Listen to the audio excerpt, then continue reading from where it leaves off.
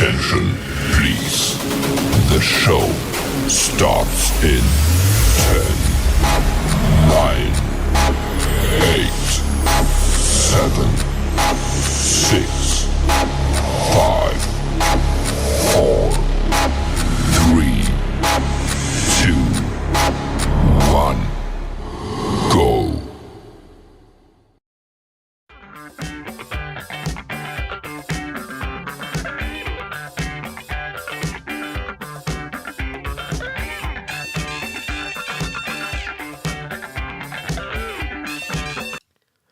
The following content contains adult language and humor that is not suitable for viewers under the age of 18.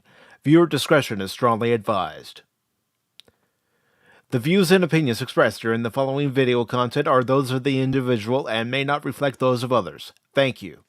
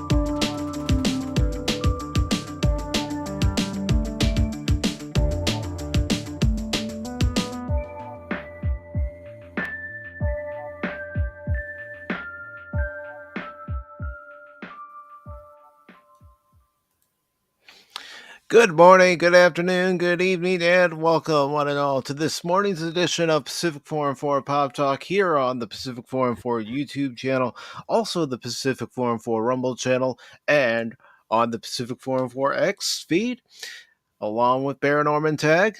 I am your host, Mike, and today we are welcoming back ApyOn. Now, ApyOn has been doing YouTube for a few years now, and the last time he was here with us on Pop Talk was a year and 2 months ago. So we're going to catch up with him, find out how his main channel has been doing, and also find out how his new channel with co-host Rocko the Brave, TwoGuysTalking, is doing since they started that. And they'll also talk about a show that Baron and I have both had the privilege of being on, called The Hill I Die On, where we defend a movie that everyone else pans, but we love. So, Baron, how are you doing today? Oh, not so bad. Not so bad at all. We should have had, in filling in for the role of Cash Money, Apy0n. That's what we should have done. But no, I'm doing fantastic. Did Raymond Feliciano show Dolphin TV last night. It was a fun affair talking about Star Trek for 7 hours. But a good panel on there. A lot of good people. And I can't complain much other than the fact it's friggin' cold and we're starting to get snow, but not as much as other people. And still, concerned about those out in California. And just to let everybody know, Cash is okay out there. Yes. He's not being affected by the fires except for the occasional bad, the smoke and all that. So, as I like to sit back and say, Mrs. Wall's favorite cologne smell, Burning City.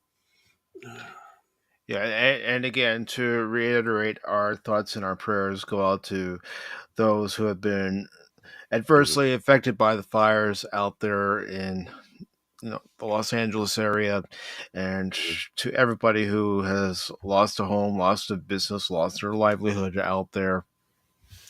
We're not going to get into the politics of the whole thing. Oh, no. But they just found 3 bodies the other day, I guess. So again, that goes out to their family. Yeah. So I don't know what the count is up, but yeah, I had read a story, and my sister was telling me about the same story because she had read it as well.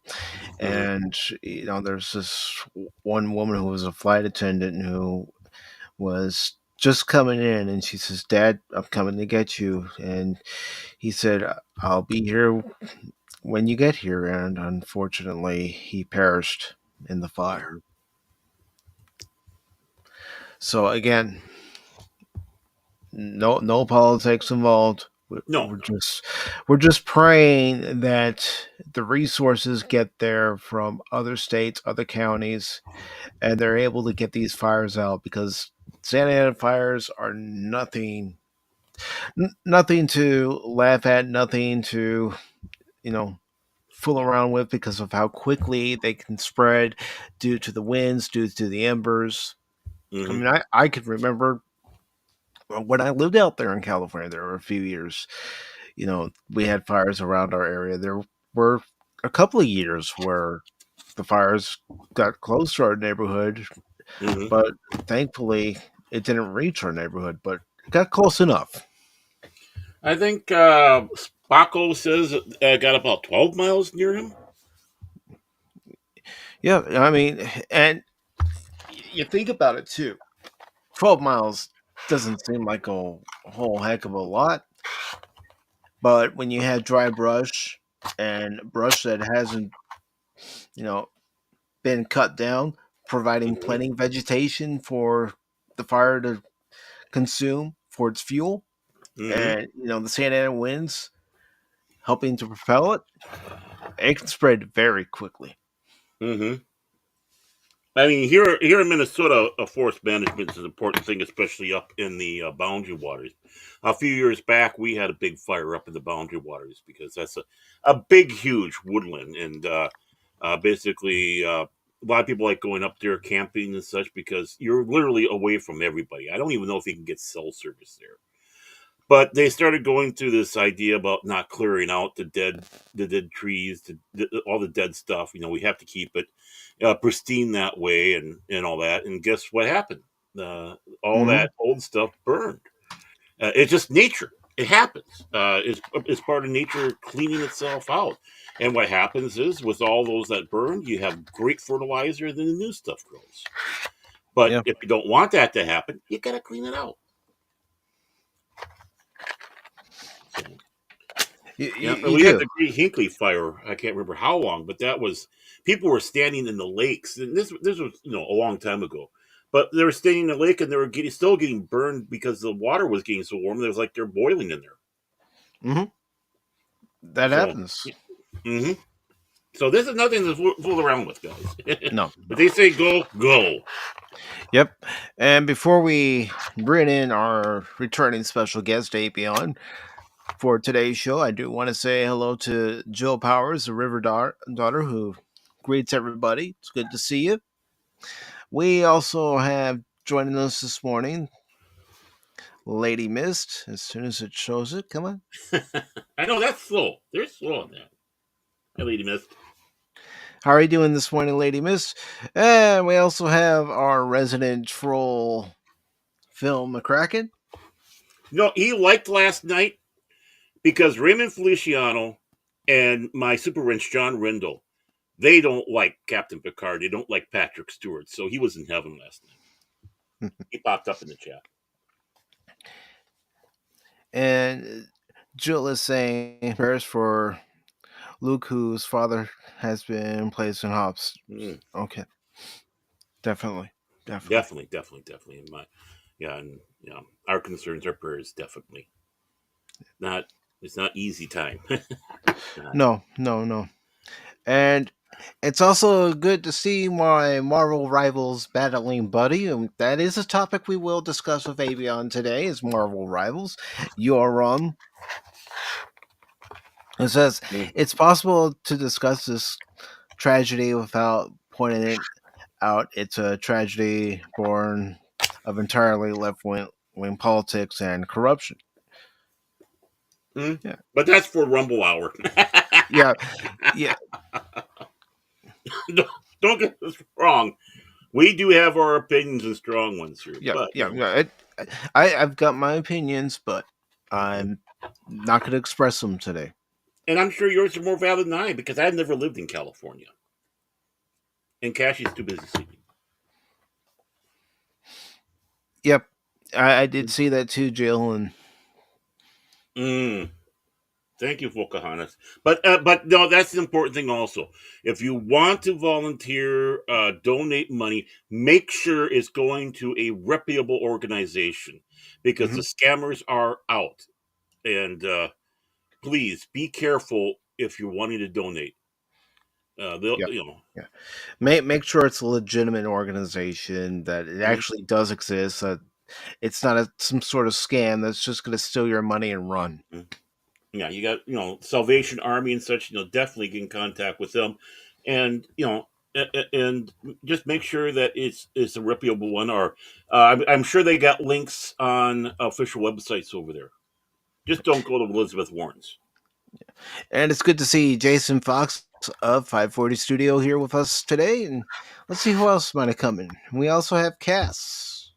Gaskinen. Yes. Cass is here. Good to see you. I have to go soon because I'm ice skating. Well, have fun ice skating. That sounds like fun. Yep. So, without It further involves ado, going outside, getting on the ice, and doing things. It sounds like fun. It, yeah.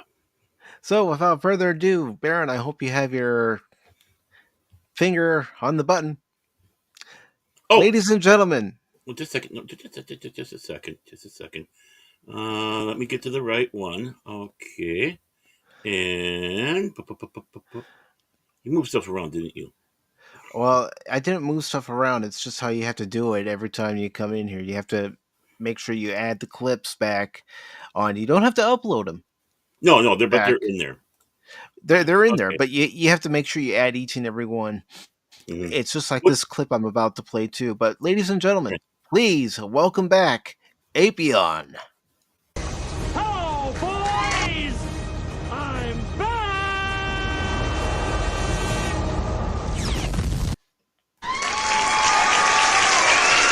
There he is. There's Apy0n. Oh, I can't hear him. I can't hear you, brother. Yeah. Maybe he was serious because the last thing he said on the last time he was here, I'm never doing this show again.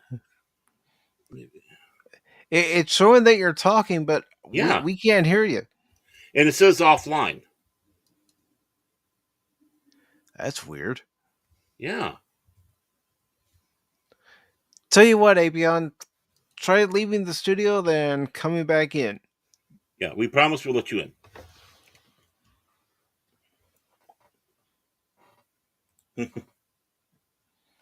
It wouldn't be Pop Talk without technical issues. I don't know why He was sounding it great. did He was that. sounding great. Yeah. I mean, folks, we're not playing a game with you. We were able to talk with him backstage, no issues. Yeah, pleasant time. Come on, Evening Monks. We were just giving you compliments. I mean, now you can see my apartment. So Yeah. there he is. All right, I will add him back to the scene. Yay! There he is. You hear me now? Apy0n, come in, Apy0n. This is Hear me? Pacific. Over. You sound like Roger that, Apy0n. Reread it to you. You can hear me now? Yep, you sound like a Verizon commercial or whatever it was where the guy going wrong. Like, you hear me now? You hear me now? Can you hear me now? Good. Can you hear me now? Good. Ruby Rod. Multipass. No, hello everybody. What's up? How's it going? It's going What's good. on? What's popping on Pop Talk? Well, what's popping on Pop Talk is, well, It's Pop. you, brother. It's me. We're talking about you today. Oh man. I just feel so, just showered by love right now. Just loving it. What's going on, man? Love is in the air. Yeah. I'm So actually last- from California too, by the way. So I live like 45 minutes from the fires. But yeah. I'm not really affected, but I know some friends that like lost their work site, like their job, they had to like evacuate and shit. But anyways, Yeah.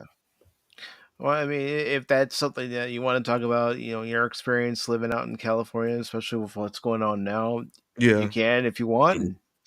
No, it's fine. We don't gotta talk about that.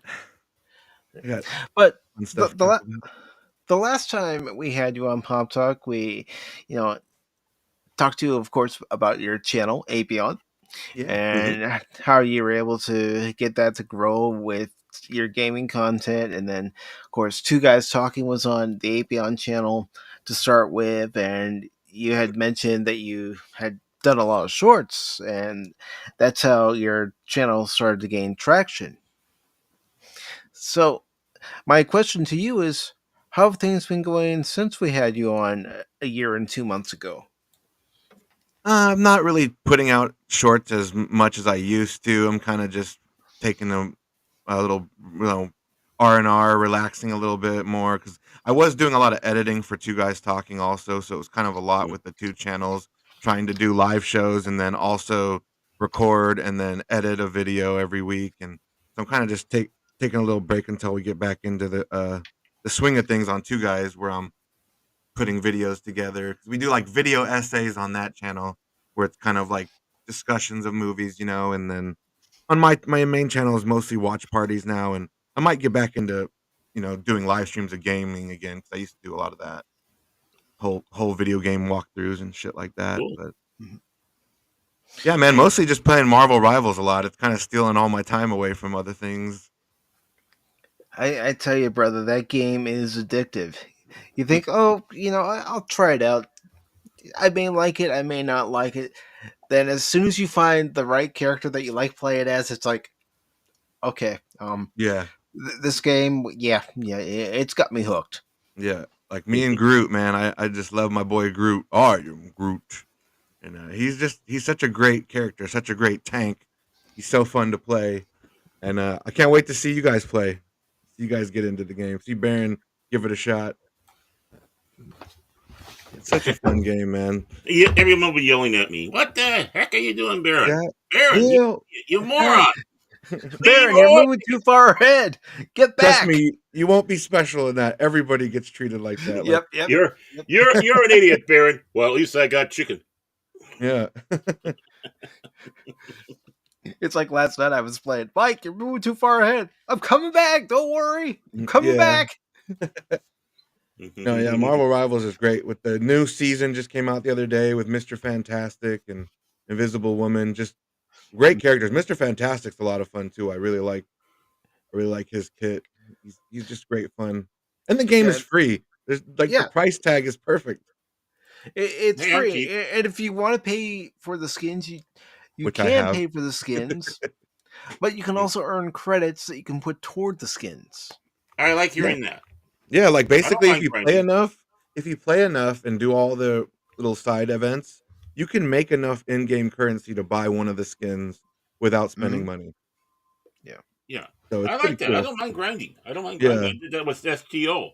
It's hard Yeah. to do that now with STO, but I ground, and I got some good stuff there. The Enterprise Bridge, original one, the D Bridge pack, the Defiant Bridge pack. Yeah, uniforms. Yeah, man, it's just such a great fun game. Like I haven't even gone back and finished Indiana Jones because ever since Rivals came out, it's pretty much like the only game I'm playing when I play games. It's the perfect game to where you say like I'll just play one more and then I'll stop, and then like 5 games later you're like I'm still not stopping. The Well, game has got me.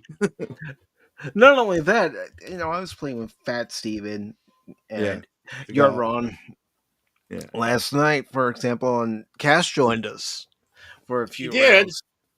Yeah, Yeah, bugger. Yeah, yeah. and you look at the time when you're playing Marvel Rivals, and it's like, wow, I've already been playing 4 hours.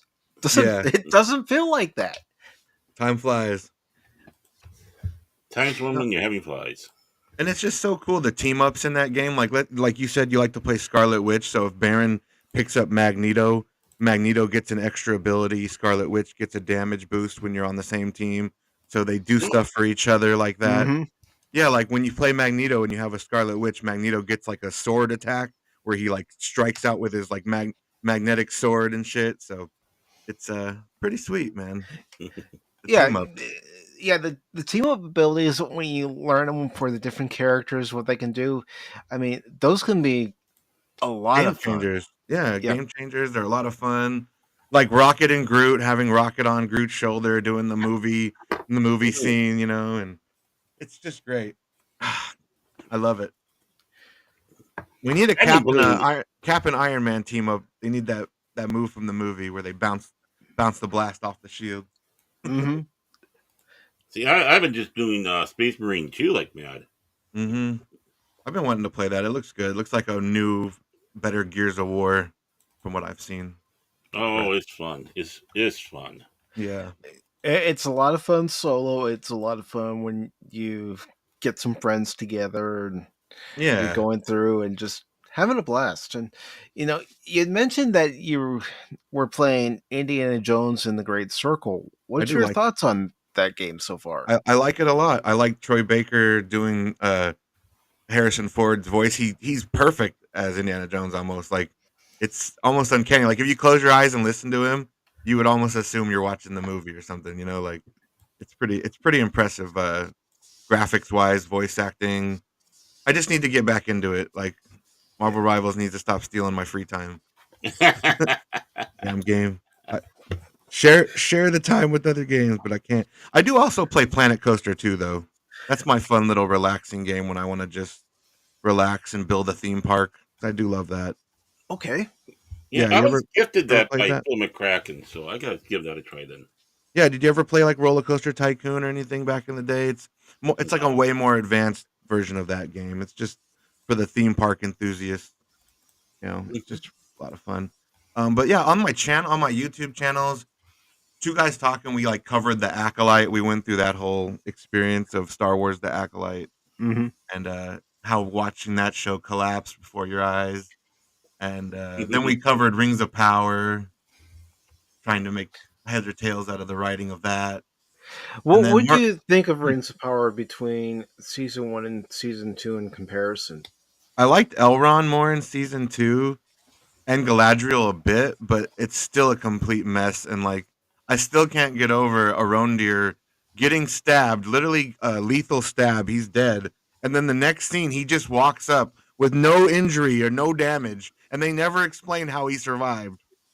He's And I'm just Jack. like, oh, He so nothing respawned. matters. He respawned. Yeah, it's like, oh, so nothing really fucking matters here. Like, we can just kill people and then we forget the next scene that we killed the character. And it's just like, there's so much other lore things wrong with it, but that, like, story wise, I'm just like, okay, you've lost me now. I can't follow a show that characters dying don't mean anything, and it's not even explained in a clever way. Like, oh, Galadriel used the power of the ring to revive him. They could have done that because they already established that the ring does heal, but they were too lazy to even show us that. So yeah, there's a lot of problems with it, but we found enjoyment in it. Me and Rocko, we tried to find ways to laugh and enjoy it, You and just need MST3K it, that's all. yeah, exactly, Mystery Science Theater, that shit. But no, then after that, the most recent thing that we like covered, like whole show wise, was Superman and Lois in that final Mm. season, and I really enjoyed that. I thought it was a beautiful ending to a show, probably the best in the entire CW, in my opinion. Like of all the CW DC shows that I've seen, definitely the Mhm. best, and it's just a well written ending. Great heartfelt ending for Superman and his family. I liked it. So, what was it saved from what a lot of people will say about the DC shows on CW, where they start off good, and then as they go along, something falls off, and the show's just not the same? No, it doesn't have that because I think because the shorter seasons and the fact that it's only 4 seasons, like it's all good. All 4 seasons are good. It's not like the Arrow where it has a bunch of bad seasons or the Flash. Oh my god, the Flash! I still can't finish the Flash. Every time I tell myself I'm gonna go back, try to finish those last 2 seasons of the Flash, I get so bored in the first episode I'm watching that I'm like, yeah, I'm not watching another hour of that. There's no way, So I like the Arrow and how it ended, but I think Superman and Lois just for me was the best. And it's a shame that James Gunn didn't want to continue it, but it's also not because it made them write an incredible ending. So I don't know. I have mixed feelings about it. And it's good to No, see the Comic Relief Crusader. Good to see you, Mike. I think I might have seen him lately. I don't know. It's been a while. It's been a while, Mike. So, have you seen any movies that you know you wanted to talk about on your channel, or you have talked about on your channel?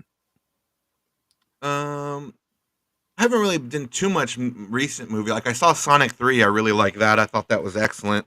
I thought Jim Carrey was doing all the Jim Carrey things that I loved watching him do growing up. Just a zany goofball with that body comedy, and then Keanu Reeves as Shadow was just awesome and got some really great fights. Did you guys see Sonic 3?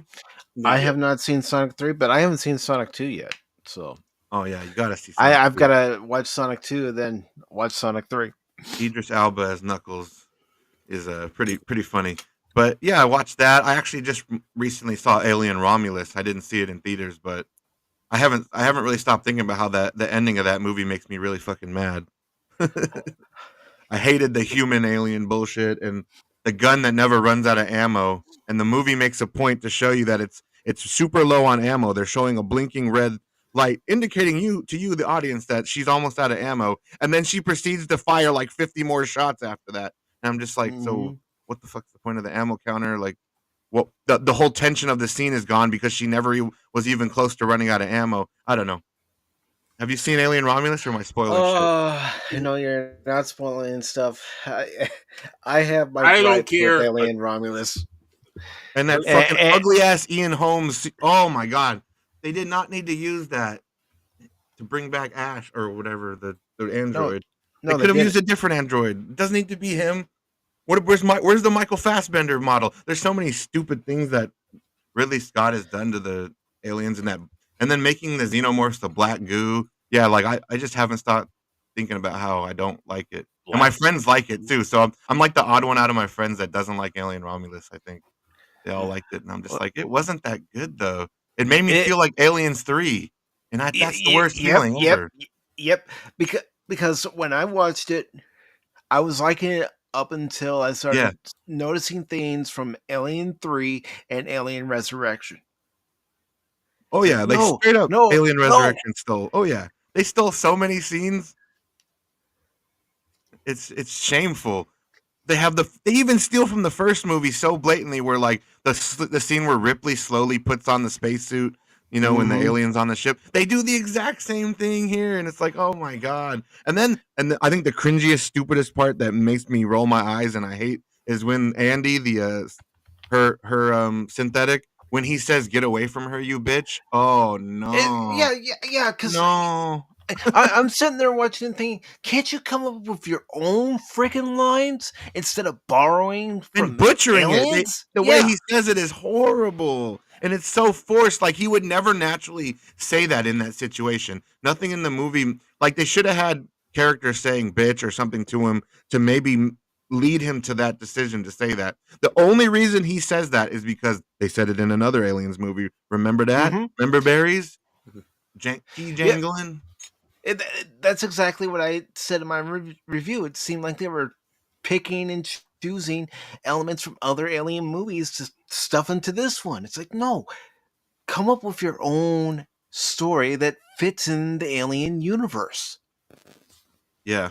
Like and it gave me flashbacks of like Alien Covenant again where it's a fucking couples cruise in space like a couples what was going on? Like there's the last few Alien movies have been terrible.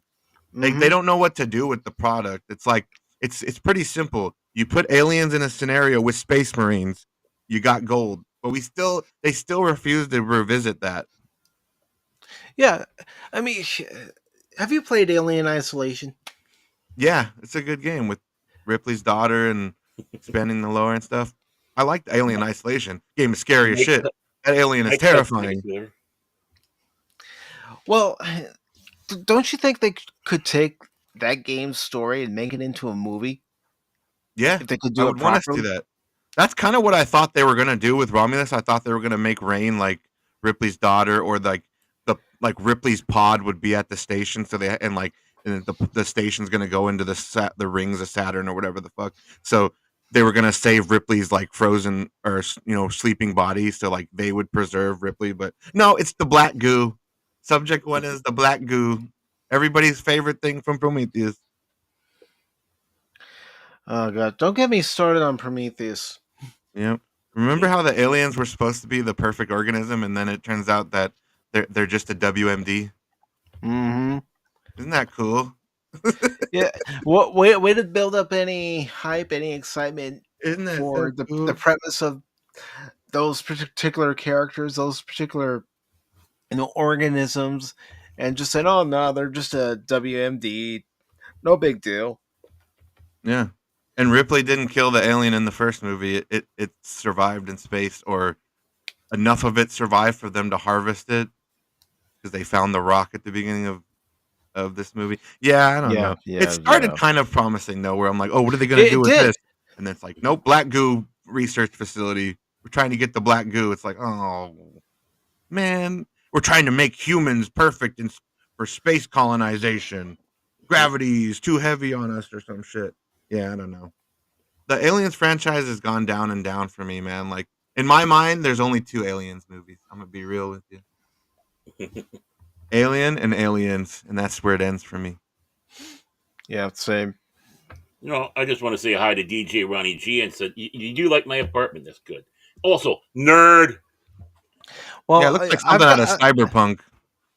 I've got a clip for DJ Ronnie G that I added. But am I not turtly enough for the Turtle Club?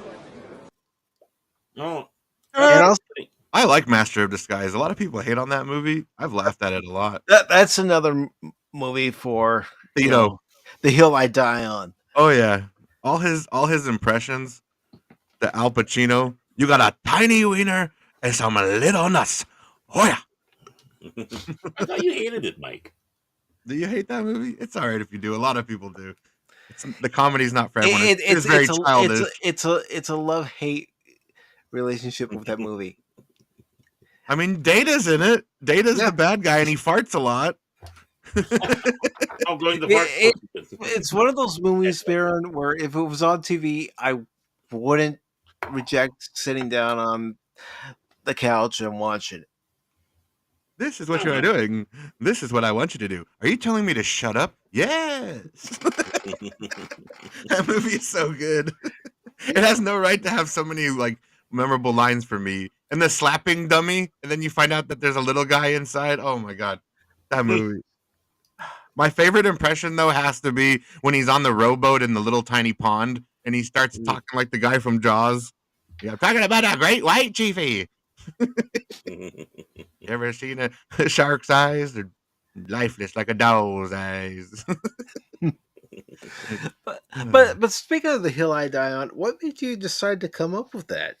I don't know. I just heard the term Hill I Die On, and I'm like, man, this would be kind of a fun little movie show premise where we all come together and talk about the lesser known or the movies that are special to you personally, Which I'm sure there's a lot of movies like that where they weren't, liked by a lot, but some people just love the shit out of them, Mm-hmm. I have It's a good lot. to Like see. Master of Disguise, perfect example is a movie like that. Exactly. And it's good to see Real Wade Gamey. Good to see you, brother. Let's Hello. see. Who else has And Fabric. come in? Fabric Folds is here as well. Good to see you, And you're Fabric. yep, and you're absolutely right. It was Dennis Quaid. I'm possessed. Dennis Quaid. Man, I haven't seen much from him lately. Well, he did. He did the the Reagan Reagan movie movie. that came out. Did he? Oh, okay. I haven't seen it yet, but what I saw, it looks like he did a good job doing Reagan. Mm-hmm. so Well, there you what go. are some of your favorite movies that you would defend regardless of anyone else's thoughts on the movie? Ready to Rumble would definitely be on there. I fucking love that movie. Is I that watched the it one so with many David times. Yeah, about Ar- wrestling and like Yeah. David Arquette. Yeah, he becomes like a cop wrestler. I don't know. I just always freaking love that movie. Oh man, what else? There's so many weird little movies that I like. Trying to think. There's just so many. Off the top of my head, it's hard to think of movies that I like that I know not a lot of other people like. I know Fifth Element gets hate from some people, but I will always love Fifth Element. There's not a person on the planet that'll ever convince me it's not a masterpiece. I mean, I don't And get it. Ian Holm was it's in such that a great. too, so it's such a great movie, and I think one of the fun things we did on Pop Talk was that night that we had the watch party for the Fifth Yeah. Element, and you know, hearing you and Jet Sparks, as soon as the line was coming up and getting excited about it, because that's what a pop culture hit movie, as far as we're concerned, it's a hit, will do for people. Yeah. I love it so much, man. I'll never not love it. What's another one? I know you said you liked the Green Lantern movie. I don't know, man. I've watched that movie a few times. I've tried to come around, but there's just certain things. And maybe it was the fact I was the only one in the auditorium when the movie was playing. Yeah. I mean, objectively, like looking back now with the other movies that have come out, it's not as bad as some of the newer shit. No. Honestly. It's kind of gotten better because of the worst movies like Shazam 2, and like I would definitely watch Green Lantern again with Ryan Reynolds before I watch Shazam 2 again. Look, watching Lucy Liu not give a shit, and like the most uninterested actress like in a movie I think I've ever seen, like she couldn't give a shit about what was happening. Mm-hmm. And God, it's like, hey, I'm just here for the paycheck. Yeah, I think even Helen Mirren too was kind of like, fucking, I'm a witch, whatever. Yeah. And then you had Rachel Zegler, 3,000-year-old dating a 14-year-old boy. This is so weird. What? What's DC's infatuation with weird shit like that? I don't know. You had Wonder Woman 80 was it 84, 87? 84. Stealing that guy's body so it could be Steve Trevor again because she can't get over this guy. When I saw the trailers for that, we went to see the Impractical Jokers movie, The Long Suffering Nine. We saw that trailer. It's like, that trailer was awesome. It was like giving me flashbacks. And I thought, this is going to be a great film. I never saw it, but everyone's just saying about how horrible it is. And it's like, oh, I'm glad I dodged that bullet. Which one? 84. Oh, yeah. God, don't watch that movie. It's so bad. But the trailers were just wonderful. They're giving me flashbacks. It's like, oh, this is going to be good. It's going to be 84. When I was growing up, my time. And it's, but then I'm hearing everybody dumping on it. And it's like, okay, glad I didn't. That's one of those movies. All the best parts were in the trailer that you saw. Mm-hmm. Okay. Then I saw the movie. Then I saw 84. It was fantastic. It was only about 3 minutes long, but it was fantastic. Yeah. I'm just keep that image of the movie in your mind because that'll make it preserved to be better. Yeah. Don't watch the 2-hour bullshit one. No, 3-hour version. It was like when I saw the Expendables 4. I mean, who doesn't still haven't watched it? Good action movie, and then I'm watching. I'm going, oh gosh, this movie's dog shit. Yeah, like the one with Megan Fox, right? I haven't gotten to that one yet. Yeah. She was terrible in it. Oh no. I've never been a fan of hers. I don't know why. Never mind. I'm just gonna bite my tongue. Yeah, Transformers. Yeah. Jennifer's Body. Jonah Hex in DC. She was in Jonah Hex. Remember Jonah Hex? Josh Brolin. Yeah. I've tried to forget it. Oh, you saw it? Oh, okay. It actually had a pretty big cast if you think about it. At the time, Josh Brolin, Megan Fox, John Malkovich, Michael Fassbender. Like that movie just couldn't do it. But yeah. Man.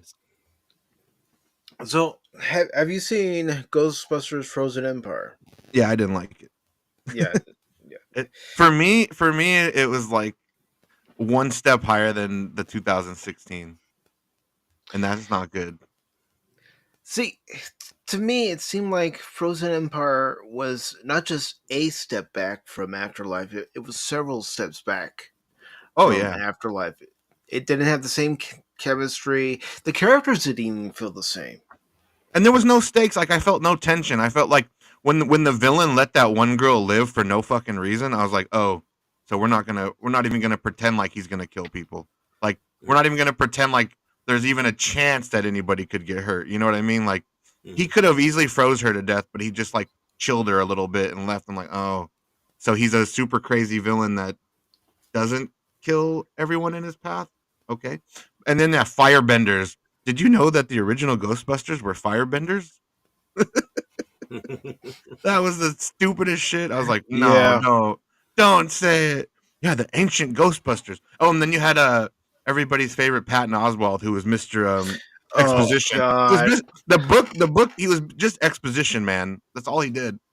So this is the story. This is the background. This is what you're gonna do. This is who you're gonna fight. You know what I did when his scene came up? I'm all, well, this seems like a good time to take a bathroom break. Yeah. Yeah. Oh, what did you miss? Oh, he was just explaining the plot of the story in case you didn't know Yeah, the he movie. yeah. Yeah. Just like he does in real life. And like freaking the one girl like literally self deletes to become a ghost for the other ghost girl. That movie is stupid. Mm-hmm. Like, It's like, you don't know that you could come back if you die. She just like literally lets herself die on the chance that the machine will bring her back. And she's supposed to be a scientist. Oh, and it's like, Dan Aykroyd, you approved this story. Oh man, yeah. And that's another movie. Remember how I said Lucy Luke didn't give a shit? Bill Murray couldn't give a shit. Like his line delivery was like, I'm saying a funny joke. Did you guys hear my funny joke? That was the funny joke they had me say. They wrote that. Like that's kind of how he comes off in that movie. Is like I know Bill Murray could be deadpan, but this movie he was like deadpan with the purpose of like I'm not even gonna try to like be funny or snarky. I'm not even gonna try to be like Peter Venkman was in the original Ghostbusters. I'm just gonna deliver the line the way I want to deliver it. And yeah, man, like the Venkman of it all was gone, and he's like my favorite. He was my favorite in the original movie. Oh, Venkman and Egon. Yeah, like all of them. I'm terrified beyond the capacity for rational thought. That's so good. Yeah, and I just never got anything like that. You know, there wasn't even a single Ghostbuster moment where I'm like, God, this is a good moment. No. I mean, the only one that really holds a true sequel is that Ghostbusters Spirits Unleashed. That feels like you're in a Ghostbusters movie. You got Dan Aykroyd. Did you ever play the Ghostbusters game from 2009? Because that really seemed like a true sequel. I sure did. I finished. I know I haven't. Yeah, I watched the movies, then I played that right before I saw like Frozen Empire. Yeah, that is like the true third movie. Because yeah, all the people are there doing the voices, and it expands on like everything. They actually go deal with the library ghost that they never dealt with. Like you get to know like she's like under ghost to like a main secret society in that building. Like there's so many cool things in that game. I love it. Mm-hmm. The way they expanded on the lore of the first movie, I really like that. How many times in Frozen Empire, I lost count, but how many times did they have to say, when the light is green, the trap is clean? It's like, yeah, we've known that since the first movie. Yeah, but they're trying to market it for babies now. So and then Finn Wolfhausen, the kid from Stranger Things, they didn't know what to do with him. So in the movie, all he gets to do is chase Slimer around. Like we don't have anything real for you to do, so you just chase Slimer around the attic. It's like what are we doing? It's like we have all these characters, but they don't know what to do with them all. You know, like we need to have this character and this character, but then they don't ask the question like, okay, what do they do in the movie though? Mm-hmm. Yeah, you have these characters, but what purpose are they actually serving? You know, that's where you just go back and watch the real Ghostbusters. Yeah, and nothing against Jason Reitman, but his father, along with Harold Ramis and Dan Aykroyd, were able to put the first Ghostbusters together where you actually enjoyed it, where everything made sense as far as that movie's universe was concerned. Yeah, and then they're like telling the girl, like, you're too young to be a Ghostbuster. The city can't legally. It's like, what are you talking about? Like, all the rules go out the window. These people are literally fighting ghosts, and you can see them. Like, the world's not the same anymore. You can't follow the same stupid rules that you used to have when the world was this, normal place without the crazy sci-fi shit, Like, there's literally ghosts multiple times. The Statue of Liberty walked around. Oh, my God. So dumb. And it's like Frozen Empire, they just threw in Walter Peck just for the sake of throwing in Peck. Yeah. Then they didn't really do anything good with him. Wasn't he like the No. mayor now or something stupid? Yeah. Yeah. Yeah, failing upwards. That's perfect. Well, that's about right in New York, but yeah, they should have used him more. I mean, I didn't see the film, but it's like when you have somebody that's that good of a foil. I mean, They should have did Bill had the Murray and him meet up again in uh, that film? maybe they have one line. I think they do. They Because should have had him that, get possessed by the Fire Lord or the Iceman, and like he could have been like the host for the villain. So then he literally would be the villain. But I think he gets possessed in the game. Yeah, he does. Peck gets possessed in the game, so you kind of deal. The game did it all first. The game did it all the cool shit first. Yeah, the game did it first. The game did it better. Yeah, it's kind of tough. you're talking about that other Ghostbusters game. Yeah, Yeah, the the one that came out in 2009. 2009. Yeah. Okay. Yeah, written by them. Like it's wild for a video game to be like handled by the people that made the movie. That's why it was so good. It wasn't just a movie tie-in game. It was Mm-hmm. literally made to be like a spiritual sequel. I think I'm gonna have to get that definitely. Oh yeah, you should. It's a lot of fun. That's a good game. But speaking of two guys putting something together and working at it, how has Two Guys Talking been going since you and Rocko the Brave created its own channel? It's good. We got to like 1,200 subs, but then it's kind of like Oh. stayed there for like months and months. Kind of, I haven't really been doing new content too. So I think if we put out some new stuff, or we need like a new show to watch, like we tried to do Skeleton Crew, but it didn't get very many views, and I don't know. Skeleton Crew is an okay show, but there's just like not a lot to talk about there. Pirates, Goonies in space, that's pretty much it. Plus, I think the fatigue is really showing over there. People are Yeah, interested. Even if you do have a somewhat decent show, it's like the Acolyte. I think just killed it all. I yeah. think The that Acolyte was like the last thing Mhm. for Star Wars, and it's just there's so much wrong with the Acolyte. Mhm. Like the whole idea of having Yoda be there to hear this giant Jedi conspiracy, where all Mhm. these dumbass Jedi's. I don't know, man. I don't want him involved with these idiots. And the show's trying to say that all the Jedi are bad or like they're corrupt and shit. It's Mhm. like, nah, I'm good on that. Yeah. We already had a series about a corrupt Jedi. It's called Star Wars. Uh, Mhm. look it up. It's pretty interesting how Anakin goes through like a whole arc. But yeah, then we had to do Yeah. it again. Mhm. I mean, they've even done it in Star Trek where everybody in Starfleet is bad. Starfleet's bad. Yeah, I've noticed that too in the movies too, where like Starfleet was worse. Like what is that? Into Darkness, where Mhm. RoboCop is evil. He's got the big Yep. giant black Enterprise, or yeah, And it's Marcus. Carol Marcus's father. Yeah, still pretty wild that freaking Benedict Cumberbatch crushes his head right in front of his daughter. That is a pretty graphic scene. Mm-hmm. When you think about it, for a Star Trek, that's got to be top tier. Like, holy shit! Like, what? Well, Like, do in, they do that in Next Generation? Is there a character getting their head crushed in front of their like child? no, Or yeah, well, not in front of it's the pretty. child, but Yeah, that's pretty you wild.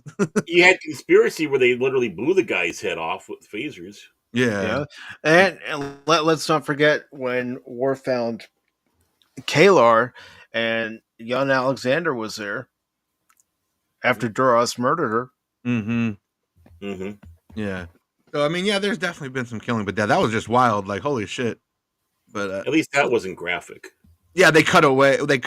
Like, you kind of just like I guess like the director maybe just like popped a fruit or something off screen to create the sound of the popped head. Who knows? Yeah. Mm-hmm. Silly But Klingons. yeah, two guys is going all right. We're Uh, kind of just like I said. I had like a bunch of old videos backlogged that I edited and I'm putting up, and we're kind of both ha- just taking a little break from that. But yeah, we'll get back. Have you thought about going back in time and watching some of the older TV shows from 70s and the 80s, maybe even 90s, and look at them instead of the new ones and see how they hold up? I mean, I know that there's services out there. They have that 6 episode run or so of Space Rangers. Mm. that came out roughly the same time as Babylon 5, the movie in DS9.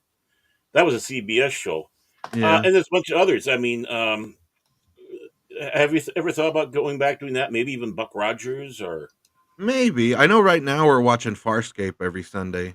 Mhm. Me, A classic. the Padawannabe, Carla Burton, and Mhm. Pop Culture Republic. Yeah, every Sunday we watch Farscape. It's my first time watching that. So Okay, I'm you're gonna love going it. to. You're gonna love it. Yeah, we're on You're season really going 2 to right enjoy it. now. We're on season 2. Yeah, we got through that Scorpius episode where he's got the Hawaiian shirt and he's like Oh, talking to Crichton. Come on, Crichton. Let's have Harvey. pizza and margarita shooters. Yeah, good old Harvey. He's definitely a good tormentor. Yeah. So I'm Another really show I can enjoying that. Yeah. another show I can recommend to you is Lex. I think you'd really Yeah, enjoy that. Okay, yeah, Lex. All right, I'll have to check Yeah. that out. yeah. At least the four movies, the season that came after, and possibly the other season, but the last season, forget. Ugh. I mean, you can watch it, but it's Not a fan I of it. tuned out on that one. Mm, But yeah, Lex is a great show. It's like okay. surrealistic. All right. I think I've heard of that, but I've never watched it. Hmm. It's a combination between the Canadians, I believe, the Germans, and America. Okay. So when you start getting that all mixed in there, it gets bizarre in a good way. In a good way. I like this girl in the middle. Kind of Yep. kind of Well, attracts me to a lot making of me us want to did. watch it. Making me want to watch is it. it the redhead or is it the platinum blonde? Oh, I think there was both. Yeah. Yeah, both of Yeah. them. Yeah. Yep. You got to have a hottie in a sci-fi thing. Like Battlestar Galactica had the one chick and Yeah, 6. yeah, you got to have it. I keep on thinking of Athena back in the original Battlestar. So there Mm. we go. Or So Serena, even though she died. so we mentioned Marvel Rivals earlier as a game that you're currently playing, a game that you're currently enjoying, and how could you not? But are there any other games that you played this past year that you really enjoyed? Mm. Dragon Age: The Veilguard. No, that game was absolute torture. Um, that was the worst $60 I think I've ever spent on anything. To watch one of my favorite franchises be just destroyed before my eyes. Mm. Oh my god. No, games that I actually really enjoyed. Marvel Rivals, but then no, Star Wars Outlaws was bad. My Mhm. god, I'm trying to think. Which ones did I really enjoy from last year? Ooh, I didn't play Black King Wu. Well, Final Fantasy VII Rebirth. That was my favorite game from last year. God damn, that game was amazing. Put 96 hours in it, and I still didn't do everything. Wow. That's a big put game, I put almost 100 hours into the game, but I still haven't gotten everything done. right, dude? I'm like, I looked at, I'm like 90 hours. I'm like, there's still a lot of stuff to do. What the? Like, this game never ends. Which I'm not complaining. You give me a single player game that's 100 hours worth of content, and then there's like more reasons to play later. Yeah, I loved Rebirth. Gorgeous game. Really Yeah, enjoyed it. you got your money's worth. Oh yeah, big time. Yeah, and what was fun too. At the same time you were playing Rebirth, I was playing Rebirth, and we were coming by each other's channel to Yeah. see how we were doing in the game and how we were liking the game. And Oh you yeah. know that's another great thing, not just about streaming and doing YouTube channels, but when you find people who have the same interests as you do, whether it be games, movies, or television shows, and you connect with them. Yeah, definitely. Mm-hmm. Yeah. So yeah, Final Fantasy VII Rebirth definitely was my favorite game from last Yeah. year, hands down. I would have picked it Game of the Year at the Game Awards, but somehow Astro Bot won I- a platformer. I still don't get that. I still don't get how Yeah. that game won. I mean, over Black Myth Wukong, like that game, like I didn't even play it, but that game like looks incredible, and you like that Astrobot, and then it's like Astrobot Game of the Year. I don't know, maybe in like a platformer category, but like overall Game of the Year, I find that insane to win over some games that like it feels like people put a lot more work and effort into than like just like shitty little platform. I I don't really, know. I'm not trying to I would shit have, on Astrobot, but it's just I don't know. Doesn't seem right. I think Space Marine 2 needed to be in there. I mean, Yeah. honestly, I but mean, yeah. I don't know. I have not seen an award show, and I don't know how long until this game won. And it only proved to me the reason why I wasn't watching these things because they're just pathetic. There was really nothing about that show that really made me go ooh and ah, except for the lady host in the beginning. I have to disclose that I mean, information. back when Olivia Munn did it, Mm, yeah. I miss those days. But it's like and then they show the previews for stuff coming up, and I think there's only like one or two things that we agreed on, Mike, that would be Mhm. something to look forward to, but the rest is like meh. But see, here's another thing about them showing previews at the Game Awards. That's really got me thinking. Maybe you should hold off on showing these previews until maybe the game's a year to 6 months away from being released. Because if you Mhm. show any of these previews of these games too soon, the game may not come to fruition. And one example of that is Transformers Reactivate. Mm-hmm. Back in 2022, they did a teaser for the game, and then you don't hear anything for the longest time. Well, this past week, they announced that the game's been canceled. I So, wish Scalebound didn't get canceled. That's the one game I'm yeah. still to this day. Actually, not the only game, but it's definitely up there. Did you remember Scalebound? I remember seeing the teasers for it Yeah, and four articles for it. player co-op dragon riding dungeon. It looked so fun. It looked like such a unique game, and like, nope, got canceled. And it looked finished. Like they showed off gameplay and stuff, and it's like, oh wow, this looks like it's really far along. Nope, it's canceled. It's done. Just like Star Wars 1313, the Uh huh. Boba Oh, Fett Yep. game. Oh no! And then there was the I remember Game Informer covered there was a canceled Darth Maul game that looked really incredible where you play Darth Maul and like all this shit, and they canceled that. It's like, oh man, what could have been? Then we get Star Lucas. Wars Outlaws. Yeah, I mean, Lucas worked hard to try to make good games. They really did. I mean, Yeah. obviously not everything resonated, but they made that effort. They cared. They cared about the universe. And then now what Lucas games you have out? And it's like, I mean, yeah, there's a couple things that came out that's interesting, but The it's just Respawn not games are enough. good, like Jedi Survivor and Jedi Fallen Order. Mm-hmm. I like those Yeah, games. Those are I good got the Star Wars games. I got the first one. I haven't played it yet. I need to, but Yeah, yeah. As far as like a Dark Souls light game, those are my favorite Dark Souls, like with the little campfires and then the enemies respawn and you fight them and they're tough. mhm, That game, but it's Star Wars, so I love it. Like fighting two Rancors, epic. mhm. But Yeah, I mean, yeah. their Battlefronts are. Yeah, I'd rather go back or I liked Battlefront 2. I yeah, played a lot of yeah, that when it was in its heyday, when it was in its prime. A lot of yeah, Battlefront 2, but yeah, the original they tried to do that remaster and it was just yeah. shit. Like it wasn't a true remaster. Basically, like they slapped a new coat of paint on it and then charge you $40. And it's Yeah, like, Mm-hmm. all it did was nah, AI. yeah, AI, and then they brought in content creator stuff without them knowing it, like what Coyote Mundi yeah. and what Plo Koon. I can't remember who the two were, but they brought them in because someone did a mod and it stayed in there. It's like, come on, yeah, that was the laziest one. Wasn't like Dark Forces remaster. Yeah, Dark Forces Remaster, they actually put some work into that. Mm-hmm. Yeah. And they gave an extra level. Mike, did you ever go to that extra level in that one? No, I only did the original level, so I didn't get to Okay. the extra level. Okay, just curious. I haven't either.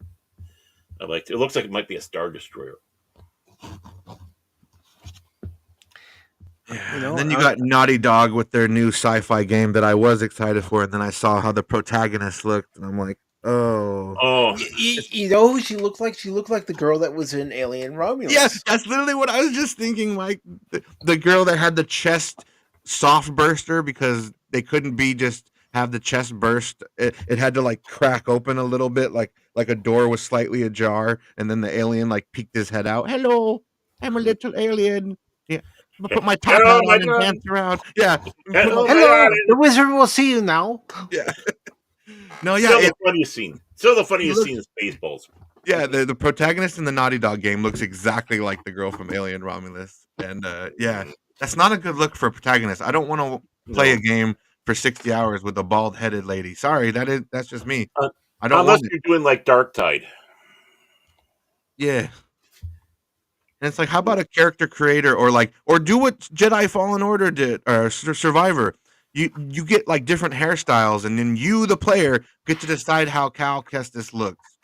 Not Mhm. the fucking developers like, no, she's bald and that's it. How like maybe there'll be some options, but give the player Maybe. choice. Where's player choice? Why do I have to be what you decide and that's Mhm. it? That's not how a game should work. Now, notice people, we're not complaining that it's a woman. No, It's just how they're doing. You know. yeah. The cosmetics She is looked Yeah, what like we're that's Quan, complaining about. looking like Quan from the Halo show and shit. Mm-hmm. I don't want to see her. Because people Ruin that sometimes show. are saying, "Oh, they hate women." It's like, no, you idiots. Man, if they made a Fifth Element game right now with Leeloo Dallas as the main character, I would play the shit out of that. I would never stop. And you have to have Chris Tucker say, Corbin Dallas! Yeah, come in, my man. Get freaking Chris Tucker to do the voice. I know he's not busy. Get his ass in the studio. Have him do it. Mm-hmm.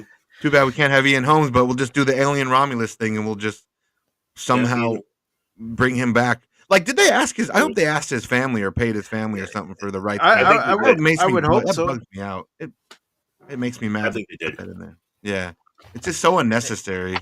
Mm-hmm. And of course, unfortunately, if they did a Fifth Element game, they would have to have somebody who sounds like Bruce Willis. Mm-hmm. Yeah. I mean, get Troy Baker. He could manipulate. He could beat people pretty well with the Harrison Ford and Indiana Jones shit. So I think Troy Baker could do it.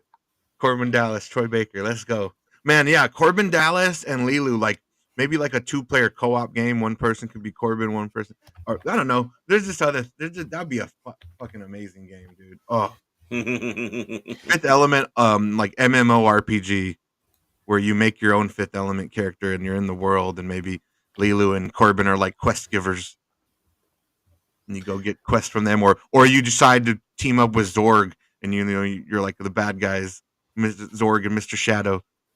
Yeah, you could have two different outcomes. Yeah, The you could be a outcome Bangalore, and yeah.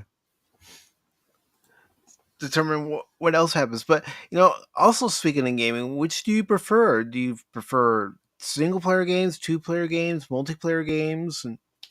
And I like them both a lot. Like single player games are great when you're like your friends are busy and you just it's just you. You don't want to play a multiplayer game with a bunch of random assholes, which happens a lot. Then yeah, single player games are wonderful. Like Mass Effect 2 will always be my favorite game of all time, and it's a single player game. There's no multiplayer in that, and it's fine. That game is perfectly fine. Just me making all the decisions and basically molding the galaxy to my will. God, I love that game so much. Mass That's Effect. how he sounds in real life too, folks. He is plotting. Yeah. Right now I'm plotting. I got a whiteboard like Charlie from Always Sunny in Philadelphia. I got like underscore. Nah, but yeah, man, I've always loved video games. Like I remember you were playing the Tomb Raider games like when I was playing them too, Mike. So I mean I had played them before, but I think I've gone back and replayed them like 3 or 4 times. I really like the Square Enix trilogy. A lot of people bitch about Lara Croft getting chubby or not being as skinny or whatever, but I still like those games. I didn't think Laura looked bad in those games. Yeah, I didn't either. I don't either. You should have a little meat. And literally, if you play those games, you realize that it's Lara Croft's fault. Like she literally kickstarts the apocalypse in the 3rd game. Oops, shouldn't have took that artifact from that tomb. Probably shouldn't be doing that. Naughty. The apocalypse. Yeah, because like she can't even blame it on what is it? Trinity. She can't even blame it on Trinity. Like that was you. Yeah, you wanted to stop Trinity from getting it, but you also shouldn't have grabbed it. You let your own personal misgivings get in the way. Yeah, because I think Jonah is like, no, you shouldn't get it. It's like, no, Mhm. I have to save the world. But by saving the world, she also killed thousands of people in that flood. Oops. I must save the world, but yet I'll destroy the world. Yeah. And I know this is not going to come to a surprise to Baron, but I know one of my flaws playing that game. Well, all three games is anytime I had to use stealth, it's like, dang it, come on. Yeah. The stealth was so fun in those games, though. She could go full Yeah. Rambo. She puts the fucking dirt, the mud all over her face, and she's hugging the tree walls, popping out with her knife, pop out of the water. Yeah. But, Mr. Rambo here, Leroy Jenkins, and then he goes. Mm-hmm. Laura Croft Rambo. Now there's a crossover you could get behind. Oh, yeah. That'd be interesting. She's an archaeologist. Who would an win? archaeologist with an attitude. Who would win in a one-on-one fight? Tomb Raider or Rambo? Oh. It depends on which Rambo you get. I think that if she doesn't have her pistols, she gets her ass beat. But if you give Laura her twin pistols, she's gonna run, jump, kick off of Rambo, and fly through the air while doing a flip, shooting him with the whole clip. Yeah. I mean, if he'll be like the bad guys from the old games where they take like 10 years to shoot dead. 100 bullets later, they're still standing. Yeah, Rambo wins. If it's Rambo in his prime, it might be difficult. First Blood 2 Rambo. Yeah, you should have a. That's why I said it depends on which Rambo you get. Mm-hmm. Yeah. Okay, First Blood 2 Rambo versus Predator. I'm going with Rambo. Wouldn't that have been a great team up? Arnold and Sylvester. Yeah, like Dutch and Rambo, like his character from Predator. Mm-hmm. Like he finds out that another like Predator landed, so he's like, all right, I'm gonna recruit the best. So he goes and gets, like his own like expendable team, and you got Rambo's on there, like John McClane. John Wick.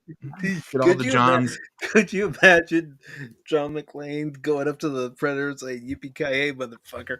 Yeah, and then the Predator, because like he can mimic, so the Predator's like beating their ass, yippee-ki-yay, motherfucker. He's beating them down. Yeah, Laura Croft not survived Vietnam. Well, and that's the difference. He's a elite soldier from Vietnam, and she's an elite archaeologist adventurer. Two different leagues, and even though she's tough, she's basically the female Indiana Jones, and we love her for it. If we cut all out combat, it'd probably because it'd be. I'd have to go with Rambo because Rambo can throw mud on his face and hide. He's more original of that shit. Yeah. Mm-hmm. I mean, it could be an interesting fight, especially if they're using sneaky tactics. Yeah. They need to bring back that Deadliest Warrior show, but then do it with like kind of like epic rap battles, but instead of rapping, they kind of do that with like Super Beatdown and stuff or whatever, like Bad in the Sun channel. Mm-hmm. I think does a lot of those cool matchups. I like to watch their videos. Like they have some cool matchups over there. I watched a couple of their videos. I can't say I've watched every single one that they've ever put out, but right, they have a few good ones. Yeah, there's a couple that are pretty neat. But yeah, I always like to think, okay, this fictional character versus this. Okay, Laura Croft versus Sarah Connor from Terminator 2. Oh, Sarah Connor. Really? Yes. Okay, Sarah Connor or Leeloo Dallas? That's tough. That would be tough. Because Leeloo is the fucking supreme being, but then she also got defeated by a gun. So, right. That's tough. It is. Because Sarah Connor is tough as hell. I mean, she's been fighting death machines most of her life. Mm-hmm. Oh man, definitely. That'd be a good chick fight there. I'd watch it. Yeah, Leeloo Dallas versus Princess Leia. Princess Leia, yeah, before she uses the Force. Lulu. Lilu's Yeah, probably gonna smack her around a little bit. I think Lilo.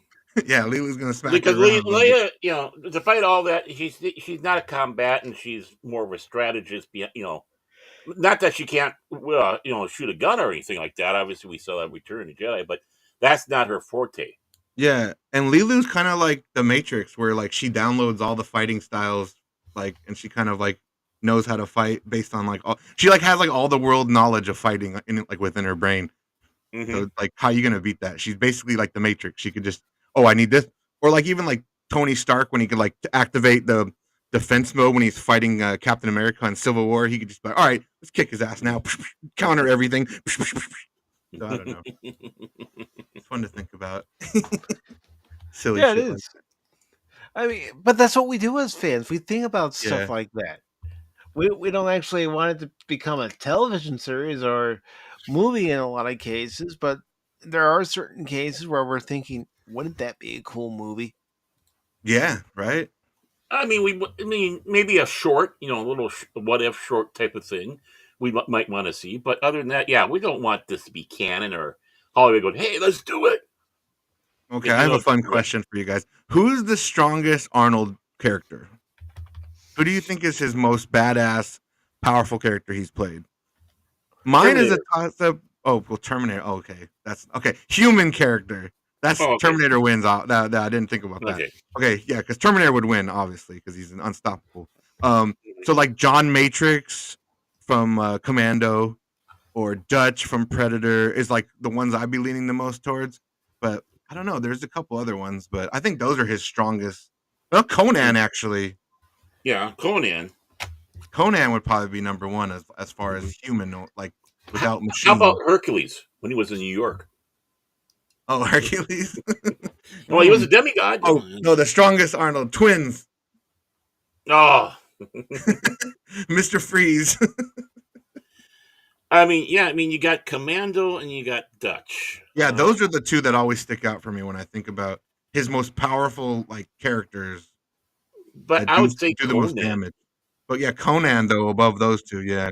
Yeah, I would say Conan because it just that what the character Conan was going through and all that. Yeah, he's been fighting his whole life. Oh man.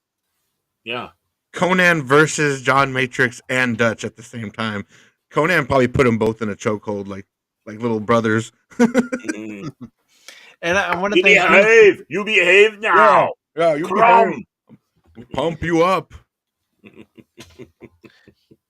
And I want to thank Boost Rubu Boot for rating the Rumble channel. Thank you. Really appreciate that. Hello. Forgot about Rumble. I should give you the rummer. Rumble. No, I don't have Rumble up. What the heck is wrong with me? I don't know. What is wrong with you, Baron? I've been asking myself that question ever since I met you.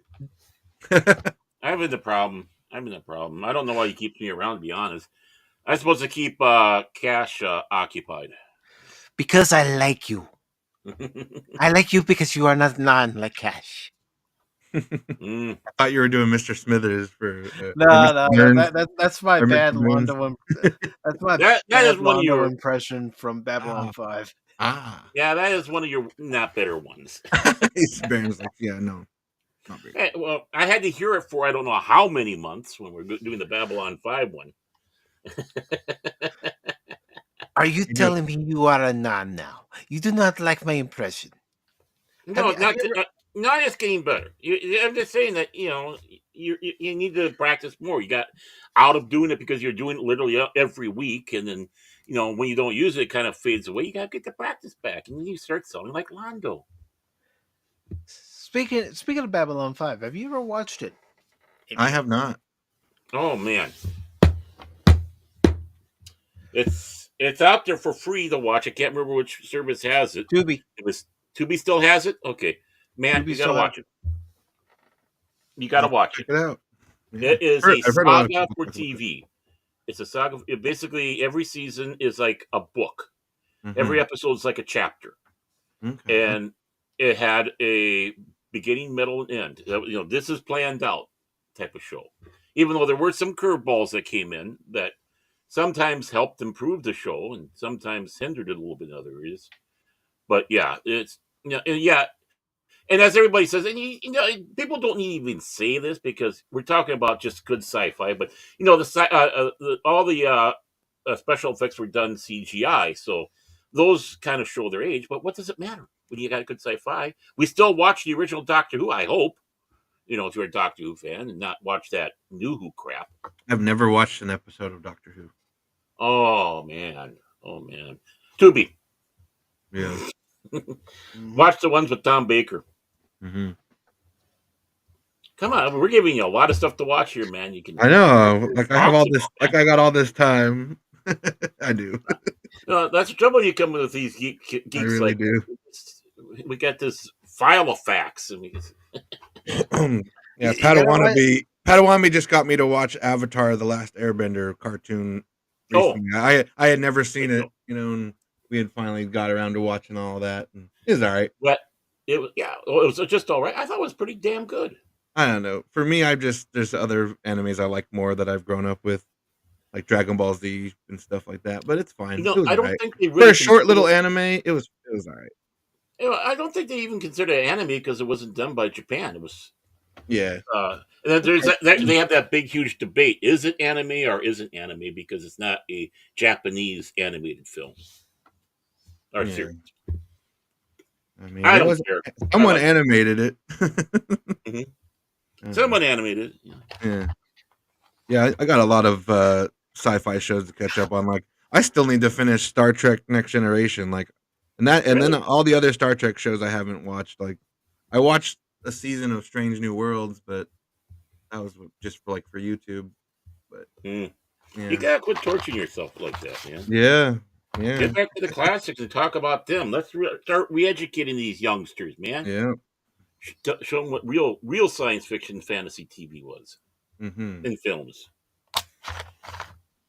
Like Dutch. I mean, Carl Weathers and Arnold Schwarzenegger together in Predator. Oh man. I mean, still the greatest, manliest handshake ever done. Oh.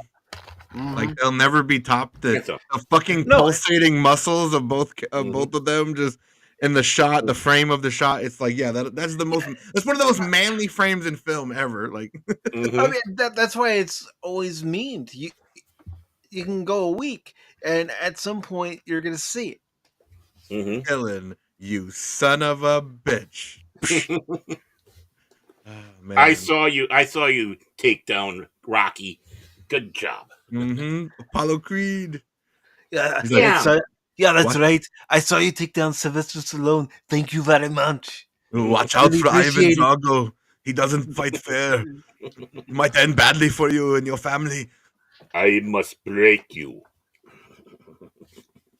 If he dies, he dies. He dies. I love that line. Yeah. I was mean one time when I was working. They say we had peanut butter, and they talk about, well, you got to really scrub this down because of peanut allergies. And I just looked and said, if they die, they die. Yep. They didn't like that. And I'm also saying to you, Apy0n, what Avatar is a masterpiece? I mean, you could think that. That's cool.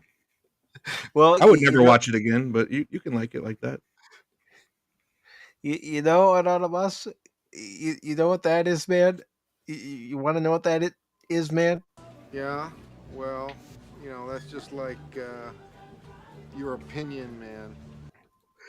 Yeah, I know a lot of people. Like, I know Padawan loves it to death, and it's his favorite, and that's great. I like that people who have their. For me, it just wasn't. I just didn't hit me like that. Like, yeah. I mean, for me, it's like if you don't agree with me, you're worse than Kurtzman. Yeah. No matter what. I grew up with Naruto and Dragon Ball Z and things like this, and those will always be more special to me in my heart. Avatar was just, I don't know. Well, yeah, I mean, the ones that might tuck you in. He goes to the end and he fights the final boss, and he gets a power up that he always kind of had, and he beats him. Like, okay. But that is pretty much true for all of us. We Nobody all like died. what we like. We all have things that we don't go crazy for, and things that Mhm. we'll never, read or watch because we're not into that kind of thing. Right. Yeah, there was definitely some cool moments. Like I really liked Zuko's sister. I can't remember her name now, Yeah. but she was really good. And Uncle Iroh, for crying out loud. He was good. Mako. I liked Oh, his character Mako. a lot. Yeah. Yeah, When you throw Mako into a world, rest his soul. I mean, it was so devastating. He died before the series ended, but they did get someone who did a pretty good job taking yeah, over. yeah. I liked his character. I liked his arc. I liked Mhm. his, you know, how he was kind of a terrible person too, but he saw the errors of his ways. And he Mhm. tried to become better, and he failed with his son, and he tried to not do that again with his brother's kid. So Mhm. I wish I had an uncle like that. Straight up, I have an uncle, but he's a piece of shit. But yeah, I wish I had an uncle like that. Yeah, uncle, if you're listening, you're a piece of shit. Not Uncle Iroh.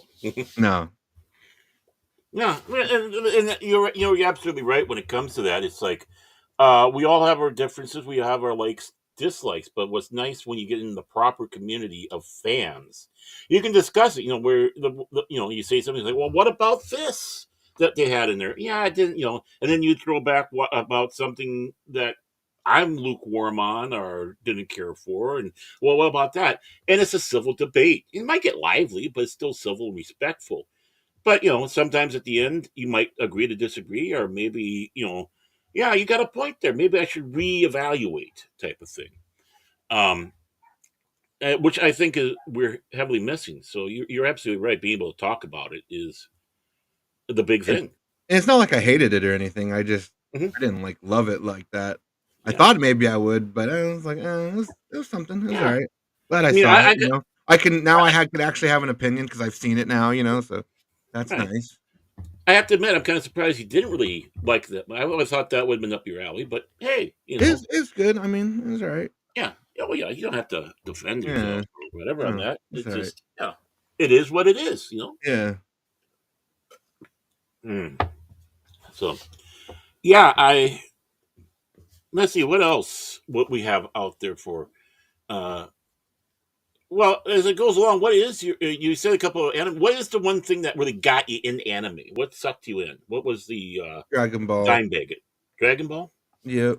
My I cousins mean, were watching Dragon Ball, and I remember watching it, and I'm like, I like hmm this. And then Dragon Ball Z came out, and I'm like, I really like this. hmm And yeah, I yeah, I mean, mean, Naruto. After that, I got like all the Japanese. I remember I got a bunch of Naruto Japanese version with the subtitles. You had to read, like, but sometimes yeah, that's the best way to do it because the English they mess up what the characters are saying, or that's not really like what the intention of the scene was. But then they'll English. What do they call that? Localize it or whatever. So that tends to happen sometimes with things. Hey, it's my co-host. Yes, He heard us talking about him. His ears were burning. yes, his ears were burning. And the Padawan will also be our special guest this Wednesday on Pop Talk. We wanted to have him on this past Wednesday, but my ISP went down for most of the day and had to postpone it. Ah, haha! I jumped the line. Jumped the queue. Padawan B. Gotcha. Or was it a plot, a Yeah. ploy? I sense a plot to overthrow the Padawan. Shut up, Mace Windu. Oh man, Padawan dragging balls across the ground. Yes, it's what happens when you get older.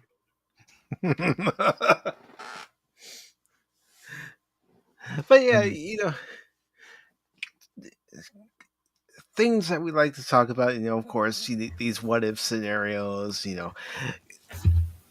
having this character from this universe join that character from that universe join up together, that is, fun nerd talk to talk about. hmm One of my favorite things that I've been doing lately with my buddies is thinking about what characters Marvel Rivals could add and like what their abilities would be, and we like, think about like Gambit would be amazing, Mm. Juggernaut, Rogue. You know, all What our about favorite, Nightcrawler? characters. Nightcrawler would be incredible with like teleporting, and like maybe his ultimate is like he's kind of like Psylocke where she flashes around in that radius, but it's kind of like the scene from X-Men 2 where he's like going around punching and kicking people, or he's got his sword and he's cutting everybody. Yeah, Nightcrawler would be amazing. And then Nightcrawler could have like a rescue ability where he could teleport in and like grab the healer and like pull them out of danger or something, you know? Teleport in and out. Yeah, Or dude, I haven't thought anybody about who's on your Nightcrawler. team, anyone who's Yeah. on your team, you know, he has that ability to Yeah, team rescue, disappear yeah. and reappear, and then take that person back to a safe zone so they can get Yeah. healed. And Yeah, let's say like the tank is pushing too hard, like into the enemy spawn. Nightcrawler's like, all right, you're too far. Grab him, pull him back to the point. Yeah, like Nightcrawler, that would be a cool ability. That would be good. Team teleports and shit. Yeah. and it wouldn't be an infinite ability. You would put a time Cooldown. restraint on it. Yeah. Yeah, have a long cooldown because that would kind of be broken if it's too powerful. But yeah, I never thought about Nightcrawler. See, that's why this is Aaron, fun. red alert! Red alert! What? We got a security breach. We've got a security Uh-oh. breach. Okay, I see that.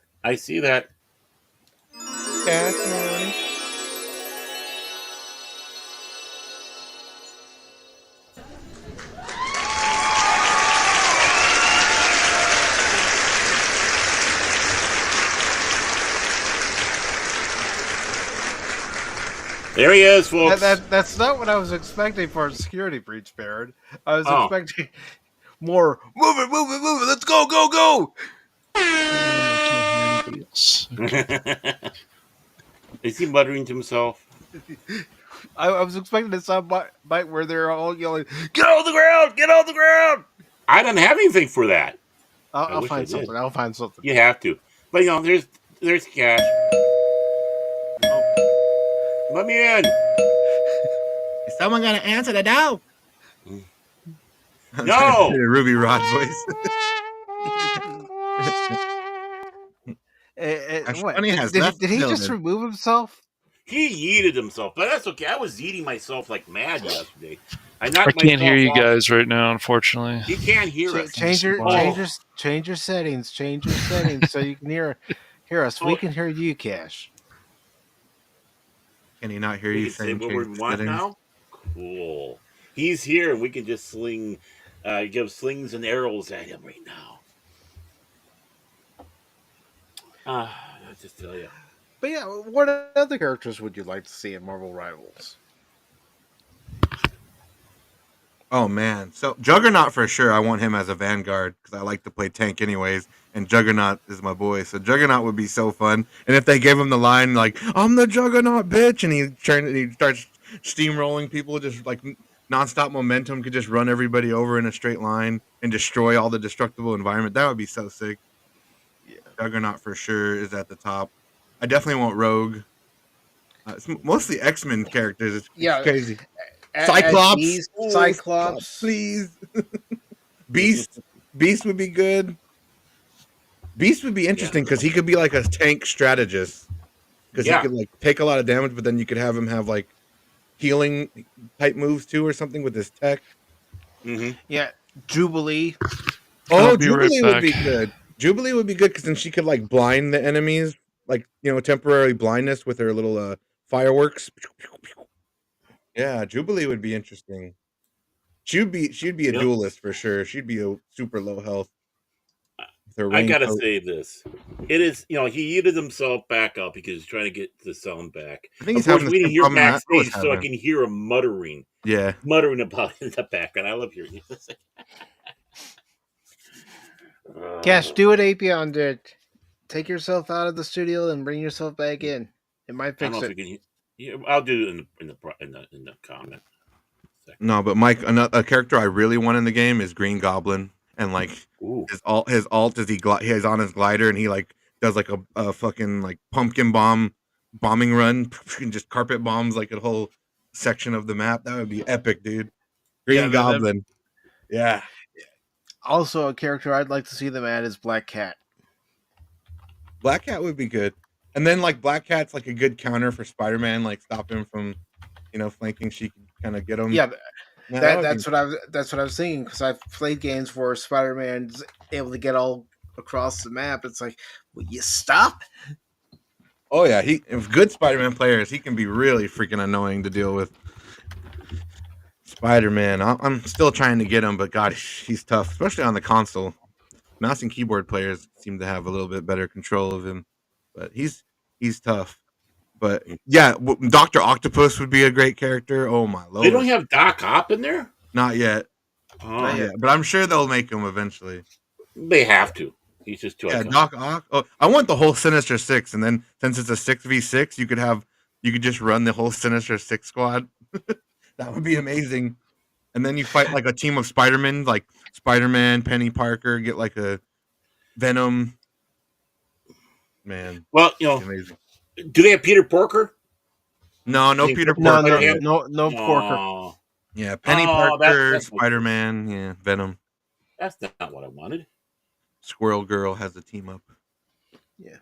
I actually played a Squirrel Girl last night. She's kind of fun. Yeah, and the new season they made her ultimate better, where the squirrels actually target enemies now. They just don't run around like stupid squirrels and just bounce off walls until they're gone.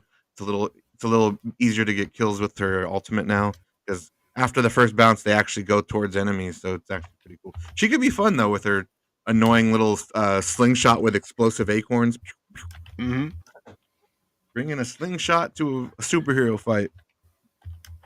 It works. Look at Hawkeye. Look at Hawkeye. He's got a bow and arrow, and he's the deadliest man on the field sometimes. That or Black Widow. Black Widow, she still needs work, because like out of all the characters, she just has the weakest kit. Like you look at the new characters, they have like 5 abilities each, and then Scarlet Witch has 2, and it's just like, what in the world? She needs more moves. She needs like an agile dodge move, kind of like Star-Lord. That would be cool. That like reloads her gun or something, where she could do like a flip or something acrobatic to dodge attacks and also like reload. That would make her really good. But she needs some work. Man. I did try playing as Winter Soldier yesterday too, and that went pretty well. Yeah, his ultimate's crazy when people are good. Again! 10 Classic more man times. is DC. Oh, is he? Yeah. DC. Yeah, I'm surprised DC hasn't made a counter to Marvel Rivals now. They should make one. We can hear you. Damn, he can't hear any of us. I'll tell him to check his sound settings. Yeah, you do that. So much better than StreamYard. Yeah, it is. This is the only issue that we encountered with it when you came in, and you couldn't talk, but just that was a quick fix. So, well, Apy0n was talking, but we couldn't hear him. Yeah, exactly. You could see that he was talking, and I could hear you guys, but you couldn't hear me. You hear us. So, I mean, if that's just a minor thing, I've been liking this system so far. My big, not big, but my little irritation is you can't change your avatars easy. You can't have a bank of them, but you can have a bank of a lot of stuff out there. Definitely. Yeah, I wish they had the little avatar bank, but basically what you would need to do with this is create a little folder that'll be like streaming avatars, and then whenever you use this, you just go into the streaming avatars folder, and it'll have like the ones you want to quickly switch to, and that could be like a little quick fix. The more you know. I'm here to teach. Yeah. Did I get? I don't think I got that put on here. I had that under the. No, it's on here. I should. Okay. I thought I added it to this morning's sure clips. It is. Okay. It's too late. The moment's gone. I'm just kidding. Yeah, it is. It's gone. But you know what isn't gone? It's this. It's not a liquid! It's a great many pieces of solid matter that form a hard floor-like surface! Ah! Yeah, that's what would happen. That's what happens. This is cash right now. Yeah! You're gonna die, clown! You think that's funny? I don't hear you laughing now! You're gonna die, clown! One of my favorite movies. Did you see the trailer for the sequel? No, I haven't seen it yet. It's short. It's just a little teaser, but all the characters are back. That's what's important. You know, Shooter's back. I kind of want it to be Shooter's movie. I want to see like Shooter's fall from grace and how he has to like come back, go back on tour. I do too, Comic Relief. I really do. I still can't hear you guys. Dang it. That's right. I said, I ain't giving you no $350, you goddamn Loch Ness monster. Get your own goddamn money. I gave him a $350. Goddamn Loch Ness monster. See, that's the problem. I already gave that Loch Ness monster $350 yesterday. God damn it, woman! You keep giving that damn Loch Ness monster $350. Of course you're gonna come by asking for money. That's so good. There's a Girl Scout saying, "Hey, Mister, I want to get you to buy these cookies. How much are they? It's $350." And I said, "Oh, wait a minute. At this time, I realized there was no damn Girl Scout. It was a goddamn Loch Ness monster." I met Chef and his family. Yeah. The $350. Such a good joke. So silly. Isaac Hayes, I miss him. Yeah, I do. He's singing the theme to Shaft. Man, he had trouble with that Scientology episode. He couldn't get past the fact they were going to do it. It's like, you're okay to make fun of everything else, but the second they touch Scientology, now you're mad. Well, that's because they put pressure on him. Yeah. And that's been acknowledged because of that episode. The Scientologists really got down hard, and that's why he did what he did. I have no love for Scientology. People who are part of it, the average people, I feel sorry for. But did you see Darth Chef when they like just destroy Chef as a character? Mm-hmm. I saw clips of it. I never saw the episode. They take all of Isaac his like old recorded dialogue and they turn him into like a pedophile. Yep. Yeah. Come on, children, taste my chocolate salty balls. Like they just like use all the old lines. Mm-hmm. and the thing is they felt bad afterwards when they started getting more and more information about why Isaac Hayes did what he did. Yeah, because Chef was a huge character, man. It sucks because he was a big part of the show. I'm gonna make love to your woman. Gonna lay you down by the fire. Well, hello there, children. Yeah. Well, hello, children. One of my favorite jokes is when Cartman dresses like a ghost and then Chef thinks he's the Klans member. And he runs off. Actually, I think he was dressed up that way. It was the Halloween episode. I think he started off with the little corporal. Then he put the ghost costume that made him look like No, you're right. No, yeah, he was dressed up like that. And then Mr. Mackey is like, or one of the teachers like, you can't go around dressed like that. Let's put this sheet on over you. Oh no, and it still looked racist. No one's getting it. Yeah, his scream and like run is hilarious. It's funny. Trey, Matt and Trey don't necessarily like those early episodes they did, but some of those are comedic gold. Like that episode. Was it something about pink eye? I think they called it pink eye. Yeah, that was the zombie one. Yeah, and like Chef has the Michael Jackson jacket and he dances like Thriller. Yeah, you guys keep talking. I'm gonna make sure Cash can still hear. There we go. Okay. Oh, never mind. Never mind. He can hear us. I can. Cash, can you hear us? Yeah. Wow, he can hear us. Evie Muck's like, no, you can't have that setting. You have to have this, and it's like, all right, fine. Whatever. Ladies and gentlemen, Cash Money.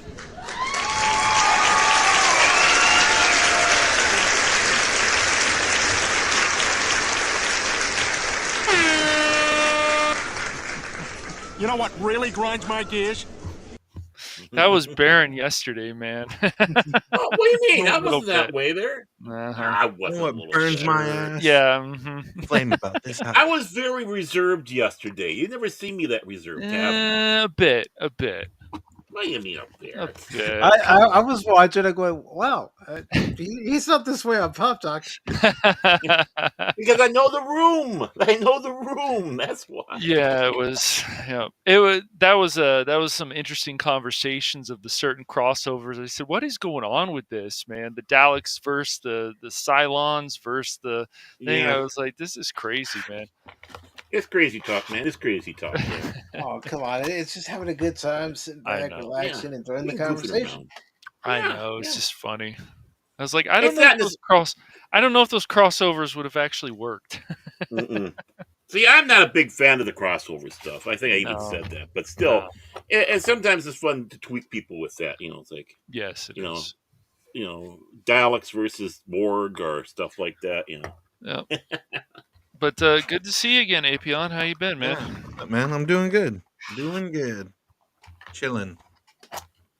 Like a Cash Money villain. I can't hear Apy0n great, but I can hear you guys. That's fine. I'm not saying anything interesting, anyways. Oh, you should have just heard what he called you, Cash. Oh my word. Mm-hmm. Tell us more Or about like- what you think about Cash, Apy0n. Yeah, they were like, "You kiss your mother with that mouth after?" And Why shit. can I not hear Apy0n? What the hell? I had to wash my mouth out with soap. You're absolutely right. What you said about Cash there, Apy0n. I don't understand that either. Right, and Yeah. the way he I don't does get it. that, and yeah, it's like, again. No, Well, he why did can't- what? He did what to you? Oh my God, Cash! Show us on the puppet. What in the world, Cash? What's your problem, man? I know Yeah. this is some new technology, but I can't hear Apy0n. I don't know why. Great, I can hear you guys fine, but Check your sound settings, Cash. Calm down. I did. Ladies and gentlemen, welcome to Working Without a Net on YouTube. You This can't is hear me even right the now, best. Cash. You can't hear me right now? No, he can't. Say what do you want about him? No, I have immunity! Freedom! So let's talk about the Freedom. war in the Middle East. No, I'm just kidding. What was it about the hill you die on that no matter what he picks is going to be shit? Yeah, not doing it. I So understand can't your hear hesitation, Apy0n. man. What the hell? The day his show, that's the day I quit YouTube.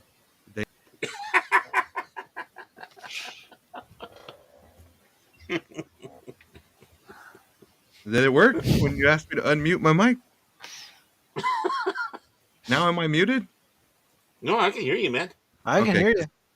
Yeah, we tried the mute and non-mute thing, Oh but boy. Cash still having technical difficulties. He is definitely having. He is, and I got the appropriate clip to play.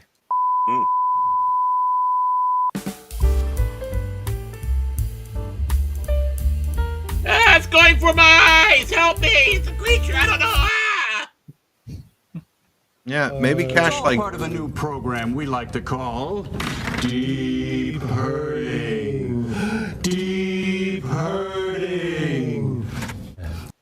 maybe Cash like just mute the Eve Mux and then listen to the sound on the YouTube link or like the Rumble link, and then you could hear me through there. Maybe Yeah, with the 7-second delay, that would make things interesting. I don't know. I'm just trying to think of something. I'm for it. Trying to think of a solution to Cash's problem. And You know, if you ever go to Brazil, never do this symbol. You do this. You know why you don't do this symbol? That Asshole. symbol for them means asshole. Yep, it's asshole. Mm-hmm. It's an asshole. I still can't hear Apy0n. You know, but when I get some of the Great. people on the show that are, obnoxious, it's like, yeah. You're a-okay, buddy. You're this tight. try jumping into a different browser, Cash. Yeah, you See got if that 15 of them. helps. Mm-hmm. Yeah, 15 No, of them, right? they're ignorant. That's ignorant. I keep on forgetting he can hear us.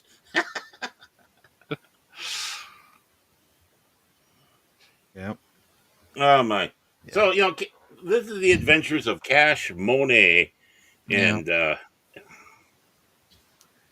right, let me try to go back in. Maybe I can hear Apy0n. maybe you might. All right. You might. If Go for you it, if you don't Cash, try using a different browser. and Which see if one are that you using works. right now? Brave. Which one are you using? I've Oh, never really? usually used Brave for this, but yeah.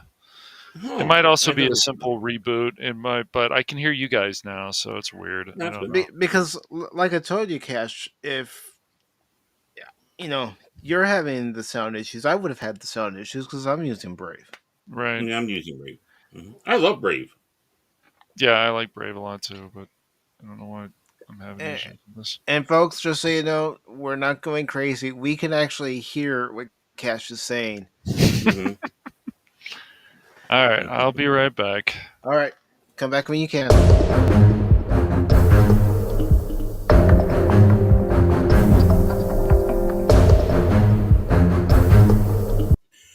This just in, man with heroic chin having problems listening to Apy0n on Pop Talk. That's right, man is in turmoil right now. He can't figure out what's going on. Reports are saying he's about to ready to grab his hammer and smash his computer. Mike, you are kind of a witness on the scene. What is your take on this? Well, it's modern technology problems, first world problems. Eh, Cash is just having an issue that we will all encounter at some point or another. Well, from the opinion side of things, I must sit back and say this. He is trying to steal the thunder away from Apy0n. That's right, because this is Apy0n's show, and now he has turned it into his. Apy0n, how do you feel as a guest having one of the co-hosts trying to steal your thunder? This is Apy0n live in the streets, reporting to you live in this chaos and pandemonium here. Cash Money trying to steal all my thunder. I do not appreciate this, Barentine. Not at all. Back to you. For a moment there, I thought this was going from a breaking news report to a wrestling promo. Oh, Sunday. Sunday. That's a monster truck rally. Hold on. Apy0n versus Cash Money in the ring. So far, we have one knockout. Cash Money is trying to recover back. They're doing the count on him. 1, 2, pandemonium. 3. There's pandemonium in the audience as they keep on counting. Hello, Cash. What did Laura used to say? Good God! Dang it, I still can't hear Apy0n. This is ridiculous. No! Really? Yeah, for some reason. What in the world? And I was saying stuff that scholars will write about for years to come. Yep. Congratulations, Cash. You're now going to be part of the new scripture. I don't know. Spit what scripture. Not to do. Cash is still having technical difficulties here. We cannot hear each other. All right. The humanity. Oh, the humanity. All right. The humanity. They're hitting the ground like bags of wet cement. I can hear everybody else but Apy0n. This is insane. Well, then try switching over to Google or I'm using Google Firefox or I don't know what. All right, I'll be back in a little bit. All right. Yep. Poor Cash. I mean that too. I feel sorry for him. But don't tell him I said that. I think he heard you before he left. Damn it. Damn it. But one of the things I wanted to ask you is, how have you been enjoying doing streams with Carla Burton and the Padawannabe? And I like it. It's a lot of fun. Yeah, they're fun. They're fun to stream with. And we've gone on a journey together. She's watching some stuff she's never seen for the first time. I'm seeing stuff I've never seen. Padawannabe, we're all kind of taking turns, kind of showing each other new stuff that we haven't watched yet. So it's fun. Yeah. Carla's a sweetheart. We're all black sibs. She's my all black sister. I'm her all black brother. When she found out I like the All Blacks rugby team, it's like, oh, okay, you're a good person. Yeah. I don't care if you massacred the entire population on that island. You're still a good person. Yeah. Forgiven. All is forgiven. Forgiveness. See, rugby brings the world around. Yeah. Just like that movie they had, Invictus. No, like recently, freaking Carla Burton had never seen the Mummy movies, the Brendan Fraser Oh classic. yeah, So we I watched heard the that. first two because the third one's shit. But yeah, we watched the first two, and yeah, I love those movies to death. Those movies, those will never be on Theto because they're so beloved. But those are some of my favorite. The first two are some of my favorite movies I've ever watched. Like I love them so much. I don't think the original Mummy gets enough credit. I don't Yeah, think it gets enough love from people. It needs to, yeah, because yeah, if you wanted that action adventure Indiana Jones ish type of thing, the yeah. Mummy's it. It's got it all for you. Yeah, and it's just Hmm. so well done. Brendan Fraser, Rachel Wise, Hmm. the guy that plays Emotap, I can't remember his name, but even Hmm. he's Oh fantastic. yeah. Like, I just Benny, you got the relationship with Benny. See you later, Benny.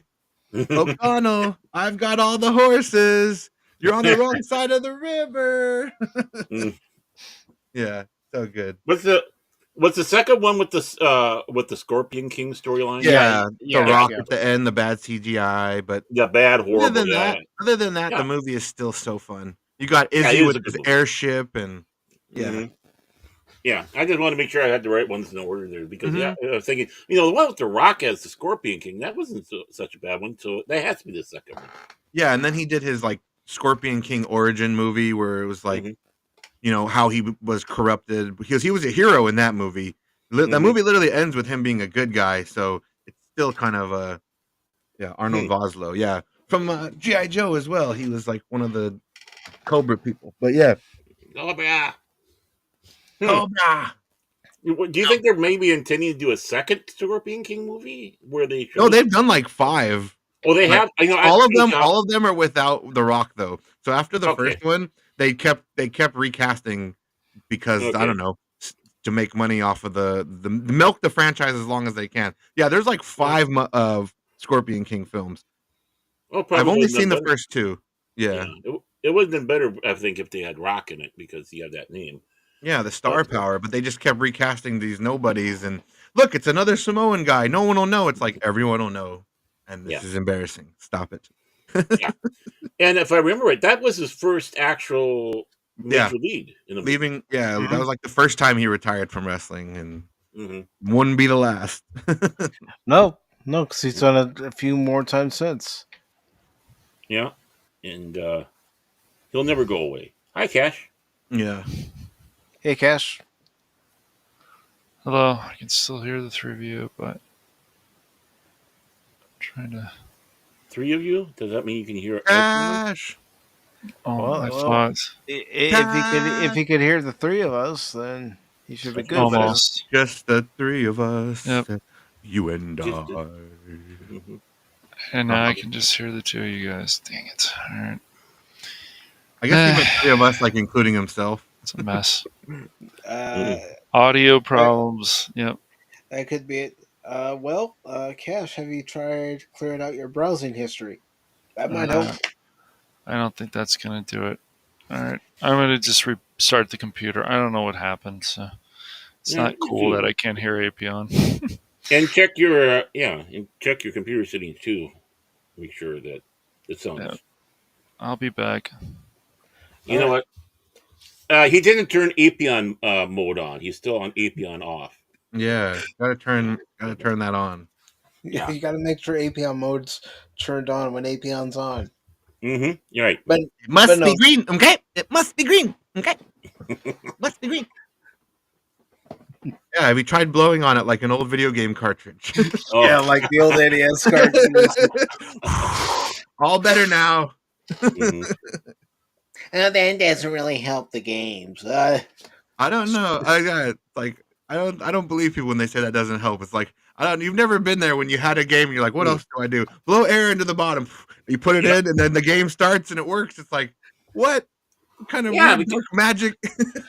Yeah, because crap can get in there, and you Yeah. have those little connectors. If it gets on one of the connectors, it's not going to register. So yeah, and then they had those cleaners you could go in there with and make sure that the it doesn't get corroded. Yeah. Get that gunk on it. Ah, the days of old time gaming. We didn't have that with our 2600s. Well, that's because it was a top loading system. With the NES, you put it in, it put the cartridge down, turn on the power, and then you see the light blinking. It's like, oh, come on. Mhm. So you blow into the cartridge, or you clean out the cartridge. If that doesn't work, what I would do is I would put the cartridge in, and then I would pull it out just a little bit, but enough where I could still put the, slide it down, and then I would turn it on, and sometimes that would work. Yeah, but they laugh at us, but yeah, like nowadays they just have compressed air cans, and then they'll shoot the air at a higher compression rate than most humans could probably blow. It's the same idea, just much stronger. Oh, I know one thing that can blow harder than that is Mark Mark Hammer, because he really blows. Mark Hamill, Luke Skywalker? Mark Hammer. We call him Mike Hammer. I mean, thanks to Philip J. McCracken, we call him Mark Hammer. Good old Jake Skywalker. Jake Skywalker. Well, Luke Skywalker on screen, Jake Skywalker in the real world. Man, look how they massacred my boy. Yeah. I mean, Luke Skywalker, ever since Last Jedi, it's like such a sore subject. He was one of my favorite characters in fiction, and they destroyed it. Well, that's why I don't count those. It's like as everything goes, it's just the first 6 films. And the last episode of the 2nd season of Mandalorian when he comes out and kicks ass. Yeah. And then Rogue One's okay. Rogue One is like the least offensive, like because it literally was just trying to add to the lore, like what these other movies should have been trying to do instead of reshape the lore, right? To their will. It's like, no, how about you just add to this world? Add your creativity to the other creativity that more creative people before you did.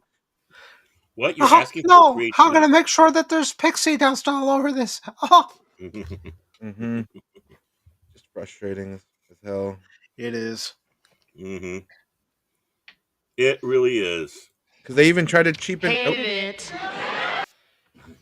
it. Yeah, they even try to cheapen Anakin Skywalker by having the twins kind of be the first the test run for him and how he was born in Acolyte. So it's just so stupid. Lesbian witch magic. Woo! And their whole philosophy is stupid because they're like the power of many, and then they all die to Carrie-Anne Moss disconnecting the Wi-Fi. So literally, the power of many lost to the power of one in an instant.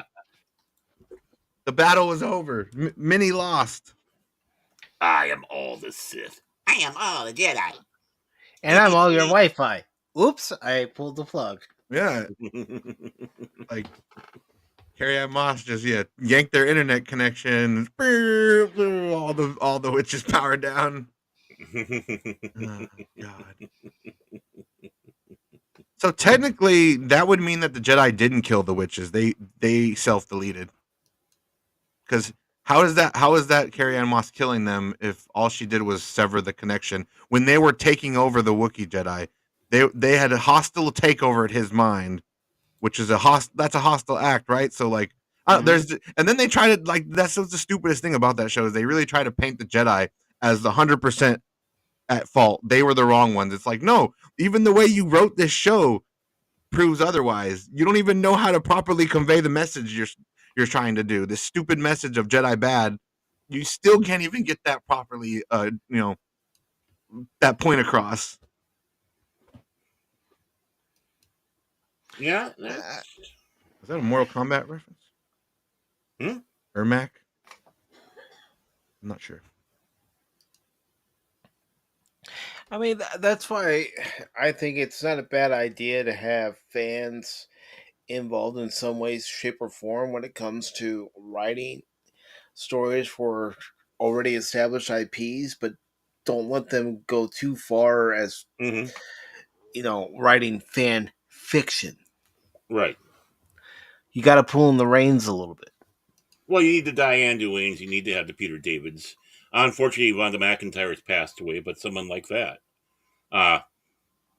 They all put little elements that you would sit back and say is quote-unquote fanfic, but they did it right.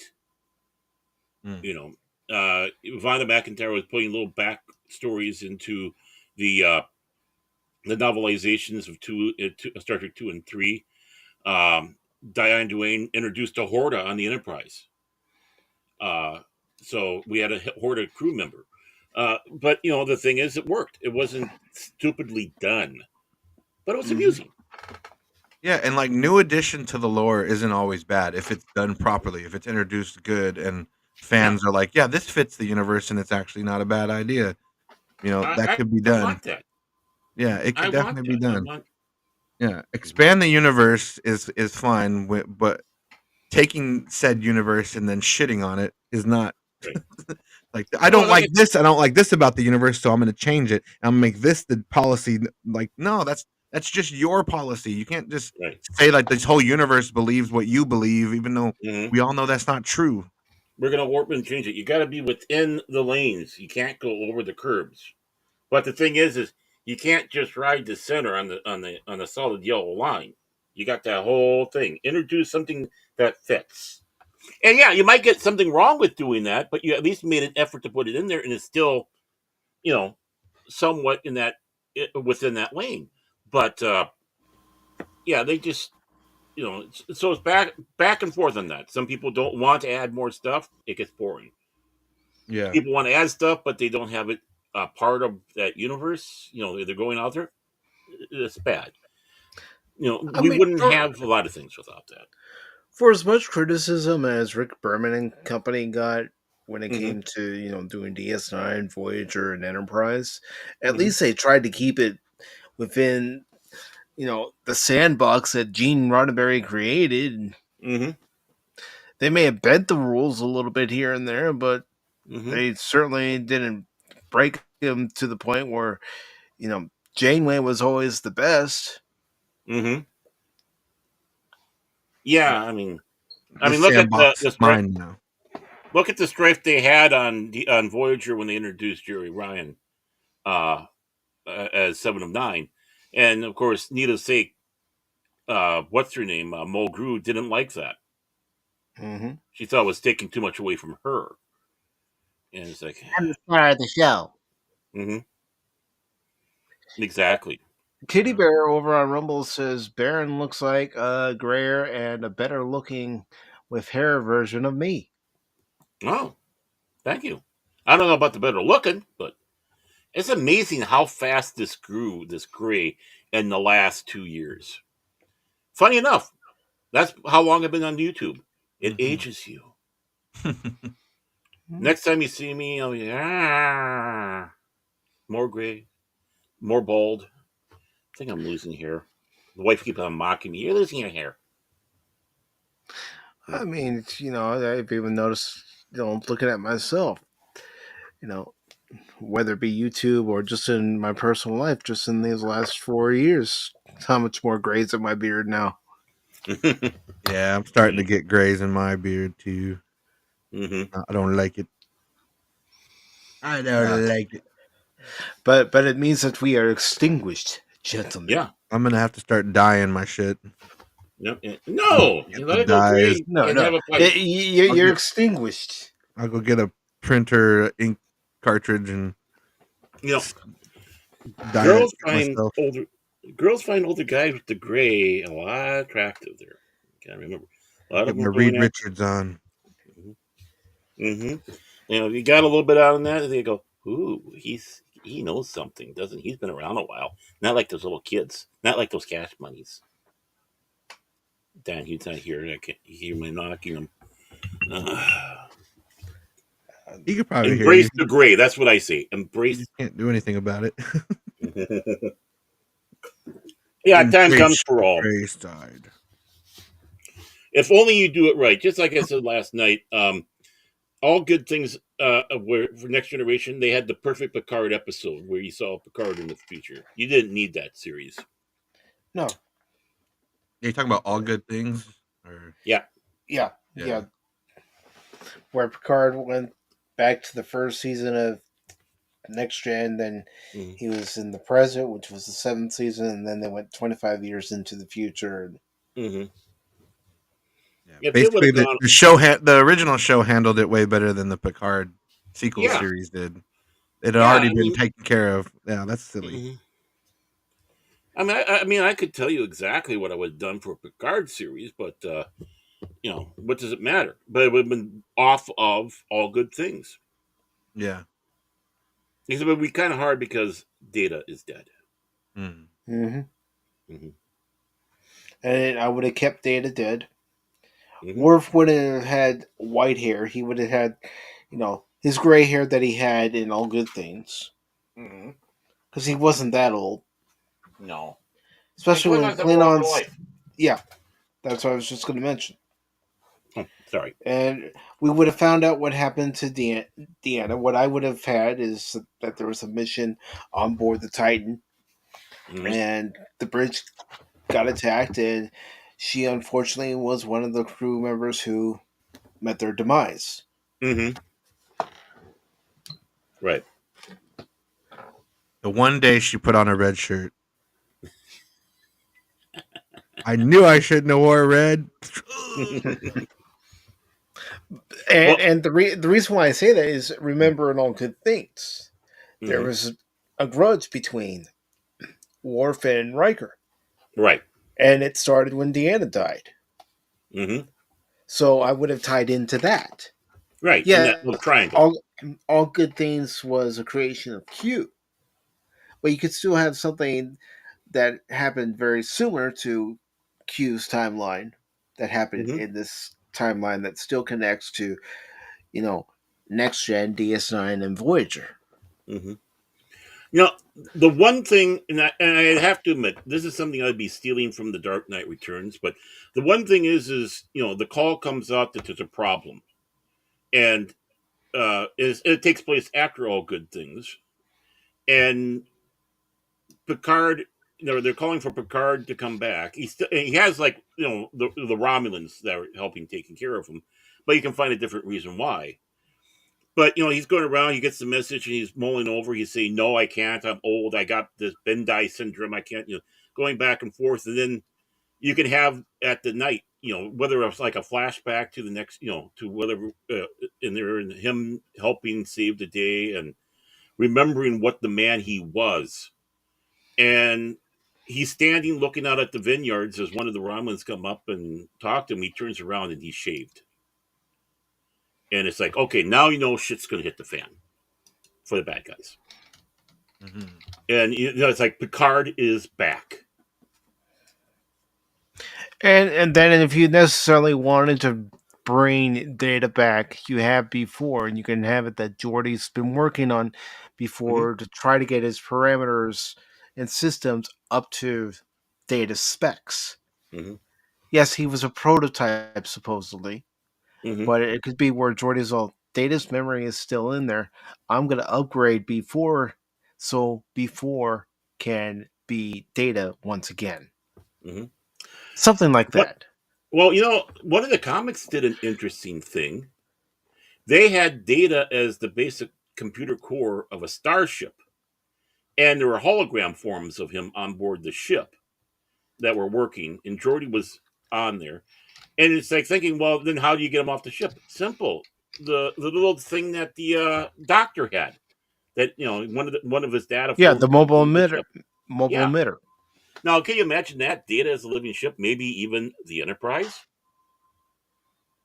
Yeah, it'll be like Farscape, the Moya. Yeah, right. No, they did an experiment with that, and Data's now the Enterprise, and he's you can have him phase in at different stations or such. Or it'll be like Solo with everybody's favorite becoming the Millennium Falcon. Never happened. What's her name again? I can't remember her name. All I remember is that it was voiced by Phoebe Waller. Phoebe Waller-Bridge. Yeah, she becomes the Millennium Falcon. So basically, that movie says that the Millennium Falcon is Phoebe Waller-Bridge after that. Mm-hmm. It's a living robot. I hate that. No. I refuse. And I refuse that Han Solo's name was given to him by an Imperial officer. I refuse that too. Solo. Okay, I'll put that down. Oh, you don't have a family? No. You're alone? That really destroyed a lot of the lore of Han Solo.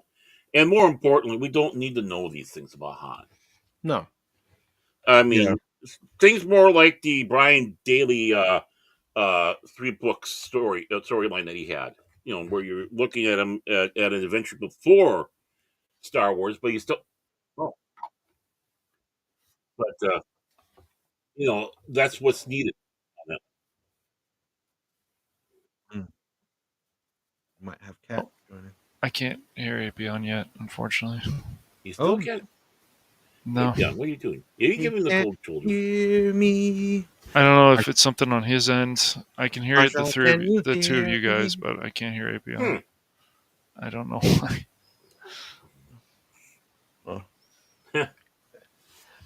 Oh well, I just don't know what That's to say. odd.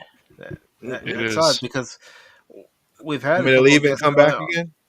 on before, and they Hey, didn't might have any there be issues. something in this that's causing it? I've checked the settings. And what you want to do? I didn't notice anything. Mm-hmm.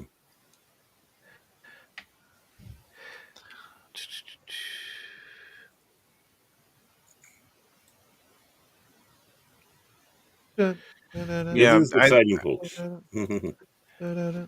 I don't see anything else. I mean, I could exit out and come back in, but I'm not the one having the problem. No. Maybe there's some settings ApyOn needs to check, or there's something, or No, maybe I'm muted on his end. I don't know. Well, something. I can hear you.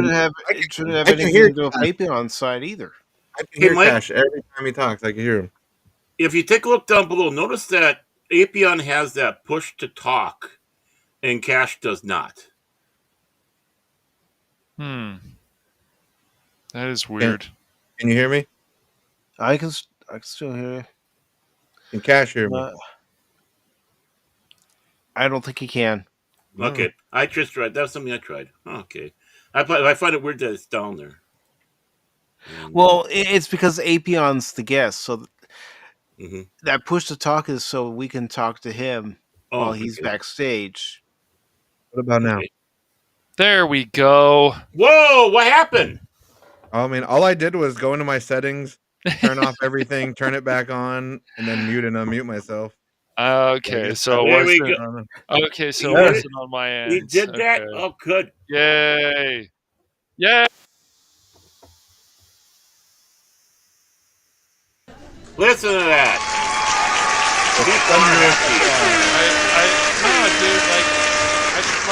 ApyOn and I were about to go have a knife fight or something. Dude. We can't hear each other. What the hell's going on? That fight. Me and you. Cash, how many fingers am I holding up? How many fingers am I holding up? I can't see my blood. The heroic chin is back, ladies and gentlemen, boys and girls, dogs and cats. Technology, it's great when it works. It is, man. Remember, the more they take up the pummeling, the easier it is to stop up the drain. Yeah, doctor. Oh, a few pieces from one session to another. Now I'm not going to talk anymore and make Cash even more mad. That's okay, man. I thought No. Go back and watch the rewatch. No, Apy0n. Too funny. You relay to Baron and I what you're saying, and we relay it to Cash. Yeah, that's right. Whoa, what's going on? Yeah. Well, see, the reason I'm on camera, I can do something like this. Yeah. It's like when you're mad at someone when you're kids too. It's like, I'm not talking to Cash. You talk to him for me. You tell him I said this. You tell him I said this. Yeah. It's like that scene in Harry Potter. I'm not an owl. Yeah. Hey guys, your I name is just want Hedwig. you to know. We call you Hedwig now. You know that's really just how it is, guys. That's all I want you. Oh no! Now and somebody just won't be quiet. It's like I was muting and unmuting myself. Okay. I was just just moving my mouth. I got two things. All right, good. You know, Cash is back. We gotta block him. Yes, yes. Mike and Apy0n, as our guest, you have all the rights and privileges here too to well, my cash. Yeah. Well, I gotta go. That's right. Me Yeah. too. Look at the time. Look at the time. Come on! I Hold on, just gave you the man. go ahead. Go ahead and buy Uh, cash. I gotta get some alcohol, Join the man. club. Hey, where's And Riker? you gotta go. Come on, man. I'm out of here. Yeah. I wash my hands of this weirdness. Yes, it's Yeah, too I gotta go down It's to not. the It's not toilet. weirdness. I just gave you the card that says you can go ahead and buy cash. You won't be penalized. You won't be kicked out. Yeah. Well, I thought that was always too cool. Yeah. But anyways, Cash, go ahead and ask Apy0n a question. Oh God. Why are you here? Why are you here? Yeah. No. Why are any of us here? What Why is the are meaning any of of us? life? What is the meaning What is of the life? meaning of What life? is going on? Why is there air? Why is there air? To fill So up we can Volvo. breathe. Aaron, so we What do can you breathe. think of Mussolini? No, I'm kidding, Apy0n. But Mussolini. Good Whoa. question. Good question. Whoa. I've been waiting for that question. Oh my. Cash comes in. I know. Let me Google real quick. If I here Google comes Mussolini, Cash. I can tell you all about Mussolini. Let me Google him real quick. Mussolini, but yeah. Anyways, no. What have you found lately that you've been enjoying? That's new. I would say the Penguin really shocked me how good it was, but I haven't Just watched as I the found Penguin the yet. clip. oh, dude, I didn't like the Batman at all, so it's hard for me. the Batman. I respect Penguin and like Colin Farrell in the makeup. I think he does a great Yes. job and everything. I just didn't like the film, so it's hard for me to watch the show. Yeah, based it on the doesn't film. know when to end, man. Yeah. Oh, let's end here. Nope. All right, how about here? Nope. How Yeah. about here? No. I didn't like the Riddler. I don't know. Yeah, I did not. I like Paul Dano in a lot of roles. I But do. I didn't like him too. Yeah, Yeah. it didn't work for me. No. And then I got really annoyed love at the end credit scene when they're like, "And here comes the Joker again." It's like, Yeah, I know. I I'm didn't so like that sick of either, the man. Joker. Stop Somebody's it. like, "Don't you get it? Like Joker and Batman have to be together all the time." I'm like, "No, they don't." What we'll do is we'll make him get married in the next one, and it's going to be a buddy comedy like that, where he's doing good and the other one's doing bad. You know. No, like seriously, I was in the theater the one time I watched the Batman, and I was like, "Oh, Joker again!" Like literally, right when he popped up, I'm like, "This is what we're doing again." Like we're pretending like Joker doesn't have this amazing rogues gallery of all these Right, characters we've never done. Let's just keep redoing the same three. It's annoying. Yeah, and then all the other people out there who come out and say, "Well, Harley shouldn't be close to Mr. J because of blah blah blah blah blah blah blah," and you're like, "Dude, really?" Like she broke away from him sometimes, but they work well together. She's not Yeah. always just a side character like people want her. Yeah. But yeah, I haven't watched the Penguin yet. I might get around to watching it, Dude, but have you watched anything new that you've enjoyed last Superman year? Superman and Lois was probably my favorite. Oh, really? Okay. I really liked the way that Do they it. handled Superman's ending. I thought Oh, it you was did? really, Okay. really, really nice. I liked it. Yeah. Did Yeah, you because I didn't know like how it? Jace feels about it. No, I just know how Jace feels about it. It makes me laugh all the time. It's like, it's shit! It's shit! Yeah. It was Yeah, shit! I feel the exact opposite. So whatever he felt, I'm the exact opposite. That's usually all of us. So. Yeah. Don't ask him about Rebel Moon. That's all I got to say. The biggest piece of shit movies. Yeah. Those movies are dog shit. I just no. The second movie with the slow motion fucking farming, I can't, dude. Like I could never in any right mind say that that's good. Well, it's just like like Man of Steel is enjoyable, and I saw some people talking about that on social media the other day, and I'm like, yeah, it's an enjoyable film, but it's got that 40-minute fight sequence, and then on top of it, it's got Zod. I will find him. I will find him. I will And find him. he's like spitting. Yeah. Spitting. Michael Shannon or whatever the guy's Mhm. actor. He was giving it his all in that movie. God bless He him. was. Yep, he did. No, I didn't did think like he the was fight bad as scenes. Zod, but just Yeah. too much spitting in the mic. Somebody reminded me of that. I'm like, oh no, that's right, that did happen. Mm-hmm. I don't remember if he spits in The Flash. I'm trying to remember. I know he's in that and he's Mhm. crazy again, but and he gets to kill Supergirl. He gets to kill Yeah, quite a bit. yeah. I hated he that does. movie too. The Flash sucks. Oh, I Babies watched and half of it, and then I says, "Do I have to dunk my head in acid now?" No. Okay. Huh? oh, did you get to when Batman explains the multiverse with spaghetti? Oh, cinema, Yeah, I did cinema, actually. Yes. cinema. Is it? I just Isn't why it? are we wasting Michael Keaton in like this? Like, what are we doing? Oh, you did? Yeah, and you didn't even get to when Batman self deletes. No, Mm. I watched half of that He movie. flies the Batwing right into a Kryptonian ship with shields. And They he keep knows they telling have me- shields. Cash, he knows they have shields. He peppers it with the guns on the Batwing, and he sees the shields bouncing, and he goes, "Well, fuck it," and he just crashes in. He doesn't even try to eject or anything. He just self deletes, and then Barry has to go back in time and be like, "Okay, we gotta do this differently. Got to tell Batman not to self delete. That the thing has shields." It's like he knows it has shields. He shot at it, and then still self deleted anyways. That's dude. Batman for you, folks. That's the world's greatest detective. Well, remember, Right here. Gunn thinks that's a great film. Yeah, he does. Ooh-wee. That's I can't Where? I can't wrap my head around when people are like, "Well, yeah, we're James Gunn is going to do this and James Gunn is going to do that, and we're going to have this greatness." It's like, guys, if you want to talk about greatness, let's talk about the Batman the animated series. That's greatness. That's classic. We want to talk about Justice League Unlimited. A lot of really good stuff in there.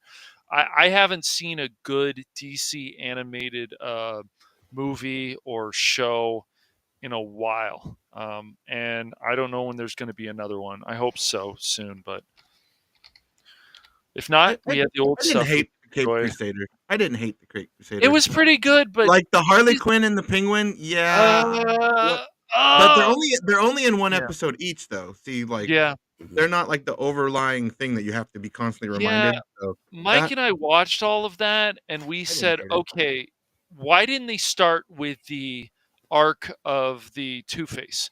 That was the best stuff. Yeah, the last three And I thought, episodes were the better episodes They that they were. could have started off with. It would have got Yes. people hooked in, and they would have wanted to continue to watch the rest of the season. But no, yeah, I did like the Two-Face stuff, and the Clayface episode was good. Yeah. But, yeah. Yeah, that was like, yeah, the Clayface one was all right. It was just like it felt like a dummied down version. I don't think it's bad. And I think some of the animation was quite good, Apy0n, but it just felt like a dummied down version of the Batman the Animated Series to some extent. It's supposed to be like a prequel to it or something. Was where, it? Like, yeah, where like the end of Cape Crusaders like leads into what the Batman that we know from the animated series. It's what I've been gathering, but they changed Harley Quinn and the Penguin and all these origins, so it's not really a prequel though. You can't really say that because those aren't the she's same like, characters. I'm a lesbian now, and you're like, Yeah, why? there's a couple cringe episodes for sure. Yeah. But it's not shit though. I think it's unfair when people are like, that thing was shit. It's like, no, I don't think it's shit. no, I they think it's like pretty good. the first episode. You started with that female penguin. That's gonna rub so many people the wrong way and get them not to watch the rest. Which there are some great episodes throughout in the rest, but you have to get through that one first. Yes. Yeah. Yep. Yeah. But yeah, I know Superman and Lois though. I really enjoyed. I'll have to check that out then. Yeah, You like I it know you better guys than the didn't like, original show? Huh? You like it better than the original one? Which one? Like the Dean Arrowverse? Cain one. The Dean yeah, Cain the one and, with Dean Cain and like Terry the Hatcher. Adventures of Lois. Terry and Hatcher. Clark? Yeah. Man, I haven't watched that since I was like super little, so Yeah. I would say yes because I don't remember much of the other one. But as far as like the most modern Superman, I like the hopefulness of it. I feel like the writers really understand it and respected his character. You know, like he is about his family and like loving humanity, why he wants to protect us. I feel like they got all those beats right. I don't know. Because I guess some people were upset about the ending. I don't know. I haven't watched it I yet, like but that. I heard it's I like I the heard ending. it's the best thing that CW has done in a while. So. I think it is because like I was telling them earlier, like I still can't get through the Flash. Those last two seasons are so god awful. Every time I watch one episode, I'm like, yeah, we're not we're not revisiting this for a couple months, Well, and maybe it's I'll watch it's another so hour. it's so insulting because Grant Gustin should have been the Flash. He's Ezra Miller fantastic. shouldn't have been. He would have been fine, man. He would have been fine. Yeah. He deserved the job, and people can be like, "Oh, well, Ezra Miller didn't." Whatever, they can go and they play their games all they want, but Grant Gustin should have gotten that job. He would have been. Yeah. fine. Personality aside, like Grant Gustin is still a better Flash, like in my opinion. Yes, Like I think so. he plays Barry Allen like perfectly. Like Iris West, she's terrible. The writers made her terrible, and she really brings down the show with her terribleness. And it's not the actress's fault. Like I'm not trying to blame the actress. They Yeah. give her shit lines and shit script. What's she Right, supposed to do with that? No. Try to do her best. It's Yeah, just like and- you watch something like Wicked or something. These things you're like, oh, I'm curious to see why this is such a popular musical, and you're just like, I can't. I just never can get over the fact that the Wicked Witch is. They're trying to make her misunderstood. I can't get over that. Like I understand why the musical's popular, Apy0n, but I'm never going to be able to understand why they would ever want to try to make her misunderstood. She's evil. Everything that she builds up to has been evil. Yeah, that was me. That was me and fucking Cruella. And I'm sure.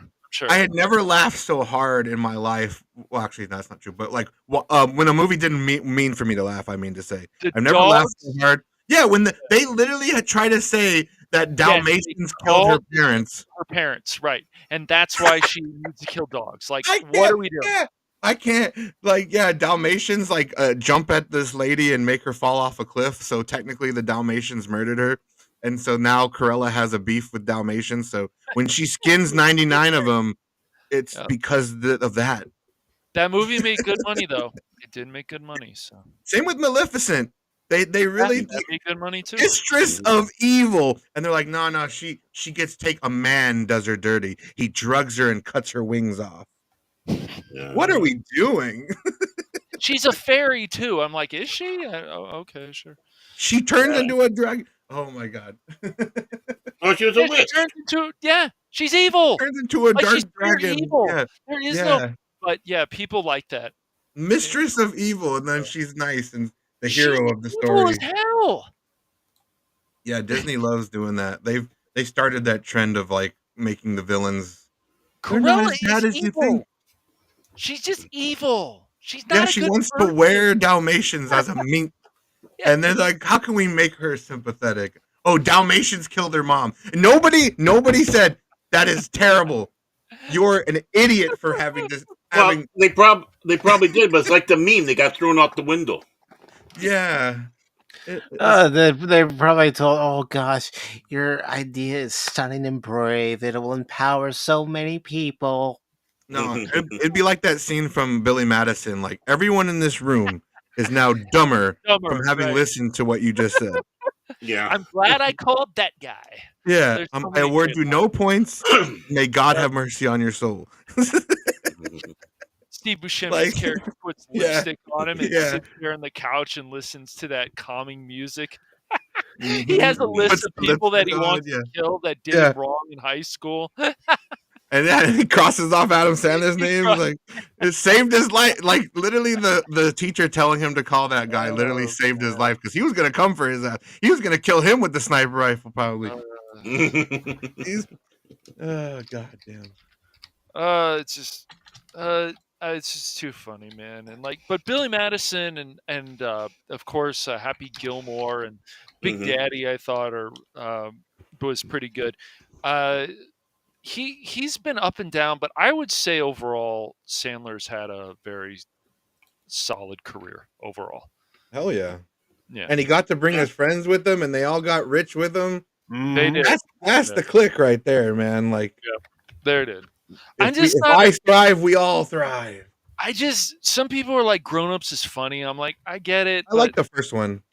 It was okay. There were a few things, but I still think Steve Buscemi was the best in Grown Ups as his small role. I thought he was the best. Oh yeah, that's one of my favorite jokes is when he's all fucked up from the water park, and then he's in the whole cast and his hands are straight up, and then it's got what does Adam Sandler say? He's like, "Is the field goal good?" He's like, oh yeah, very funny because my hands, yeah.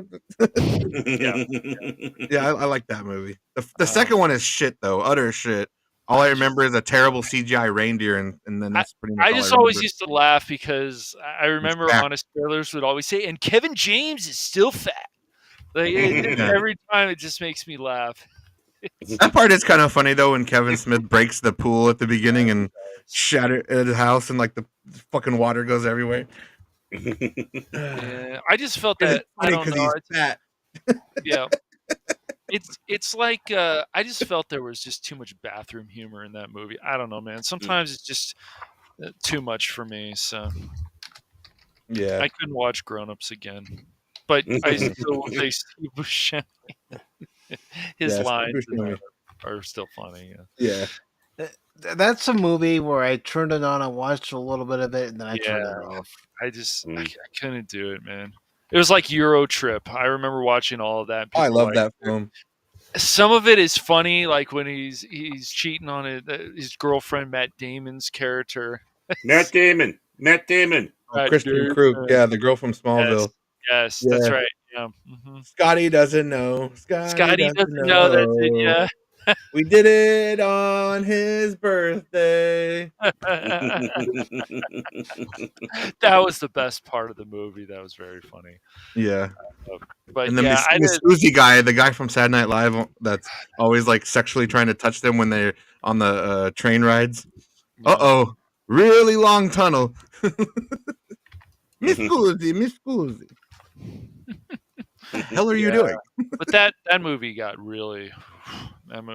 something. It started reminding me of Hangover Part 2, where some of the directions they went with that film's like, oh God. I loved it. There's an alternate ending of Euro Trip where it's sure. like it's terrible. Like it's like the worst alternate ending I think I've ever seen of any film. Like when Scott goes and like tells the girl like it's Scott from America, and she's like, "Who the hell are you?"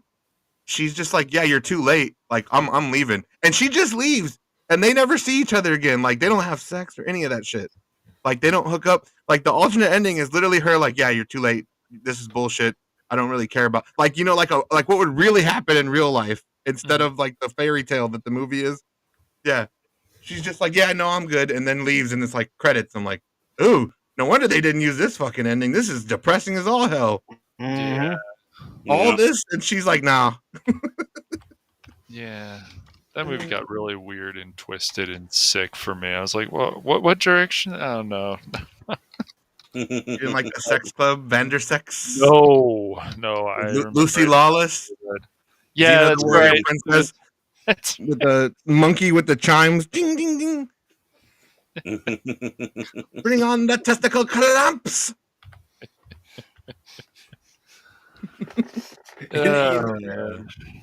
You know, when you said that, it reminded me of Coneheads. We come from France. That was one of the I mean, they've had a lot of fails, of course, from the SNL skits. They're like, oh, we're going to turn this into a movie, but of course you got Blues Brothers started as an SNL skit, turned into a movie, turned out to be a big success. I like Night at the Roxbury. The first Wayne's World turned out well. I know the second one, not so much. But. And has Ed O'Neill in it.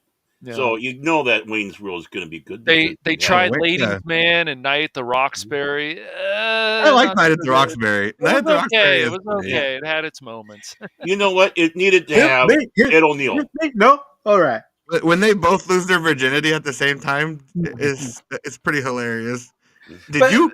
Me? I did it. You did it. You did it. I did it. Oh. But see, that's the thing. You know, it shows that Will Ferrell is better when he has someone to play off of. Yeah, he can be. Yeah, he can be. Definitely. Yeah, he's Will Ferrell. He looks very upset lately. Very upset. So, hope he's going to be okay. I'm upset. I'm always upset. You say he's upset? What the hell you say? I was trying to get that in earlier when you're talking about, Wayne's World, and I said, well, Ed O'Neill. Ed O'Neill's the king. Wayne's World is so good. The first Wayne's World, I fucking love that movie. Yeah, it's a good movie. I love how it mocks the whole like structure of films with the multiple endings and everything. I love that because like they're basically just having fun. It's a great little. I just always wanted to open a door and have ninjas training. I just always wanted to see that. Has no relevance to anything. Just random as fuck. But then they did Superstar, that became an SNL skit. That started, of course, as an SNL skit. The Ladies Man didn't work very well. I MacGruber. remember. Don't forget MacGruber. Yeah, That MacGruber was was on okay. SNL. It was okay. It had its moments, but What? Why didn't they do the guy next to the copy machine with I Rob don't know. Schneider Could they have movie? made a movie out? Yeah, I guess they could have. It's like 90 minutes of them just doing Raba Ono making Yep. copies. And Because then there would have probably been a scene where they would have to include something similar to Office Space. I have people skills. I am good at dealing with people. Can't you understand that? What the hell is wrong with you people? See, now, if you had an Office Space and you had Rob Schneider in there in a small part in the copy room, that would work. One of the things that just irritated the main characters, it's like, this is one of the things we hate about The Office, too. That one guy. I do believe you have my stapler. Mm-hmm. I want my stapler back. I'm not going to do a bit of work until I get my stapler. And you may you know how ApyOn, popular what is happening? Huh? What? Yeah, I'm gonna need you to turn in your TPS reports. Yeah.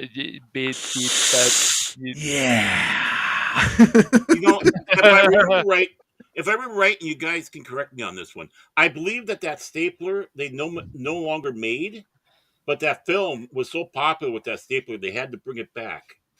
And, Yeah, well, yeah. I'm not surprised, man. It's just I like when he's on vacation at the end, and you hear him. He's like, "Oh, this is not the drink I ordered. I'm not going to leave it. I'm not going to leave a tip. Yeah, I'm not going to leave a tip. I can bring this place down. I am not going to leave a tip. This is smaller than my last cubicle. It's like this little, man, we're gonna have to shove you down into the boiler room. Yeah. Or when Milton's in line to get the cake. Yeah. I ain't getting my piece. Yeah, I did not get a piece of cake with my You know, Michael Bolton? Are you Michael Bolton? Yeah, are you Michael Bolton? Yeah. There's so like many the great singer? lines. Yeah. Yep. Yeah, he just finally, he's just like, yeah, fuck it. I'm just tired of arguing with people. Yeah, about he's this." tired. He's like, maybe if I'll say this, wrong? it could be my What's job. wrong with the name Michael Bolton? There's nothing wrong with the name Michael Bolton until that no talent hack. Yeah. What's your fantasy, man? 2 girls at the same time, man. Hey, Peter, man, check out Channel 9. Whoa. What if someone says to you, you got a case of the Mondays? Whoa, you get your ass kicked saying something like that. That movie is so good. It's really funny. Jennifer Aniston and you want to come over and watch kung fu movies with me? You don't have enough flair on. You don't have enough flair. Yeah, the flair. They went after everything, man. They did. PC load letter? What the hell does that mean? Oh man, it's too funny. Oh no. Man, well, we need good comedies again. Yeah, we need more comedies.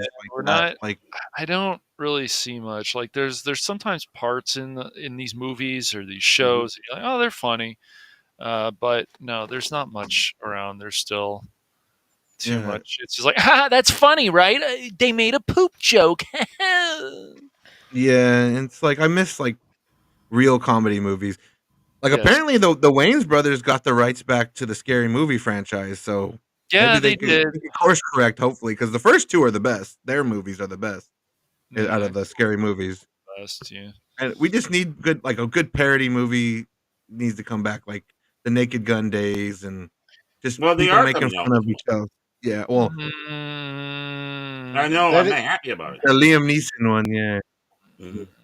That is weird, Euron. It shouldn't be doing that. Yeah, that is weird. We're all having problems with the Ev Mux today. EV How do you Mux. This is Evie pronounced. Mux. Yeah. Evie Mux. Hmm. God, that's such a lovely name. Like mucus. It's right. Evie Mucus. Evie. Mucus Man, the new superhero. There we go. Mucus Man. Hey, Huck, there's a It's Huck 2's brother. No, there was a game on Super Nintendo and Genesis called Booger Man back in the 90s. Yeah, there was actually. Yeah.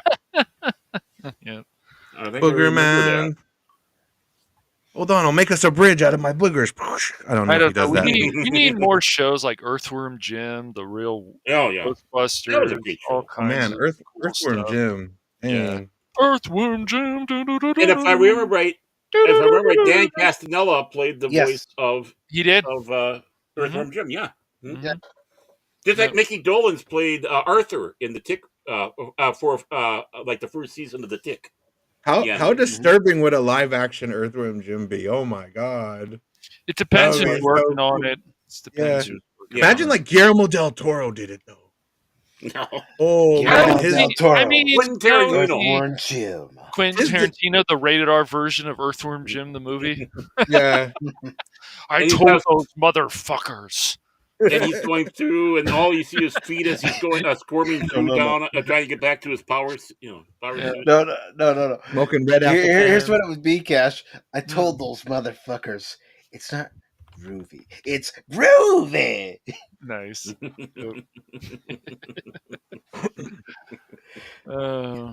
Yeah, let him be played by Bruce Campbell from Evil Dead. Ash. Yeah, that wouldn't be a bad choice. He's basically the same character, just an earthworm. Hail to the Earthworm King, baby. How about Earthworm Jim in a pulp fiction style? There you go. Oh, there you go. Why did Earthworm Jim throw someone out the window? Giving a massage. Earthworm Jim was giving a massage. Now I want to go back and play the Earthworm Jim games. The last one that was released. Did they do like a newer version? They did an HD remaster of the first one. That's right, they did. Jeez. Yeah, I definitely. Oh my gosh, I remember that the junkyard map with all the tires. I remember playing that map a lot. Yeah, Earthworm Jim's not an easy game, but it is fun. Yeah, challenging but fun. It's not Cuphead though. A lot of things Cuphead is definitely up there with the challenge. There's no doubt about that. It was challenging. It was frustrating, but they throw so much at you in that game that you have to learn how to turn your ship and whenever you're playing. Excuse me. Or if you're on the ground, and I don't know, the boss fights. Yeah, they don't fuck around with that game. That's for sure. but if you ever play that game, Apy0n, the one piece of advice I'm going to give you is don't ever let it get you so frustrated where you want to quit. Yeah. I know a lot of games do that, so that's tough. Yeah, you should hear him talk Marvel Rivals has got me like that, and I love that game. But yeah, Marvel Rivals is fun. It's a fun game. I've had time where the teammates are so shit. I'm like, they're always usually are, man.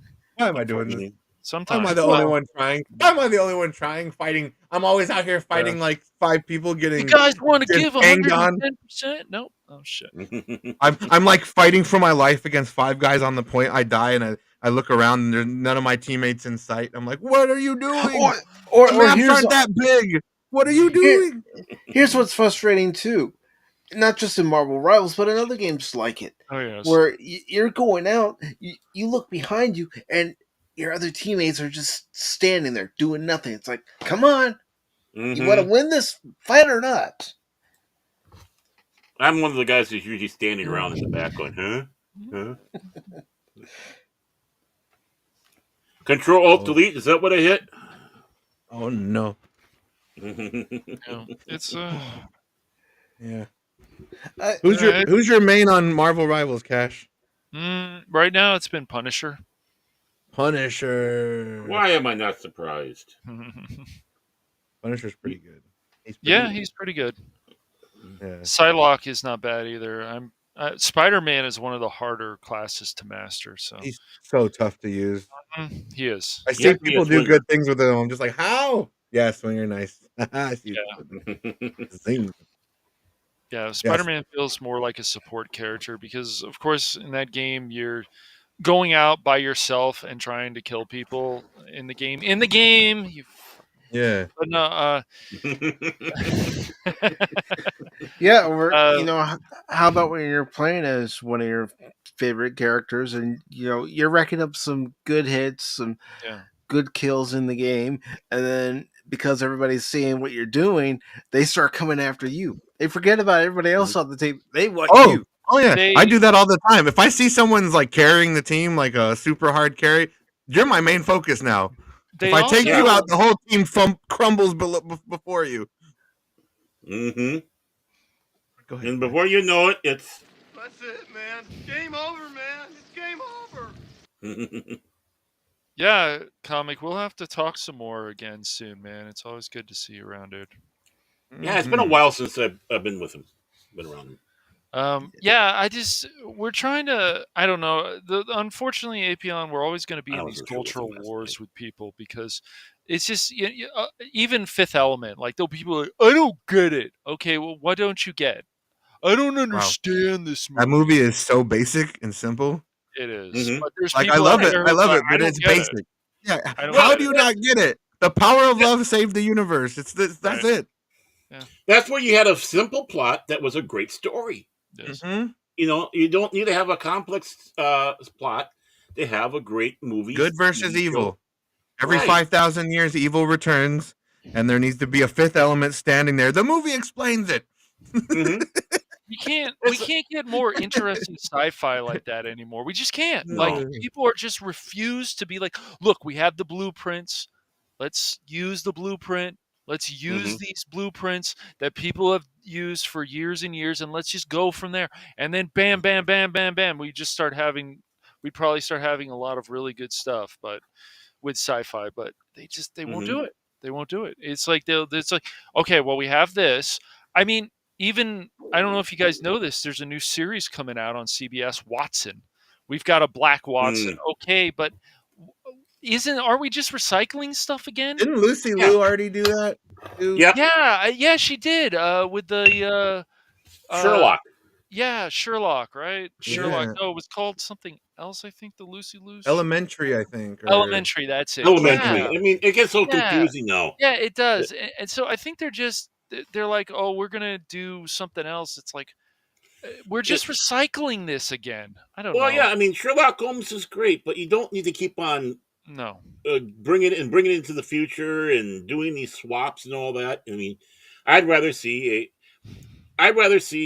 it back in the 1800s. The classic Sherlock Holmes, and have Benedict Cumberbatch and Martin Freeman play it. I Yeah. mean, when they had that little bit in that Sherlock film, Mhm. that was fascinating. It's like keep doing that. Bring it back and have them play the classic style. Did you like the Robert Downey Jr. Sherlock films? I thought they were pretty cool, actually. I liked them. both I of liked them. I didn't hate them. I didn't hate them. Guy Ritchie. It had Guy Ritchie style on it. I liked Yeah, them. I would say the best thing though was Jude Law as Watson. I thought. He was fantastic. Yeah. Mm-hmm.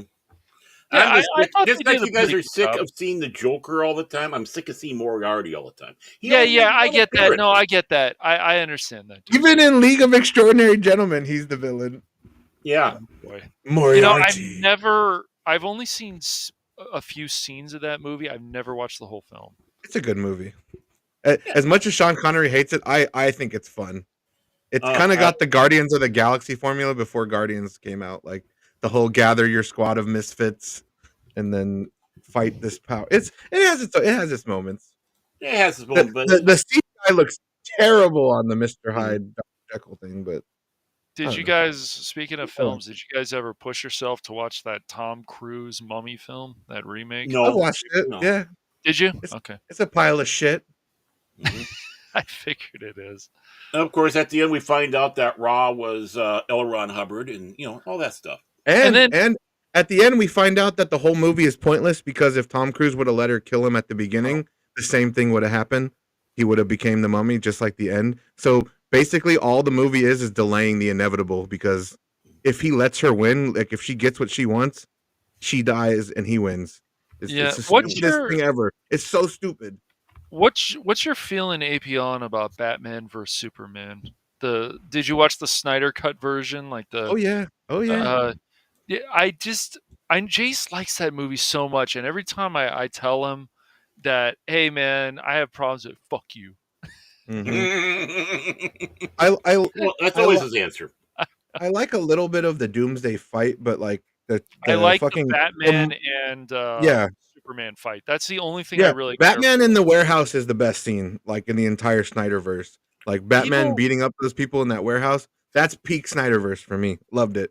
they keep telling me though, like one of my friends, she's like, oh well, the whole thing, it's like this is not actually Lex Luthor. This is before Lex Luthor, and Jace has said that too, Baron. And I go, Yeah. okay, I don't like it. They call Fuck him you. Lex, though. Right? I'm pretty sure they call Jesse Eisenberg Lex. I'm pretty Yeah. sure during that stupid scene when he's like shoving Jolly Ranchers in people's mouths. Jolly. I don't. That's all I remember. Well, I remember that, and then I remember he's all coked up, and he's like, "You will fight, fight, fight." I just find that first hour so boring of that movie, man. Oh yeah, I'm like, it's a fucking I slog. just. Jace looks at me every time. I mean, you've been on stream with Jace before, of course, ApyOn, and it's I just haven't. like every time. Yeah, you haven't, Baron. The reason they fight is so stupid. The movie's main thing that they should have handled properly. The reason that they're gonna fight is terrible. I can't. I don't know. Like Ben Affleck is Batman. Okay, some people. Jace feels that's his best Batman. For me, it's still it goes Bale and then Keaton, but it's close because For me, there's it's things I always like. Keaton then Bale. But No. once again, without Keaton, there is no Bale. So Yeah. as long as you respect. Actually, without Adam Without West, there Adam is no West, Keaton. there's no thing, and without The that Black other Lucy. guy from the black and white one, there would be no Adam West. So Exactly. you can just go down, down, down, down. So yeah. Keep on going down that rabbit hole, and you can say, without this person, there is no Yep. Batman. Exactly. Without Bob Kane, Conroy, there is no Yes. Batman. There's definitely no Batman without Bob Kane. Yeah. Mm-hmm. Yeah. No, but Batman v Superman, like it has some moments, but like the whole reason they fight is stupid. Yeah. Like the whole reason they stop fighting is stupid. Your mom's name's Martha. My mom's name's Martha, and then they go skipping off together. Well, having that epic fight between Superman and Batman was just taken from Dark Knight Returns, and it made and it made sense with Dark Knight Returns. But it's like, really, in the beginning, you're having them do all this. It bothers me. It bothers me. I can understand the epic fight of Superman and Batman in Dark Knight, but that has more meaning. There's more reasons behind it. There's more impact behind it. Really, you're wrong. That's an interesting point. Okay. Why didn't Superman just tell him at the beginning of the fight? Like he had so many chances to tell him before like all the chaos, but they had to fight because the movie was marketed as them fighting. So we have to have them fight. Batman Returns, like the part 1 and part 2, the animated stuff, like it's quite good. And it follows a lot of the comic book. Now, everything doesn't have to follow everything or the graphic novel. You're talking about the Dark Knight Returns. The Dark Knight Returns. That's it. Yeah. Yeah. That is a pretty damn good translation, I think. It is. The only thing is. I wish is give me more of that. I wish there was some at least some internal monologue that Batman had in the comics, because there were certain scenes that would have mirrored. But that's a good I point. can see if they wanted to bring back, scale it back. Yeah.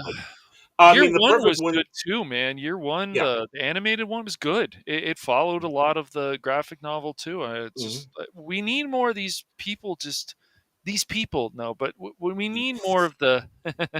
It's too funny. I don't know. I don't know what DC wants to be now. I thought Zaslav was like, okay, we want to make greatness. We want DC to start being great again, and it's like, well, not just Hit up Christopher Zaslav, Nolan. but Hit up Christopher Yeah. Nolan. He knows the. you hire Yep. Peter Right. Safran and then James Gunn, and James Gunn, I'm sorry, the guy lies through his teeth. Yeah. Yeah. Yeah. What story are we going to get today?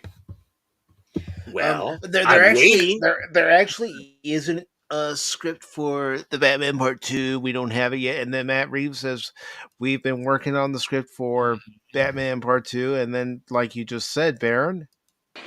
Well, we're waiting. Which, of course, makes us keep on going. You know what really grinds my gears? Yeah, and what grinds our gears is James Gunn is a putz. It's an utter putz. And I'm not seeing any hope for the DC universe. I'm sorry. No, I don't. I just don't see. And you'll have people that and they go, "Oh, I can't." James Gunn, he's going to do all these great things. I'm like, what?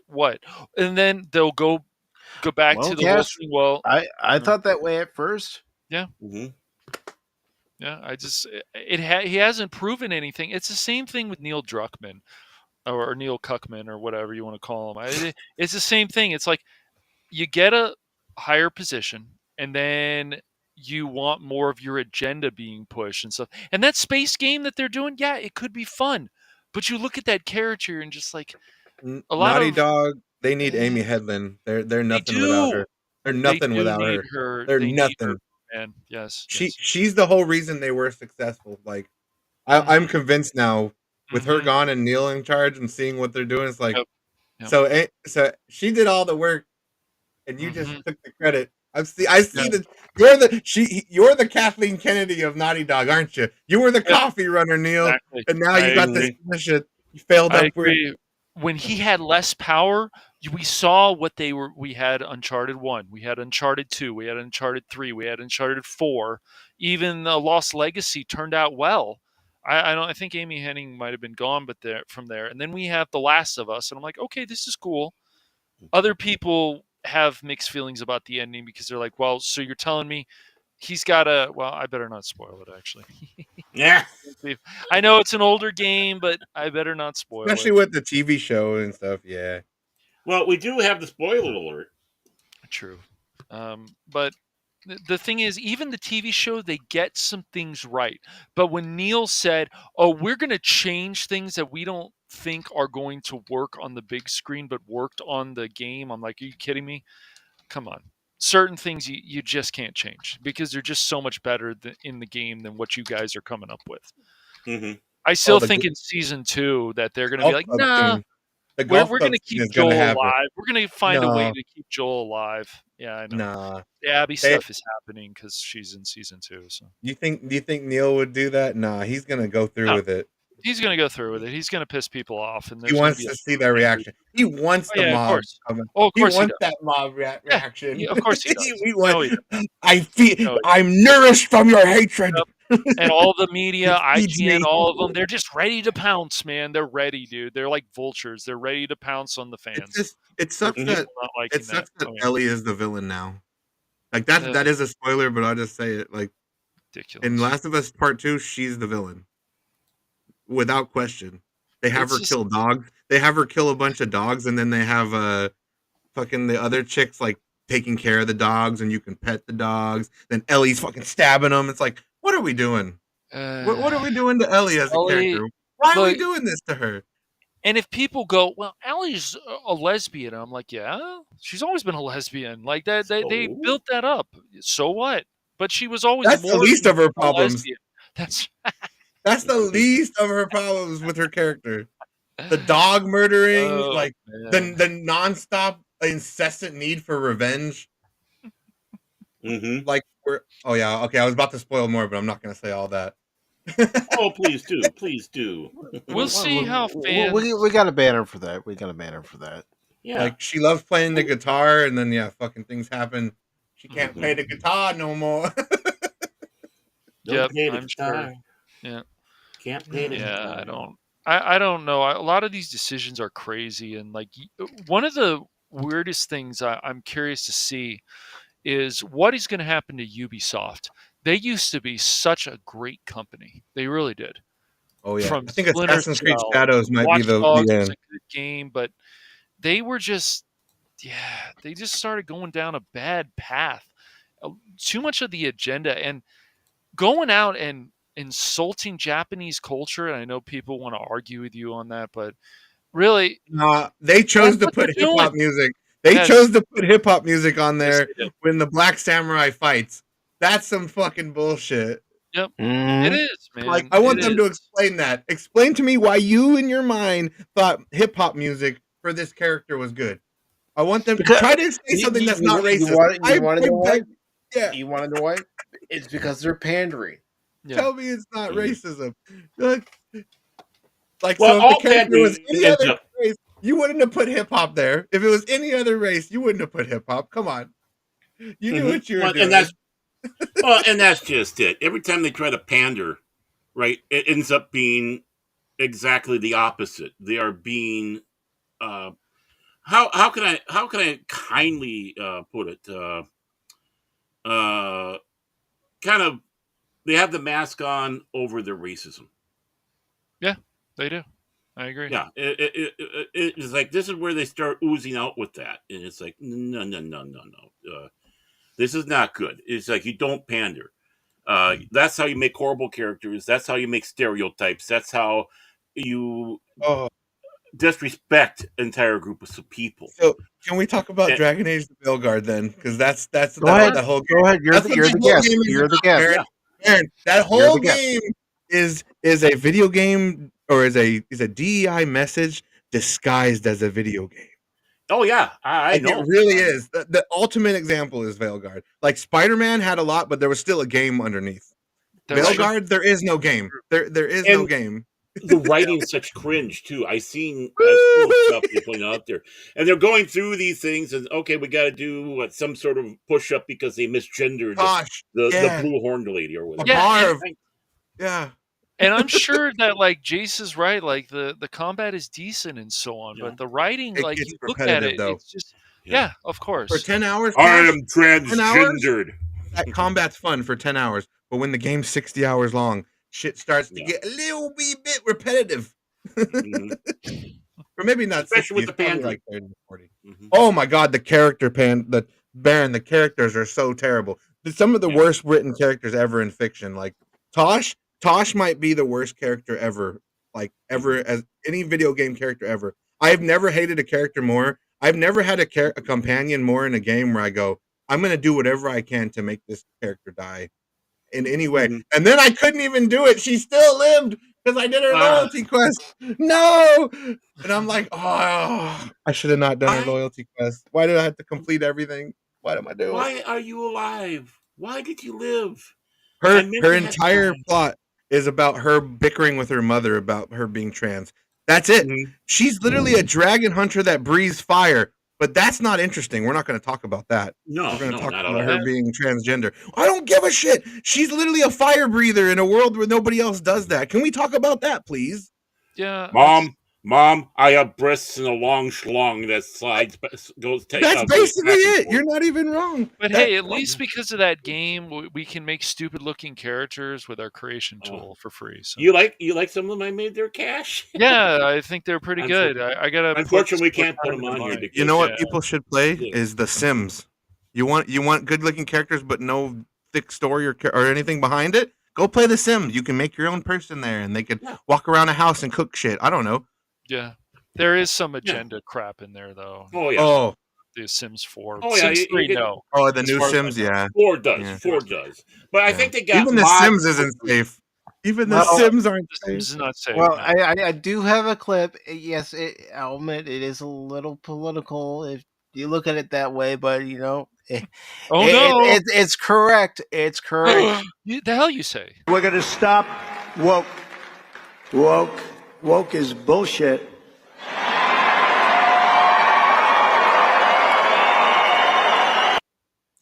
Absolutely right. That's what's destroyed everything. Man, we have nothing takes me out of my dark fantasy experience than sitting down at a dinner table and listening to two fucking people bitch about transgender politics in a world that's literally on fire. There's two elven gods out there wreaking havoc on the world, but we're sitting here talking about our fifis. The world is being destroyed. Well, it's just like that Superman poster where Superman's just casually putting on his boot, like, oh, gee, the world's being destroyed outside. Oh, well. I was just going to bring that one up, but it's just like when you get some. It's season 1.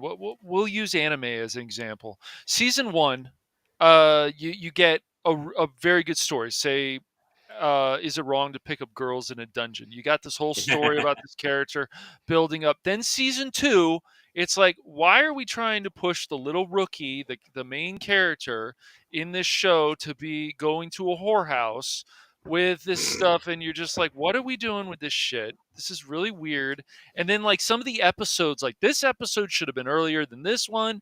And then they get back to it with season 3, and it's like, okay, now we're in the dungeon. Oh, these monsters actually talk, and they have their own society, and they have their own background. Okay, so now you guys are getting back to, but that season 2, I've told Phil too about that. I'm like, Phil, you really want to watch that? Because some of that is just, it's good, and then it starts falling apart. But the thing is, you can't tell Phil much. You can tell Phil, but you can't tell him much. Where's my myth force, bitch? Yeah. Where's my myth force? Yeah. Where is it? Where'd it go? And it was also funny to me. Like they say, okay, well, Kirito in Sword Art Online, he's always crying. He's like, well, why don't you put yourself in his shoes? Why don't you put yourself in his shoes and see if you wouldn't break down? I don't know how many times when you're stuck into this virtual world that you can't get out, and if you take out off the helmet, you die. Yeah. Mm-hmm. Tell me how you guys would feel. Really.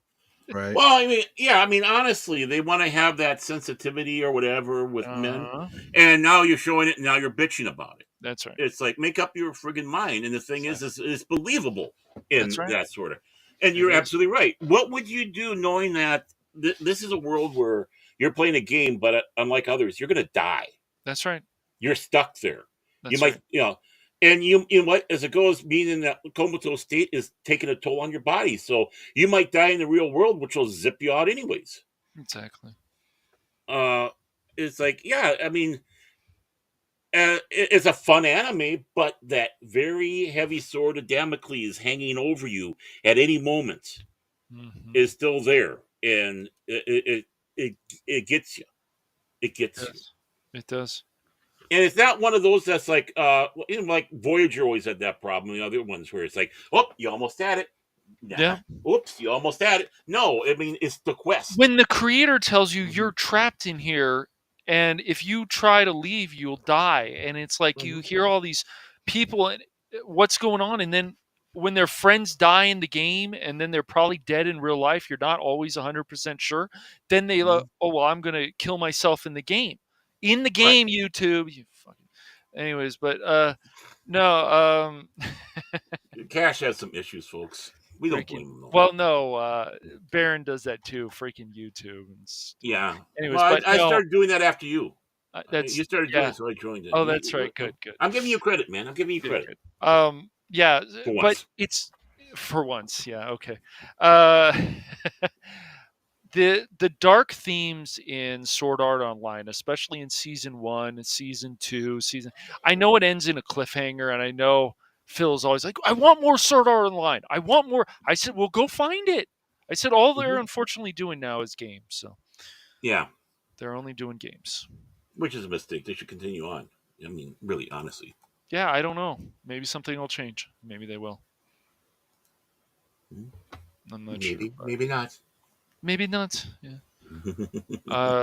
But yeah, we need more dark themes here and there, but then we need that lighter tone too. Right. Sometimes things are getting way too dark, like Baron has talked about a lot. Way too dark. These stories are way too dark. And we need that lighter tone again. Let's feel that happiness. Let's get that optimism back. Right. Yes, it was crazy to me during the Kufa-Doof how many things we had that were just so much darkness. It's like, this is not the time to make all this stuff dark. Let's have a more lighter tone. Where is the happiness? Right. Come on. You gotta have. There's certain things where, screw the hope. I mean, No. because that's just the universe, and you expect Right. that, like Warhammer. Yeah. It's dark, it's gritty. It is, right. It's not going to No. be pretty, and yeah, Never. people that you're following are going to die. That's right. But that's a different thing. That is what that universe is. But when you take a universe that does have hope, and you twist it around to make it dystopian, Kutzman, it's like that's what you don't want. I mean, yeah, it doesn't mean you don't have like a darker episode now and then.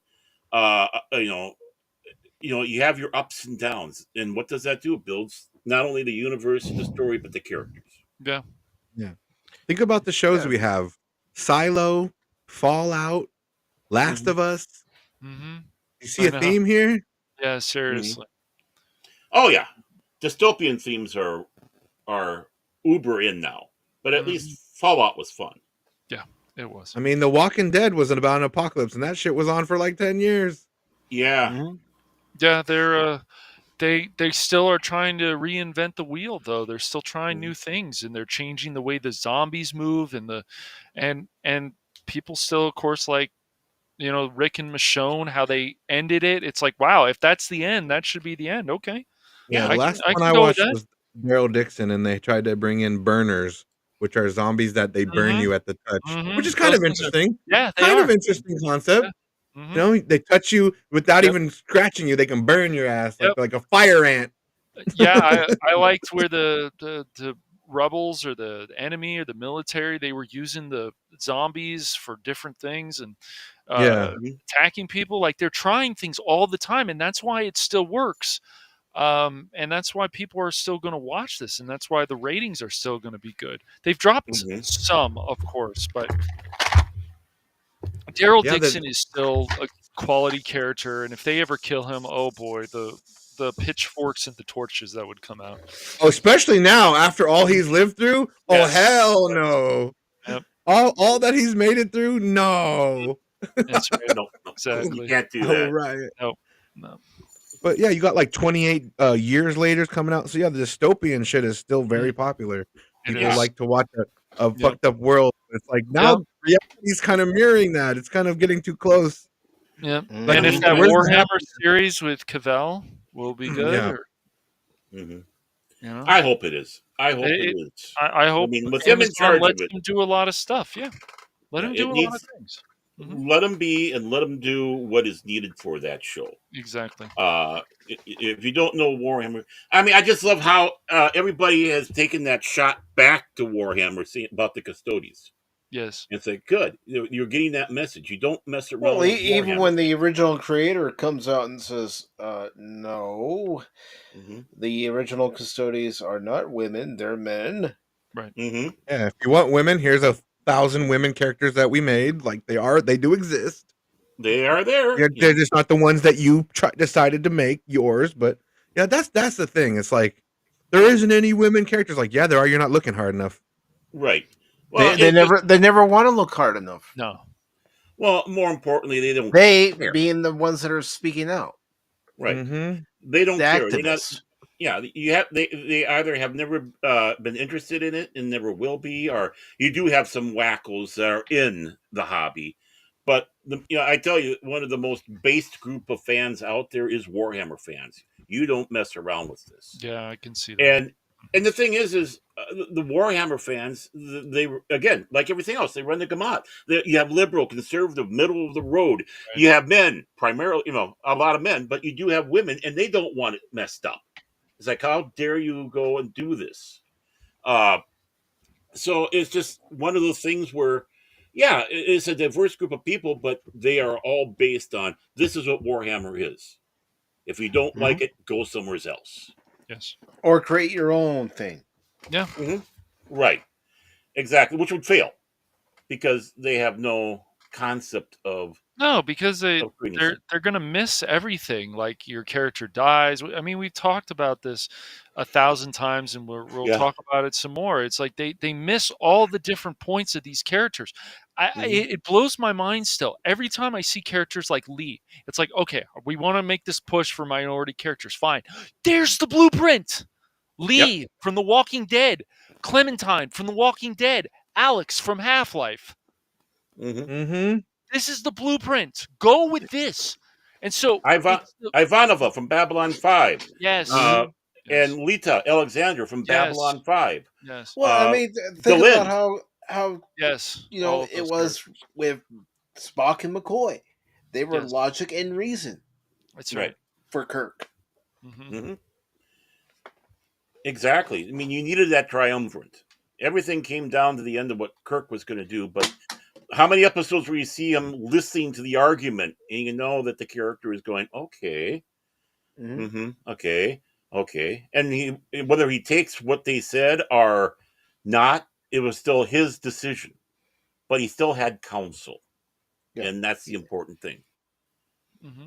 And you lose that. Sometimes it wasn't just Spock and McCoy. Sometimes it was the whole gang. Mm-hmm. You know, if they weren't available, maybe Scotty was doing it. You know, and then when he's put in command and he's getting, Uhura or Sulu are talking to him in his command, and you hear his answer back, and you can see exactly that. Yeah, he's taking what they're saying, but he knows something. He's okay. We're gonna. And that's what I think we're missing with a lot of the Star Trek is you need to have that council. The captain is not all invincible. No, he isn't. Think about that. He's flawed. All these characters are supposed to be flawed. Yes. Think about that one episode of the original series where the ambassador is telling Scotty to lower the shields. Mm-hmm. And, obey his orders. And Scotty says, no, I'm not doing that while our people are down there and they're in danger and the ship is in danger. Right. You may be the ambassador, but I'm in command right now. Yeah, that's the one thing the new Treks are missing that I noticed from like Strange New World is there's no chain of command. People can just talk out whenever they want and throw out ideas and like it's like a community. It's a community led by. It's like nah. It's dumb. If I want your opinion, I'll ask for it. You know what I mean? Like that type of shit. Like, well, one of their dumb ideas in New Trek is sonar in space. Yeah. Well, I always thought having the mushroom trip through space was the Doppler radar. Like, man, I'm going to take some paleo, man, and where do you want to be? Oh, we're going in the warp. Or they do the spin. My God. And how? I think on Strange New World, I heard like the one chick like talking to the captain, like giving him back sass. I'm like, what is this? Like, why is she allowed to talk to him like that? Like, any real command be like, all right, you shut up or you get relieved of your duty, or something. But none of that happens. There's like no reprimanding. It's like they just, you just talk to me like I'm a little bitch, and I just shake my head and nod. Yes, I am a little bitch. What are we doing? Even in the first episode of Strange New Worlds, the one captain that's sleeping with Pike is saying, "Oh, your phone is ringing." It's like you dumb idiot writers.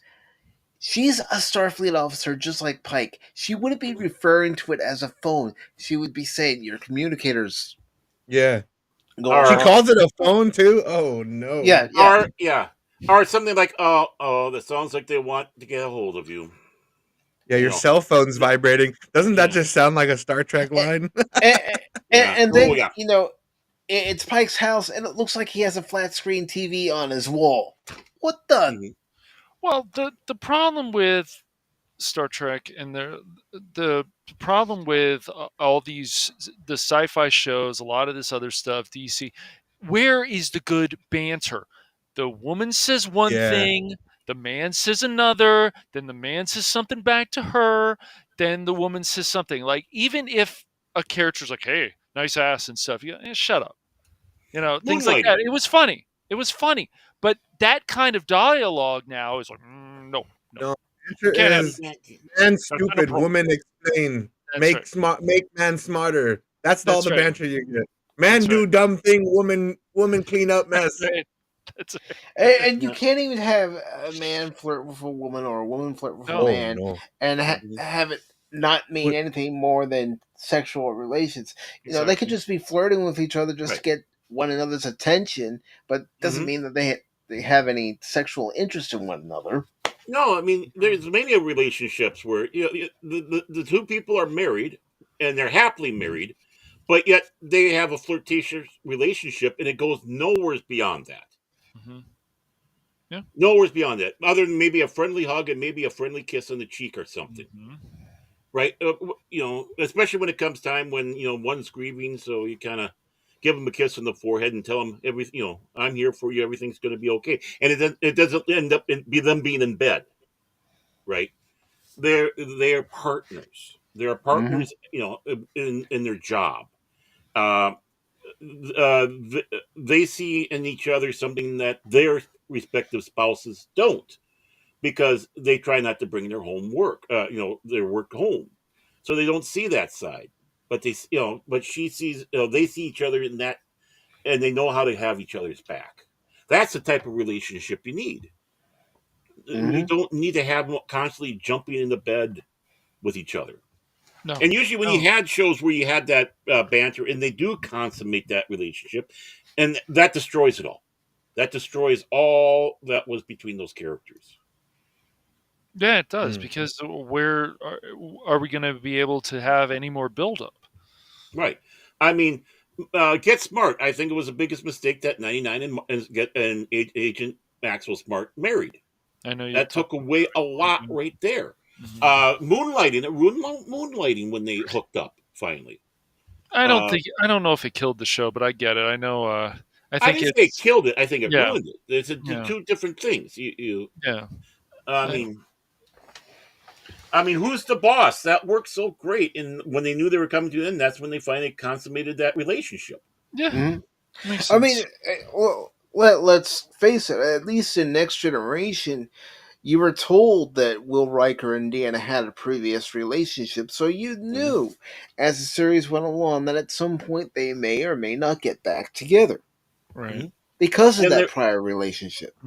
right. But again, they had each other back because they knew each other on a different level. Mm-hmm. And then she starts seeing Worf, and Riker goes, Hmm.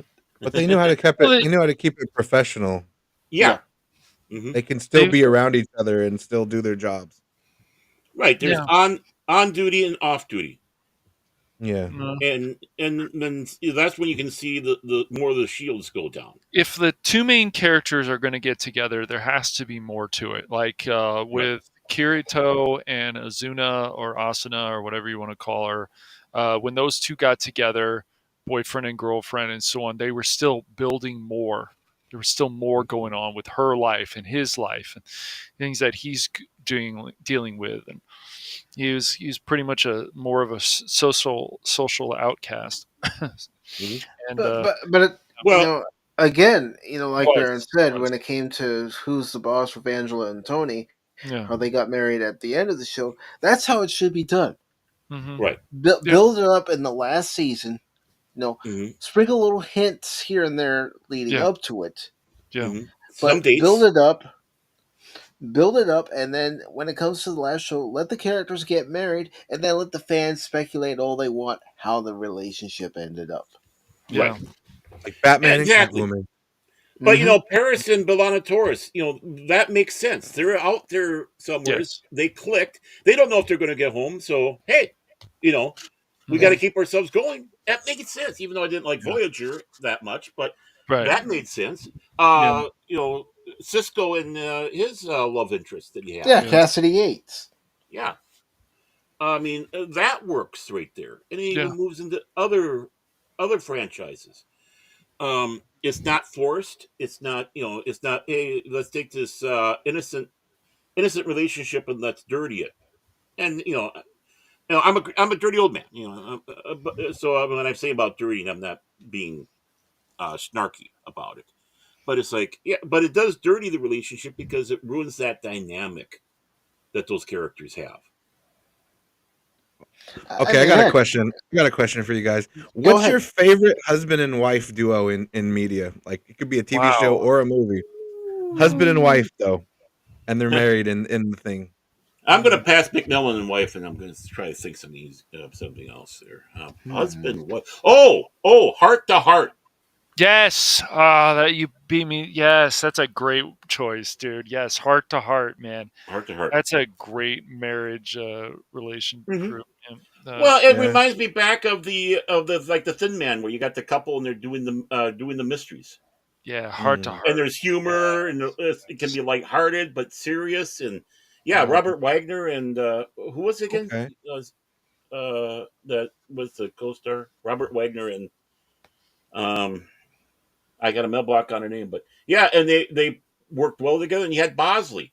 I mean, no, it wasn't Bosley. It was No. You're what was thinking, the name of their? I'm trying to remember. Yeah, Bosworth. was it? Bosworth? Was it Bosworth? I can't remember. Oh, you know what? It's time to hit the library data. Okay. Right. Okay. Too hard. Oh yeah. Well, other people can do that. Lionel Sanders played the part. Excellent actor. He was also the voice of Cup in Transformers the movie. Mm-hmm. Yeah, Max. Max was the name of Max. Yes, yeah, he's important. And Stephanie Powers. Stephanie Powers. Yes. Oh yeah, she was pretty. Yes. Might still be. I don't know. So is this a movie or a TV show? What is it was a TV show. It was a TV show. It was a good one. It's a good one. A detective show. Yeah, it lasted 5 seasons. Yeah. So yeah, I think 84 was the last year. Oh, it's spelled heart like that, not yes. the other part. HART. That's why I wasn't finding it. It was bringing up a bunch of Valentine's Day shit. I was like, no. Heart like the deer. Yeah. Okay, so like a Mr. and Mrs. Smith type of thing. Yeah. Okay. He's a rich millionaire, and that's his second wife, and that's they're right. They go around the world as amateur detectives. It's just good movie, good show. Yeah, I mean, there was a TV movie. Actually, I should say there was a TV movie. Yeah, there was. Was it? Yeah, that was after the. Wasn't there a couple? I think there was. Yeah.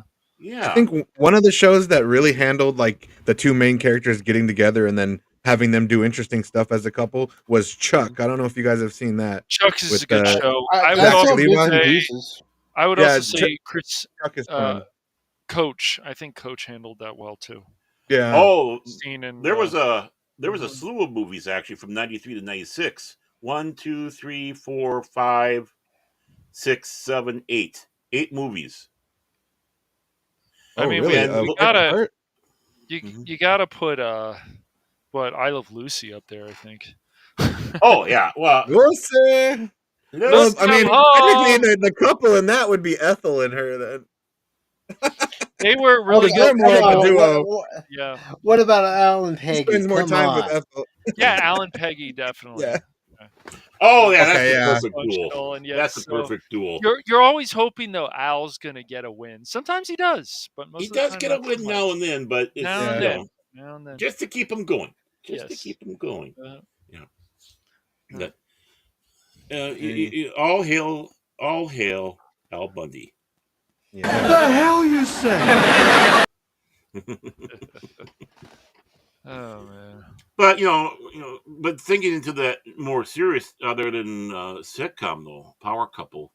Yeah, it's kind of hard for me to think. That's a tough one. Evie and Rick O'Connell from The Mummy Returns. That's mine. There we go. Yeah. They are. They're my favorite. They're great. Like I can't think of another couple in like an action movie that I like more than them two. Yeah, they're great. Yeah, definitely. I mean, unfortunately, Marion and Indy weren't married until the later. Until later ones, yeah. Yeah, true. I do was like always Marion kind of and Indy, They played off each other so well, though. Yeah, oh, yeah. God. And it's kind of creepy that you find out that she was like underage when they met. Yeah. Don't bring that up, Marion. Shut up. But back, not to defend or anything. Back at the time, you had stuff like that going on. So they did. Just ask Charlie Chaplin. Woody Allen be like, it's not that big of a deal. Yeah. My daughter doesn't think so. I don't know. Never mind. Fatherly love, nothing quite like it. But honestly, no one will love you like your father. I mean, Rob Lowe was with a 16-year-old, and he was a lot older when that happened. Oh man! No, I think was it 16? I thought it was a little younger. But no, they talked about it on the celebrity roast. Okay. I mean, shit. Talking about that, that's where like that movie Labyrinth is so fucking weird because like Jennifer, she's supposed to be like 16 or something, right? And then you got like Jennifer Connelly. You got like 40-year-old, trying to get with her and marry her and shit. It's kind of weird. or however old he was. It was a huge age difference. Mm-hmm. Yeah. Yeah. And, you know, speaking of Jennifer Connelly, I can remember when I saw Top Gun Maverick, there were these young guys behind me at the theater. When they saw her, they're all, woof. Mm-hmm. She does. Yeah, she does she deserve still a looks good woof. for her age. Yeah. Yeah. Kate And remember when she was Betty Ross? Her age too. Yeah. Yeah, I do. Gosh, the Ang Lee Hulk seems like a lifetime ago. Yeah, I don't know. Crit's always telling me that, yeah, remember those scenes and how old they were? I said, I don't care what you say, dude. I still like that movie. I think it's a good Mhm. film. I don't care I what was people say. I was at Universal Studios when they were filming it. I remember we were on the studio backlot ride, and like they're like, okay, we can stop the ride for 5 minutes. If everybody's real quiet, we can watch them film a little bit of the movie. So we got to sit there and watch them film a little bit of a scene. It was pretty cool. Yeah, I remember over at the college when they were filming Buffy the Vampire Slayer. That was cool. Yeah, yeah, that's cool. The Back only when thing, Josh the only Whedon was thing, on top of the game. He the only was. thing- Now he's the only- somewhere. Yeah, who knows? He's an idiot. The only thing I remember, walking by and they're filming something. I was in Epcot and they were filming something with Urkel on the set on there. So it's like, oh, okay, hi Urkel. Oh, Urkel's in Skeleton Crew, by the way. He is. Yeah, I know. Yeah. Yeah. I thought he was gonna die from the acid. They implied that pirates died from acid, but then they don't show anybody die. I was like, oh. Did I do that? Yeah. Did I fall in acid? I Oh. remember asking Jace, I'm like, there's a lesbian couple in this and stuff? He said, yeah, but it really doesn't, hurt the show or anything. I said, okay. It's just so No weird. scissoring. Like, No okay. scissoring. Yeah, no scissoring. Not like the Acolyte. Yeah, is there a lesbian? I think does one of the kids have two moms? I think Yeah. maybe. Yeah, I think so. Mhm. That's Yeah. what I had read. So, yeah. And the Yeah. moms were force witches, so they used the force to. Never mind. No, one of the funnier scenes though in Skeleton Crew is when the little kid Win finds a lightsaber and he likes Jedis, but he's never really held one. And he activates it, but he's got it upside down, and it kicks off on the ground, and he scares the shit out of him. He like throws it out of his hand. It's kind of funny because, like, yeah, you're holding a dangerous ass weapon. That shit is not a toy. Cut off some limbs. It's like when people say, "Oh, but Skeleton Crew's a piece of shit." I'm like, "Have you watched it?" No, then what opinion is It's that? harmless. Yeah, that's what I'm sure. I'm guessing it is. It's harmless. Yeah. It's a little Goonies in space. Mhm. They're trying to find a treasure and maybe see the origin of the First Order. Who knows? I just gotta say something here. I just saw this news come through, but it's a little bit older. I'm not gonna be like the pathetic woke hack zombies that were so. Hold on. You're saying it's actual news? Yeah, actual news. All right. Well, then there's the It's a little- appropriate. Yeah, I did play it earlier, didn't I? I got it.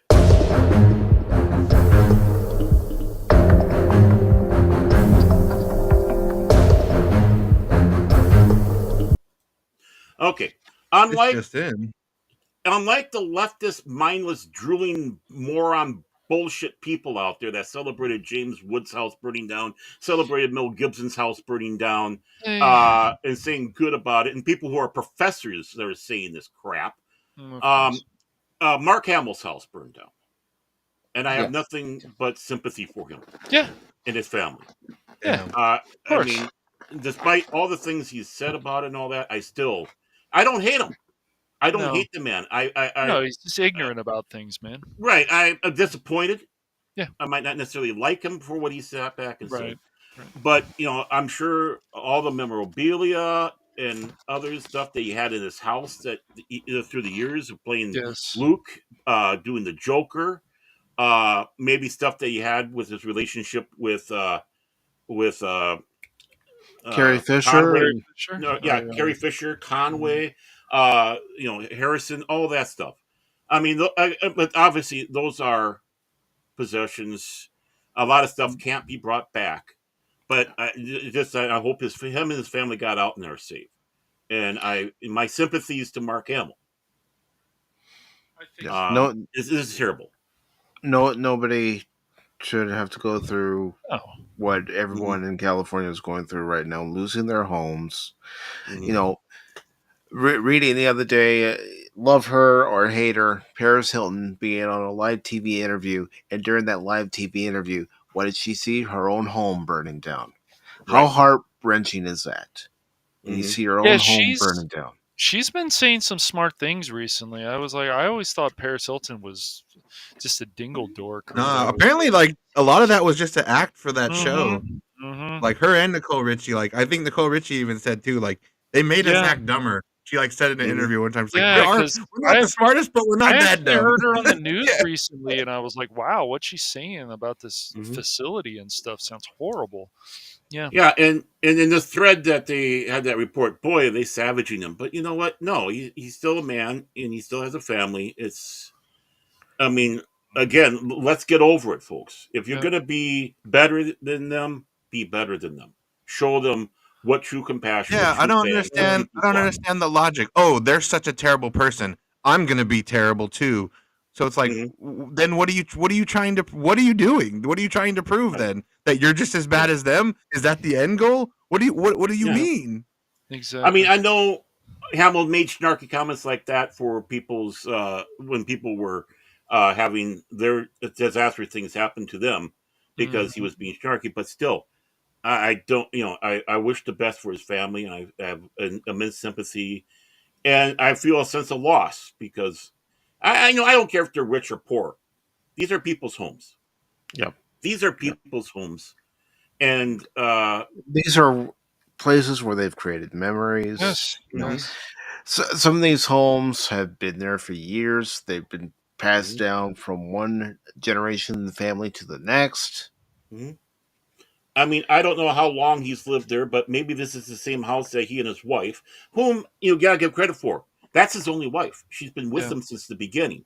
Maybe this is a place where they brought their children up. She was going through her pregnancy, brought the child home too.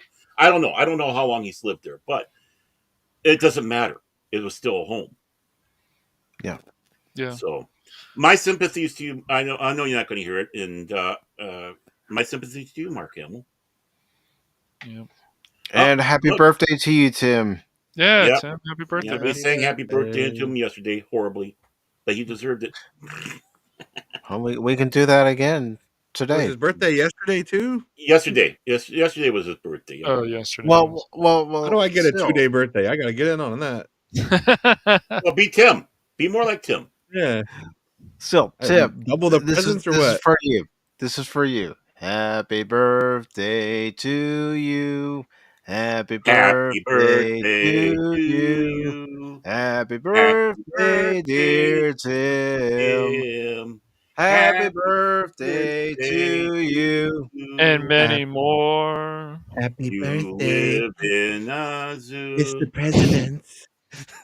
Oh, there we go. ApyOn with the Marilyn Monroe. Happy birthday, Mr. Birthday to you. Here's a title I just found. BattleTech writer Blaine Pardo, I think is pronounced his name, urges fellow authors not to fear woke cancel culture. You're making more money. You've gotten better fans. And of course, Animas was absolutely right on there.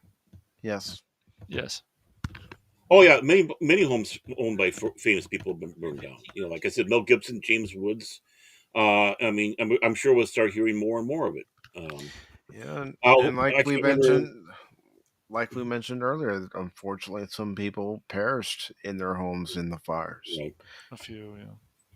Yeah, James Wood was recounting that his neighbor that was just kind of behind him and down, basically dementia or whatever, and they thought he was in the hospital, but he was at home with the care of the caregiver. They came by and said evacuate. She left, but he was still there. They gave a call out and said, search this house, and they're looking. They couldn't find him. And said, find this room. That's usually where he is. As a person with dementia, that's the one that they're most familiar. They'll be. They found him. They rescued him. If they wouldn't have done that, he would have died. Damn, that caregiver should never work again. Yeah. Well, the caregiver, you ain't taking care of nothing. Yeah, the caregiver was went over the border type. You ain't taking care of nothing legally. Yeah. Damn, that's fucked. Yeah, and I did see a video from James Wood. Luckily, his house is still standing. Good. Oh, Wood's house is still standing? I thought it burned down. Yes. He posted a video on X, and Oh, his okay. house is still standing. Well, good. As he was sitting back saying, it sounded like his house was burned down, and and all that. So yeah, okay. Blessings to James Wooden. And that's another thing. You look at these fires, and I'm sure people are asking, why is that house still standing but mine isn't? Mm-hmm. It's the same with tornadoes here in Minnesota. You get a tornado come through and just kick ass, and you'll find that all this destruction. There's one house, and it was never even touched, not even a shingle. And it's like, how? Crazy. How? They Why? made a deal with the You don't tornado want- 6 months maybe. earlier. Yeah, I mean, it's not that you're No. belating them their house to survive, but how is it? Or wishing that it was destroyed? It's like, how did that happen? How did one house survive around this mess? So it's like tornadoes, wildfires. Where's your firstborn at? So Why we've do had I not see your firstborn? we had the fires, and then of course, what's going to happen next is we'll start having rain. I'm sure. Yeah, and with that rain, because I know, having Mhm. spent the first 19 years of my life with that rain, will come the mudslides because there's no vegetation Mhm. to absorb. Yep. Right. So I That mean, James rainfall. Wood isn't out of the woods yet. I hate to say. No, Yep. no. None of those homes that survived are out of the woods yet. No. And yeah, and again, it's like my sympathies all go to them all. Yeah, I'm not. Because Cash can back me up on this. Right now, you're having the Santa Anas and the fires. But guess what? You happen later on in this month, going into February and March, the rainy season. Yeah. Isn't it like La Nina coming in, or is El Nino? I'm not sure right now. I'm not sure which one of those two I it haven't is heard this year. anything about that right now. So Yeah. just the So, Santa Ana winds that we have Yeah. right now going on. Which is a constant thing. You can almost set your watch to those usually, right? Yeah, you can. It's just the politicians that are running the state will refuse to prepare enough. So That's a different type. That's a whole different No, I know. subject for a whole different Oh, day. I know it is. I know it is. Rumble third hour. Yeah, I know, right? No, I'm just bringing that up. That if things were more prepared, things would be better with these fire situation. Yeah. So it's like, yeah, it's just like just. ApyOn, I can't remember. Aren't you in California too? Yep. Yeah. Mm-hmm. I'm like a half hour, 45 minutes away from the stuff. I'm all right. Mm-hmm. Yeah. You can see the plumes of smoke, I'm sure. Yeah. It's crazy. Someone like had a picture like from like an airplane. You could like see it from the sky and shit. Mhm. And wild. Yeah, I saw that one. They were coming into, I think it was LAX, Yeah. and you see, of course, the cityscape in the background, and then in that shot outside of the airplane window, you Yeah. see the glowing red fire and the smoke. That's some shit like out of Escape from LA or something. Like, what are we doing? It's like a movie in real life. It's scary. It's not good. That fire is hot. My fear is because there's questions in the chat and stuff like that. This starts getting in where we could really start hitting the rumble talk here fast. Oh, I know yeah. I'm holding back, but Yeah. I know it can just veer into there because there's a lot of passion behind this. I mean, I never lived there in would be. California, but my sympathy is to all those people out there. I don't Yeah, care. no, I don't. I don't Any want it. sane person would understand that. No, it doesn't matter. It's like Hey, there was hotels burned. There was other homes burned. It wasn't just $1 million homes, $3 million, whatever. But yeah, it was a lot. It's Well, this is I don't like seeing anyone displaced No. because of a natural disaster or one that's been caused by human hands, and something out of their control. Unfortunately, again, as someone who once grew up in California and knows what happens when Santa Ana winds occur, you do have those people who do set fires deliberately. Yep. Now we don't know that all the fires that are currently happening in California were Right. set by arson. We do know of one where there was a homeless man with a torch and he was setting fires, and people did stop him. And then they found the other guy too that was all loaded for bear. Yeah. But the thing is though is no Cash, really, you can confirm this. $1 million home, that's just starting prices. It's hard, that's just going for a simple family home over there. So when people say $1 million homes, it's like, well, don't start thinking the uber rich here. That's how much you're starting to look at for a nice house. Yeah, it's just the way it is. And you're exactly right, Lady Miss. Building homes where maybe we shouldn't. Because there was even land in my neighborhood where it was always said, no, this land right here, nobody should ever build homes right here. Nobody. And what do they do years later? They're building homes. Oh yeah, we see that all the time. Don't build homes on that. That's slough land. And you know what's going to happen? It's going to try to reclaim. You're going to have water issues. But yet they build on them. And guess what happens? They have water issues. They start getting flooded. It's like, it's they wonder why their house starts sinking. It's like, exactly, exactly. And even what Lady Miss is saying here. Yep, she beat me to it. Yep, and having grown up in California, my dad was a California Highway Patrol officer, and there were times where there were fires. He had to be out there, not just directing traffic, but also assisting in any way he could. And that's the great thing too. All these people coming out and assisting.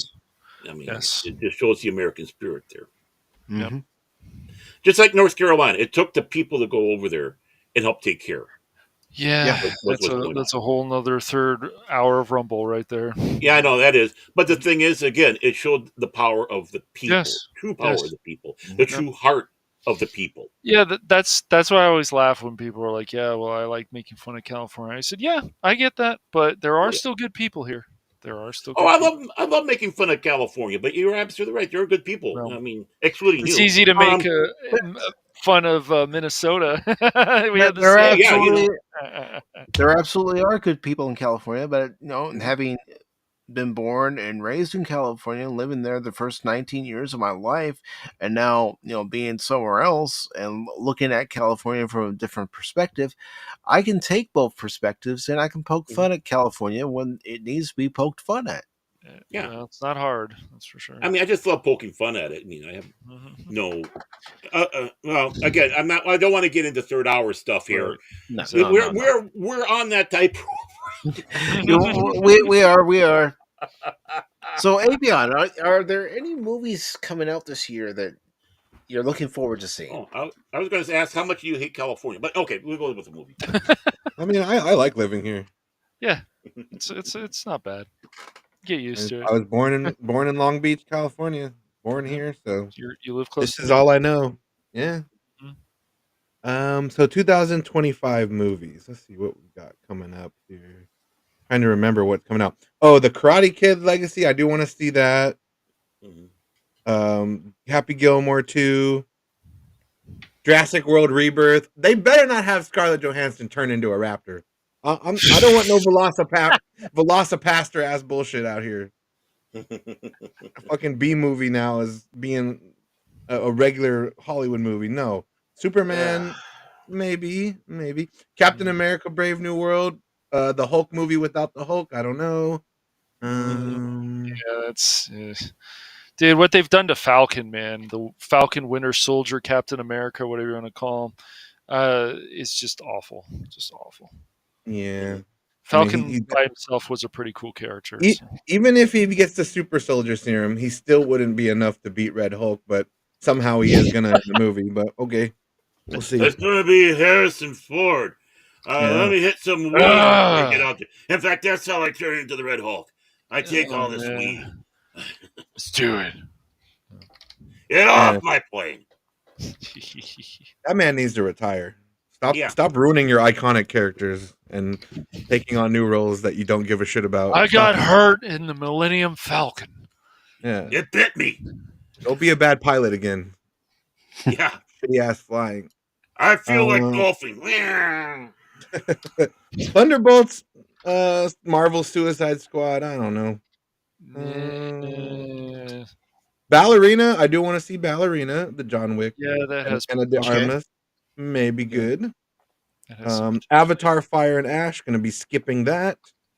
Oh God! Oh, I don't give a shit. I don't give a shit about the blue aliens at all. I never watched It's the James second one. Cameron. Don't Come care. on, it's James Cameron. The only thing Yeah. that's good about watching those Avatar movies really is that the 3D. That's about it. I can't. Every time I think about Avatar, it makes me mad because one of my favorite directors is obsessed with these blue aliens, and instead of making movies that I like that he used to do, he's stuck on this alien shit. It's just like it's basically Pocahontas meets It's Dances with Wolves. Dances with Wolves. That's all it is. The Na'vi are the Indians, And and a little are and a little Pocahontas too. cavalry. Can't forget. Yeah, a little bit of that. Little Pocahontas. Yeah, I mean there is a good message, even in the last movie about family, but still, other than I that, mean, go watch Fast and Furious if you want a message about family. right? Exactly.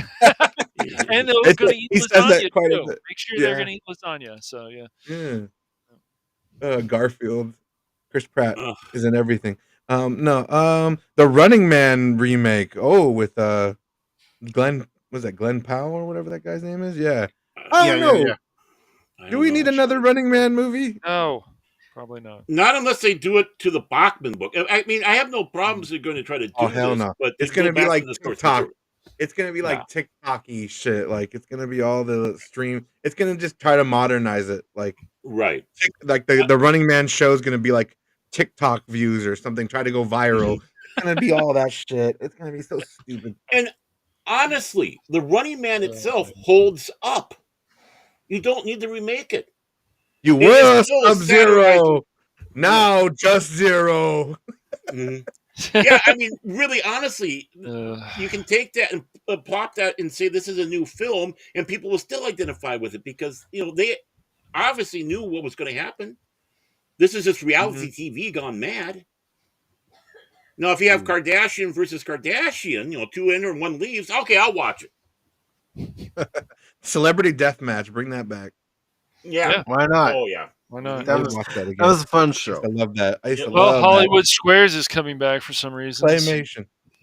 Oh yeah. Mm-hmm. Hollywood Squares.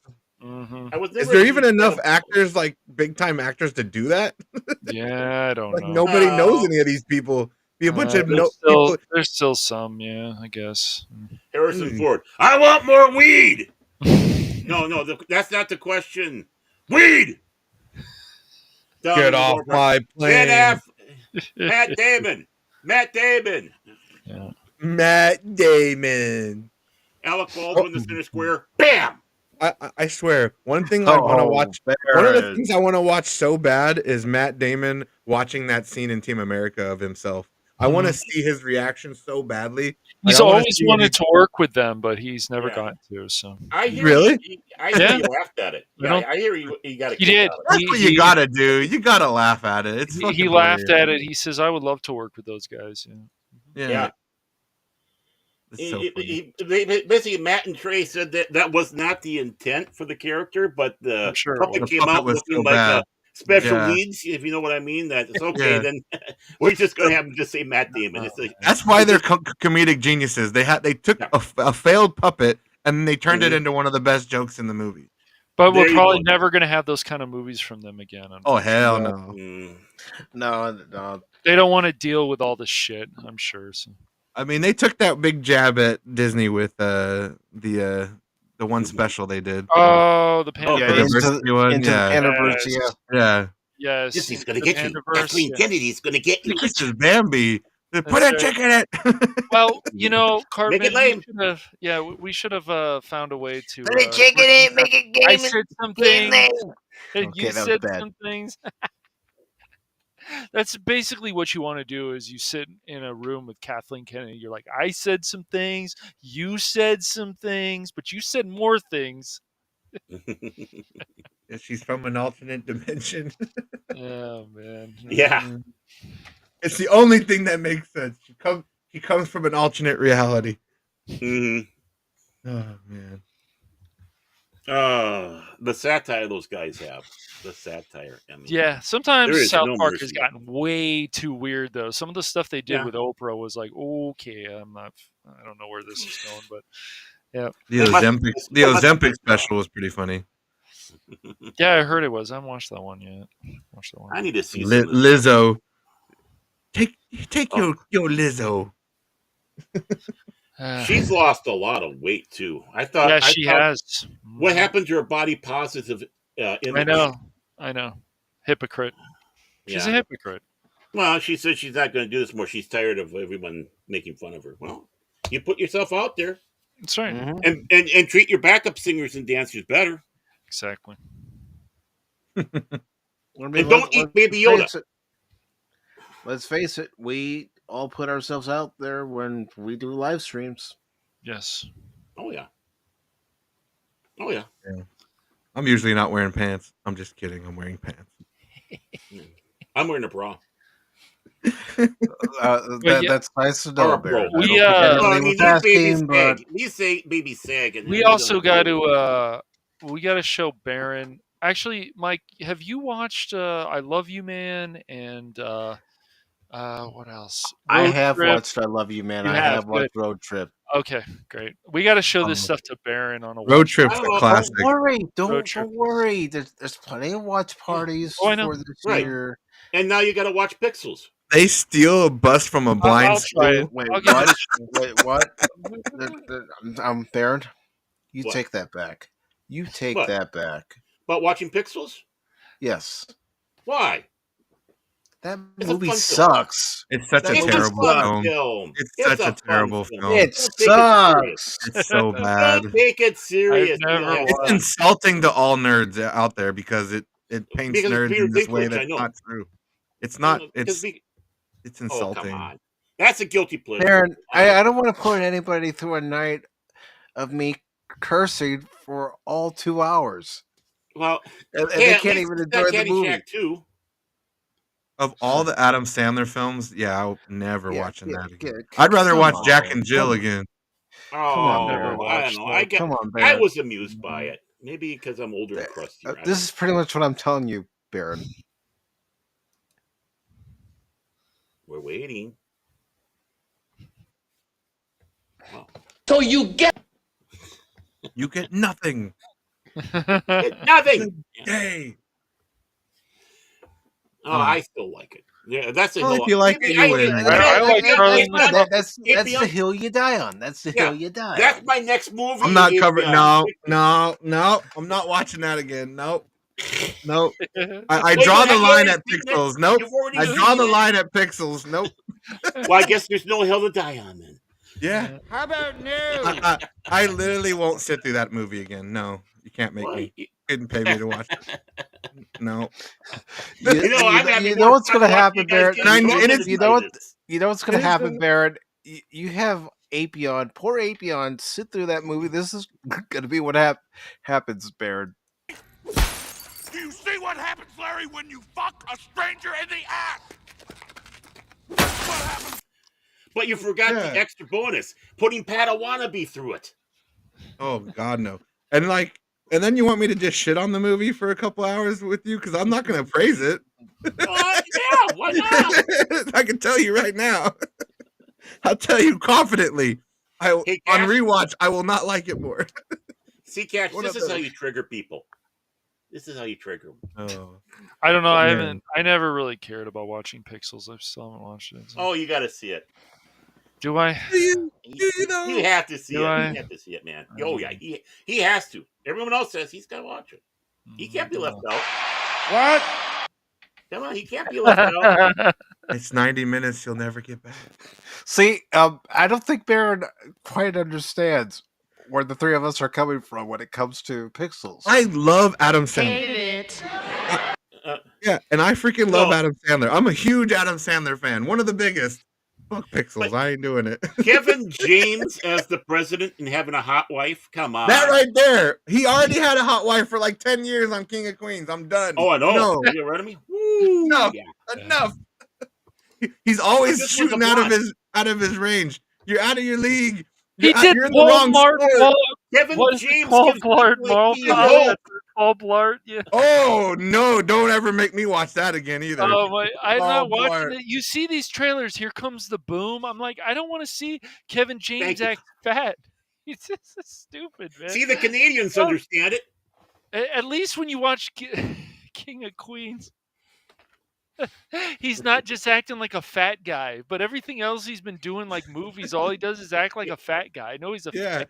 His agents Kevin are telling him, James- "Don't you ever get skinny, or you will have nothing for me to work with."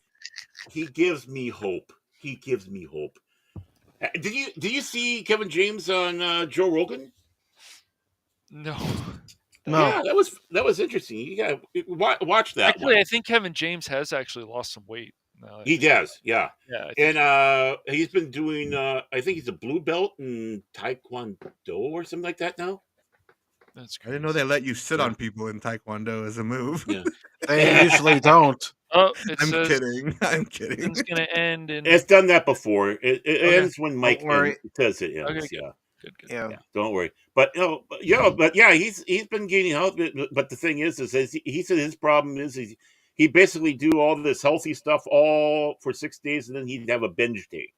And good old Joe would say, "No, you can't do it that way." You know? Yeah, I don't know, Pat wannabe. When I see Kevin James, it's just like all I think about is what they said in Honest Trailers, and Kevin James is still fat. Every Yep. time, I just laugh.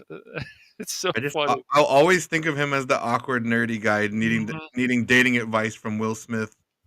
And Hitch. Oh yeah, I did see that. That was pretty good. Yeah. Well, him and Stiller together though, in Kings of Queens. That's like the And trouble. Will trouble Smith was. Yeah, go ahead. Yep. No, I'm just saying that in the King of Queens, with him and Stiller, getting in trouble. Yeah, with Jerry each other. Stiller. Yeah. Jerry Stiller. Yeah, his dad. Yeah. Yeah. Yeah, the funny one.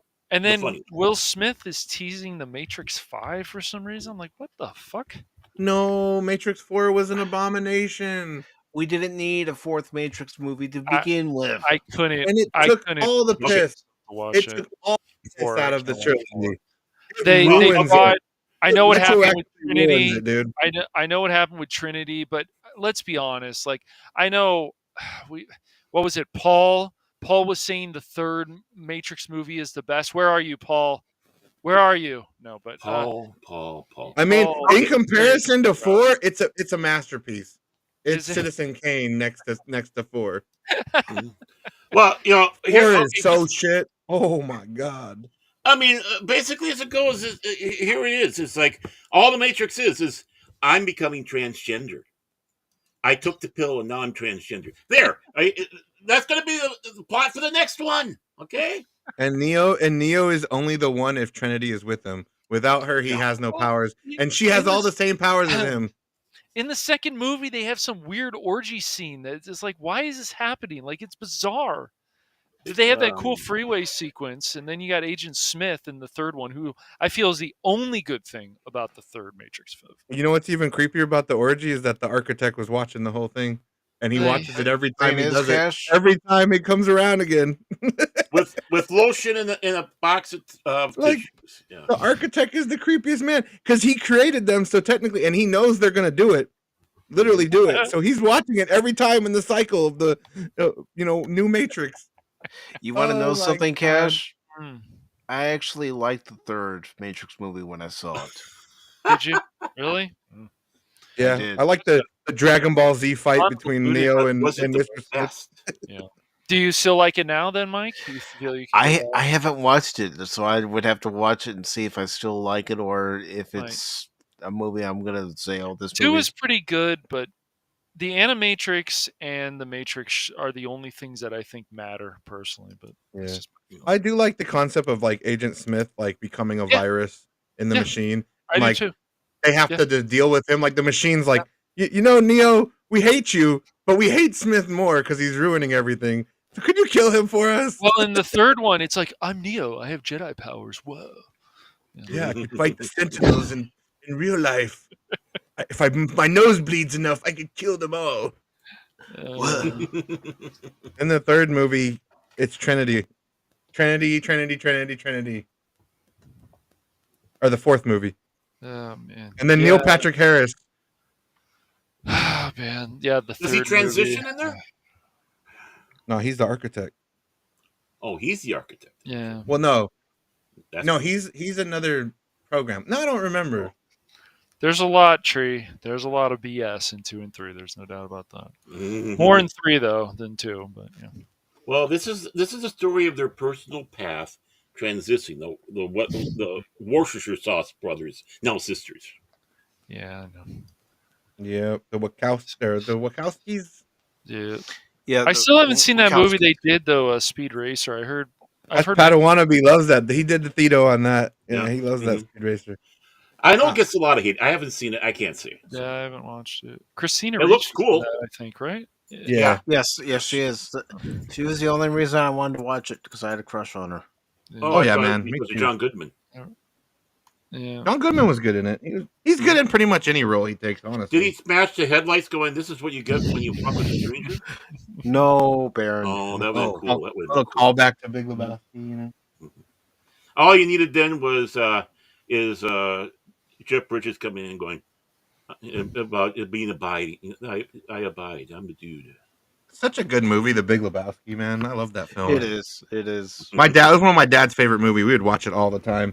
It's so interesting too. Like Steve Buscemi's character, like every time they bowl, he gets a strike. The one time he doesn't get a strike is the time he gets the heart attack. Mm-hmm. I thought that was a nice little interesting touch, and like you could see him like kind of grab his chest a little bit when he doesn't get the strike, and it's kind of like the little first indicator that things are the not heart going. attack. Our friend is dead. We're grieving, and you're trying to screw us over with this expensive ass casket. They buy a Folgers can. They get a Folgers can. Oh my god! And he throws the ashes into the wind. Oh, dear Lord! Oh, we're here to pay our respects to Donnie, who loved bowling, and you took him, Lord. Just like you took so many young men in Vietnam. What does this have to do with Vietnam, Walter? That's another one of my favorite parts. It had nothing to do with Vietnam. You started bringing Vietnam again.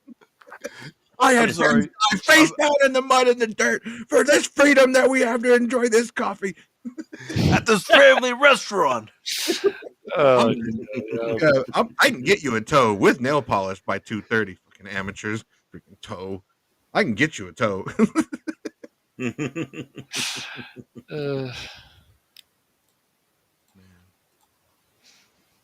it's a fun movie. It is. It's like that. Like I miss comedy movies like that. Yep. Coitus, Mr. Lebowski, the act of sex. Coitus. Are you familiar? Yeah. You're familiar with coitus, Lebowski? What? Coitus? That movie. There we go. That's gonna be my urn. Hey, man. And what is this going to be on the cliff near a beach, trying to spread your ashes, and the wind's blowing the ashes in her face? It's all in his the Big Lebowski. It's all in his sunglasses. He's got Donnie in his glasses.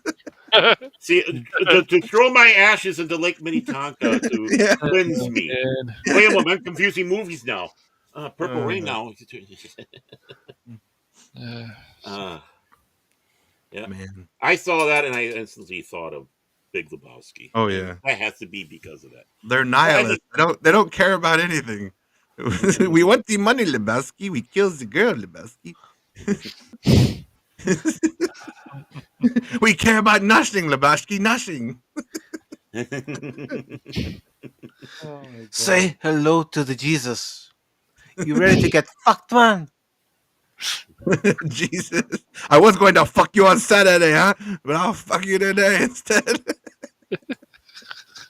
And why did they have to make that film by himself? I forgot about that. Yeah. I almost forgot that existed.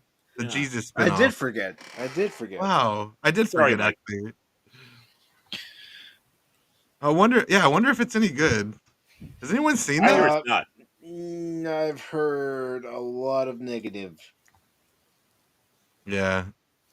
It Trying could to have been a good film. He was definitely important, Tree. There's no doubt about that. That movie would not have been as good, not nearly as good. But I still think Jeff Bridges has quite a few good lines. He does. Oh yeah, they all do. Oh, the little achievers. Is it too late to apply? Well, see, the Big Lebowski shows how you do a proper buddy comedy. Yeah. When the guy's dumping his head in the toilet, where's the money, Lebowski's like, it's down there somewhere. Let me go back down there and look. I'll find it. Do I look married, man? The toilet seat's fucking up. Yeah. Welcome to Big Lebowski topic on Pop Talk 414. We're going to be talking 7 hours of Big Lebowski. That rug really held the room together, did it not? They peed on my rug. They peed on your. The Chinaman is not the issue, and Chinaman is not the correct nomenclature, dude. Asian American, please. The Chinaman is not the problem. That movie. Shabbos. Yeah. You're not even fucking Jewish. But my wife is. It's your ex-wife and her stupid dog. Why are you doing this? What are you doing with a Pomeranian, man? Yeah. Oh man. Oh, Cynthia and Marty. Near the In-N-Out burger. Those are good burgers, Walter. Near the In-N-Out burger. Yeah, it's near the In-N-Out, and they go and get In-N-Out after they, do the whole car bullshit. The guy on the freaking dialysis machine. No windshield. Or he's in like an iron lung or some weird shit. I forget. Yeah, it's an iron lung. Yeah. Man. There you go. We're going bowling. One of your members drew a firearm during league play. He just got the messages. How many times have you guys seen this movie? I've seen it. I've seen it like 100 probably. Wow. Maybe not 100. Maybe not 100. I've lost count though. Okay. That's his Star Wars. No, man, I've seen Star Wars. Ridiculous. And the Fifth Element. Oh my god. Yeah, it's I have my movies that I love. It's like me watching the Back to the Future trilogy. I can watch that over and over again. Yep. They better not ever make a fourth one. Well, when Robert Zemeckis already did. It was the game. The game. Or a reboot. That's what you. I think that's what you're more. When Robert Zemeckis is dead, like he said, over my dead body. Like so we change it from a DeLorean to a Tesla. But what the hell is Zemeckis making lately now, man? I know his shitty ass Pinocchio movie. I'm like, damn, man. No wonder you're protecting Back to the Future. That's your legacy. All these other shitty movies you keep dropping. What are you doing, man? All right, pulling up IMDb. Because other than Pinocchio, I don't know what else he's kind of been doing. He directed a movie that Tom Hanks was in last year. I can't remember. That's right. Tom Hanks was Geppetto in his Pinocchio. I know that for sure. Yeah, that's right. He was. They might have did another one. Please don't feed me these straight lines. I'll behave now. We're not on Rumble. You behave? No, you behave. I think I've been pretty reserved today. I'm calm. My buddy Rocko the Brave, he actually went and saw the Back to the Future musical. He said it was all right. Like the little musical number they got. Yeah, I saw an advertisement for it because they had Christopher Lloyd in one advertisement I saw where he's sitting in a diner, and then the guy that plays Doc in the musical. Like they didn't want to do the Libyan terrorists, so they instead of that he gets radiation poisoning, and they have to, and then Marty has to like come up with a thing to tell him not to get make a radiation suit, So instead of him wearing the bulletproof vest like he did in the movie, it's like a radiation suit. So they didn't want to do the Libyan terrorists with the AKs. I'm surprised that they're going to change it to having guys wearing red hats and such like that. Oh no, if Disney makes a movie, they would do some shit like that. Yeah, I don't know. He's a producer, of course. He's done directing, writing. He's done a lot of stuff to make his. What's your favorite out of the 3 Back to the Future movies? One. I think mine's the second one. So I like them actually going to the future. Oh yeah, I mean, and like this, I do like the first one a lot too. Fuck, that's hard. Yeah. That is so. I like the first one, then the second one. I mean, I like part 3 because that's when I started getting into westerns. Yeah. when I Oh, he was watched executive part 3. producer on Matchstick Men. That was a good film. Yeah, part 3 is good, and like the fact that they shot them all kind of together, it really helps.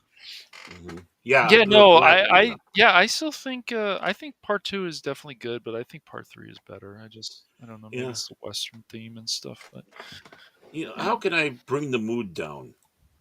There, there we go. I just love how like all throughout the years, Biff's been going into manure.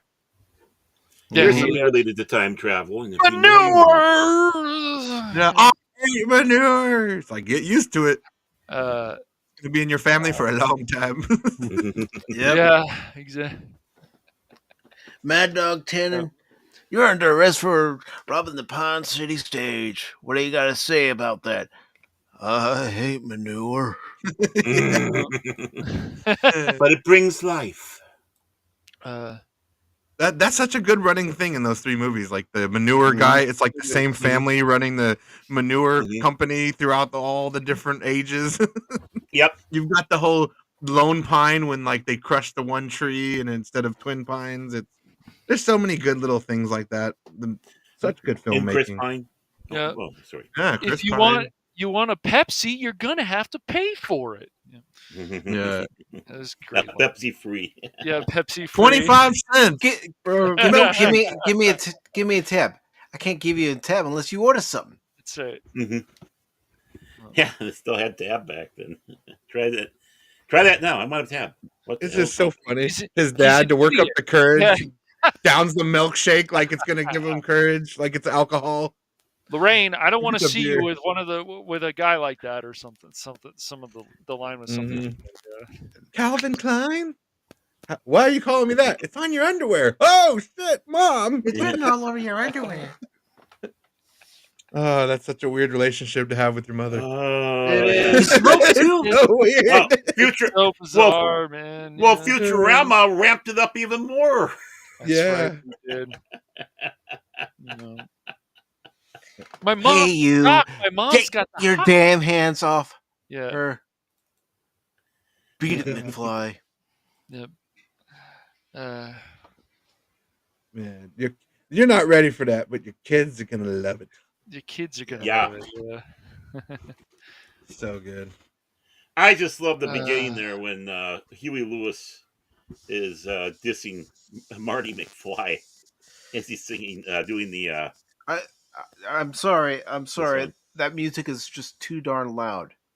Mm-hmm. It's like, man, you don't even know. Mm-hmm. You got people now. Save the clock tower. Yeah. Save the clock tower. Yeah, the clock tower too. I love that. You get to see the Yeah. the erection of the clock tower when it was built to all the different. Yeah, I saw. things and- They still, of course, have that at Universal Studios, Apy0n. So yeah, I think they still do. For Yeah, the they fourth- still Well, do. that's They still. part of the- It'll still be in Clock movies Tower, and stuff. yeah. Yeah. If you They'll watch redress Gremlin, it. you'll see it. Yeah, they might redress been it a little used- bit, but it's there. Yeah. All the time they I've do watched that, I've watched videos where people are doing the studio tour at Universal Studios Hollywood, and it's still there. The four pillars are still there. They just Yes. have it redressed right now for different shows and movies. But I missed it's the ride. I missed the ride it's so much. Yeah, The ride was so good, dude. Like it was like basically a little short movie because it's like Biff Tannen breaks into the DeLorean factory thing and Yeah. steals a DeLorean, and then you get in Yep. one, and you have to ram him at 88 to send him back to the. All to I the remember is compound. that dinosaur trying to eat Yeah. me. You smash through a Texaco sign, then a Yes. T-Rex eats you. Mm-hmm. Such yeah. a good ride, 'cause man. I can remember when my Yeah. family and I went to Universal Studios Hollywood, and my dad went on the ride. We were waiting. We were both tired. It was late at night, and you know how the parks stay open late, especially on weekends. But we're standing there, we're waiting because we both want to ride it, and he knew I wanted to ride it because I was a big fan of Back to the Future, and so we get into the ride, and we've already experienced Star Tour, so we knew what we were getting into with this type of ride, Yeah. and we're going through it, and I just have this big smile on my face going through the whole ride because it's like I'm in the DeLorean, I'm traveling quote unquote back in time, and Even the safety video with Christopher Lloyd in the beginning when yeah. you're in line was amazing. You're waiting in line for like 30 minutes, right. but it's okay because you got Christopher Lloyd in character doing Doc Brown, and you've got the actor that played Biff is in there. It was amazing. It was a great production. And then, like what they replaced with, like the Simpsons ride. Simpsons. Boo. I mean, that was cool, but yeah, they should have found a way to. I mean, even the Mummy ride was cool too. Yeah, see, that's the one I forgive because That the one ET actually scared the people. ET ride Yeah, was it's okay. scary. The It's supposed ET ride, yeah, but the Mummy ride fun. Yeah, I love the movie so, and it's a roller coaster type thing. So Universal kind of needed one of those. Yeah. Yeah, and then it's now turned into Harry Potter, all that stuff, and then of course Mario, and I still got to go back to Universal. It's been Mario, but Luigi's not here. He's in trouble. Yeah, the Nintendo Be Land Mario. looks interesting because like the Donkey Kong ride they've been making looks really cool because it's like designed to where it looks like it comes off the track, but it's all an illusion. Yep. Oh, sorry you got a bruise from ice Ow. skating. Ow. Usually I get blisters, but bruise. Yeah. When Baron gets on the ice, everybody has to leave. Unfortunately, he's like, "I'm cracked. taking over." It cracked. Yeah. He's back. That's one way to break the ice. That's right. Heyo. Yeah, bring me there.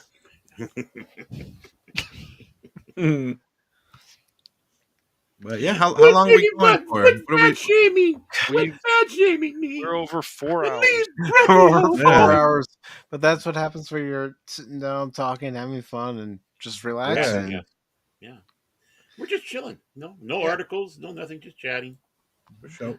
Just chit chatting, and that's how I want it to be. All of us just sitting down, or even those who aren't sitting down, maybe they're listening to us on their, jog or riding their bike, but still having fun. Who would listen to us and relaxing? Talking? There might be somebody. Maybe Lady Mist is, jogging out there, and she's listening to us. And oh, you know what it is? They took a look at me and go, "Oh my God, I better get started exercise. I don't want to look like that guy. He's like Orson Welles." Cautionary he tale. died. He looks like Orson Welles 3 months after he died. It's like, I can't do that. That sounds about right. All right, well, we can go with that, DJ, if you want. Yeah. What did DJ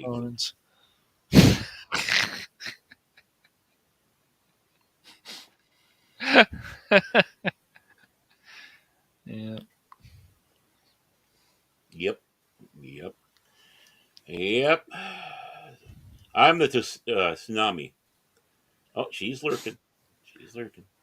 nothing wrong with that. I appreciate everybody. We appreciate the lurkers. I wish they'd appreciate me, especially when I'm looking through the windows. But no, I get in trouble. I get these restraining orders. It's just like, okay, come on. But it's like Fred Rogers in that scene in Family Guy. You can be my neighbor. That crap. Where's my paper boy? I know. Paper boy. Yeah. I know, Lady Miss, and I appreciate everybody who's joined us today. This has been a great conversation, great fun.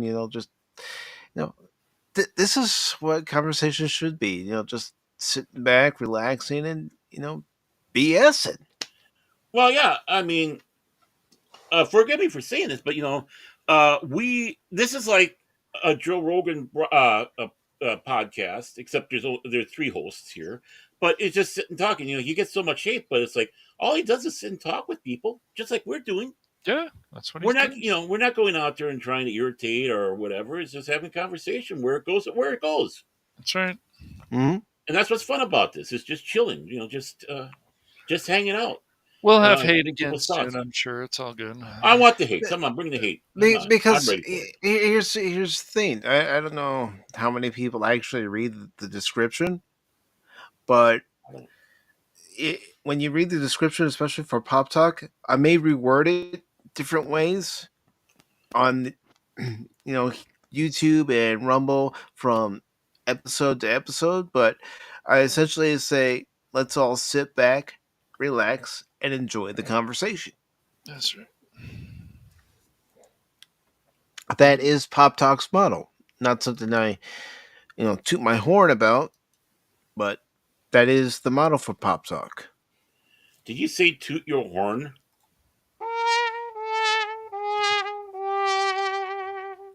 Wow, you gave me a sad trombone moment. Come on, man. That's more like it. God,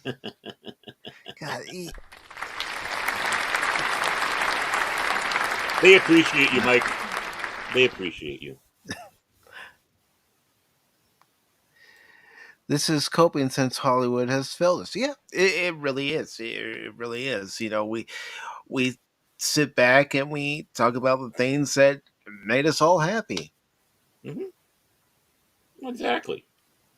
Oh, my question to you, ApyOn, have you ever seen the 1990 Flash series? He's speechless now. Ooh, tacos. I like tacos. Oh. Yeah, I'm actually getting a little hungry. Yeah, thanks, ApyOn, Lou. come in, ApyOn. Do you read us, ApyOn? ApyOn. We lost Apy0n. No, no. Gone. He's gone. He says he'll be right back. He says he'll yeah. be right back. Oh, he must have private messaged you. I didn't see any messages. So. Yeah. I just saw it come up. And it deletes the whole need for that private message, doesn't it? Well, you just sent it to Mike. You didn't put it for all of us, so I would have known. Oh. Yeah, I'm still learning this thing, but yeah, I went to the bathroom. Yeah, we're still learning EVUX too. Yeah, we are. Thanks for letting us know that you went to the bathroom. Shit, man, it was like 5 hours. I need to go back. I need to go potty. I'm a big kid now. Yay! Everything come out okay?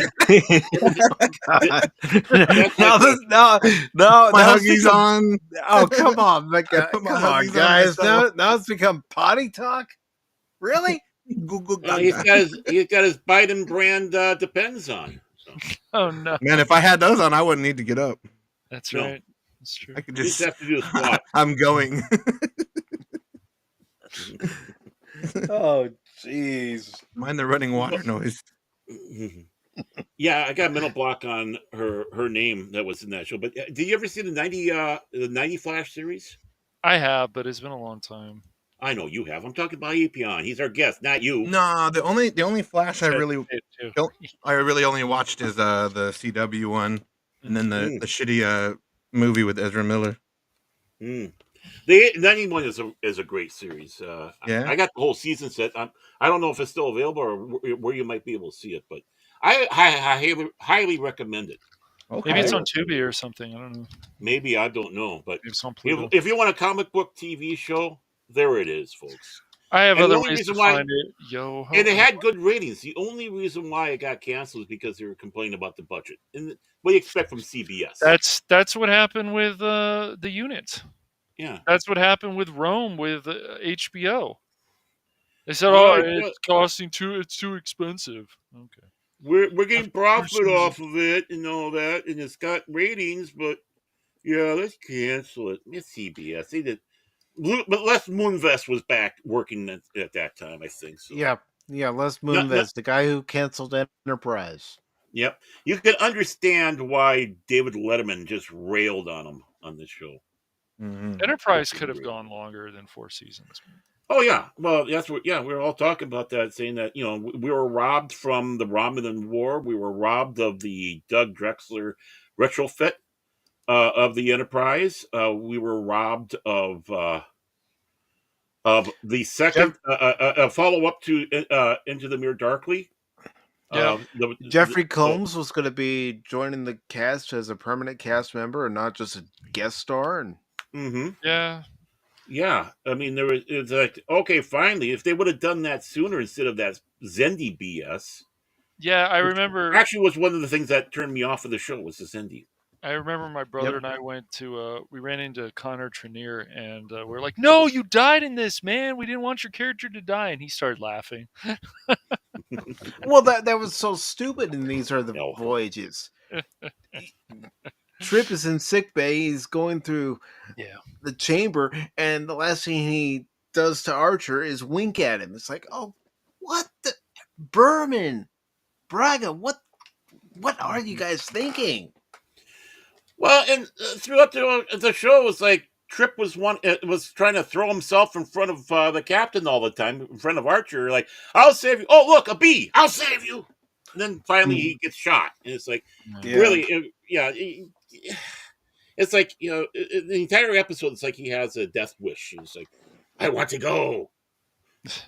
Yeah, I know. It's probably also because of what happened. It's like, oh, well, this is last season, so we'll have to try to push as much stuff in as we possibly can. And, and Well, CBS and Fox, and there's history of just screwing over these shows. Firefly always will come to mind with Fox. And yes, Barrett, I was one of those people nitpicking for the Enterprise sets when I'm looking at the corridor and saying, that doesn't look right. The turbo lift doesn't look right. Picard season 3. Hi, I'm Picard. It's my fault. I wish to Why apologize. is an android? Why would they make an old man body? Why wouldn't they give him like a body in his prime or something? Exactly. I am sorry. I am so very, very, very, very sorry. I'm so sorry, Apy0n, for bringing up this Picard. I'm sorry. No, if I was Picard, I'd be pissed. I'd be like, so you brought me back as an android, but you put me in this old ass frame.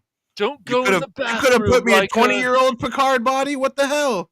My God, man, you still put that prostate into the size of a grapefruit. Did you have to do that? Right? I'm a robot now. I don't need to be an old man. That's the whole point. Nobody on the ship used the facilities. Something happened. No.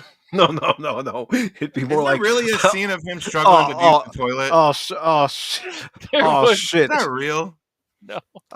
Number one, don't approach the bathroom. Why is that, sir? Worf just used the bathroom.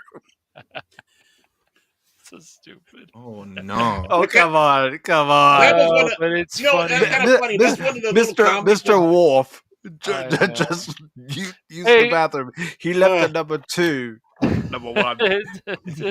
Number 1. Would you like to join me in a joke about Worf as a fanny or one of the short skits I had for the longest time in my mind would have been great was, you have the corridor and you see Worf walking down with a newspaper under his arm, rolled up like Al Bundy, and walks into the bathroom. All of a sudden, all these crewmen start running out. The one hits the wall pen and go, "Warning! Or alert! Alert! The canary is dead! The canary is dead!"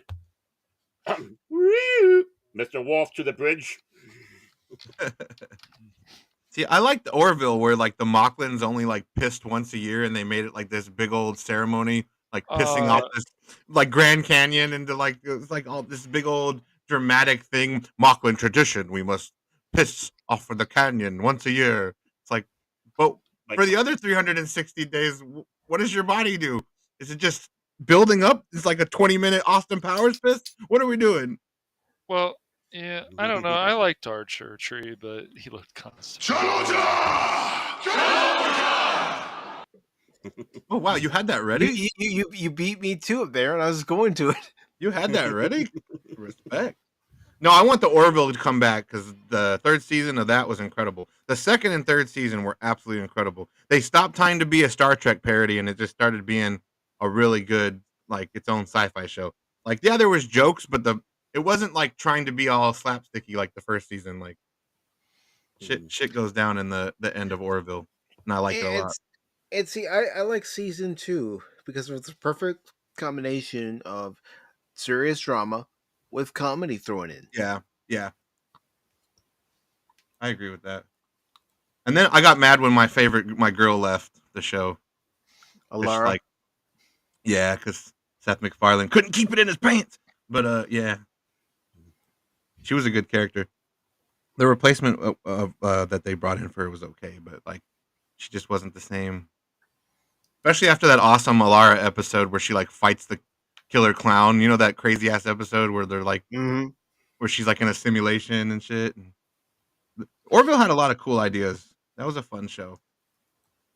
It did, and there are, of course, rumors saying that there's going to be a 4th season, but I'll believe it when I see it. Yep. I want them to actually like fight Avis. That was my prediction for next season. Have Avis become like a living being again, or like the fucking the Krill like sacrifice 1,000 people and they make Avis return or something. Give us a new big bad, because they kind of solved all the big conflicts at the end of the New Horizons. Yeah, they're no longer at war with the one guy. Kalon, Yeah, the Kalon. That shit's done. And of course, the Mocklins joined the Kalon to fight against the Krill and the Union, and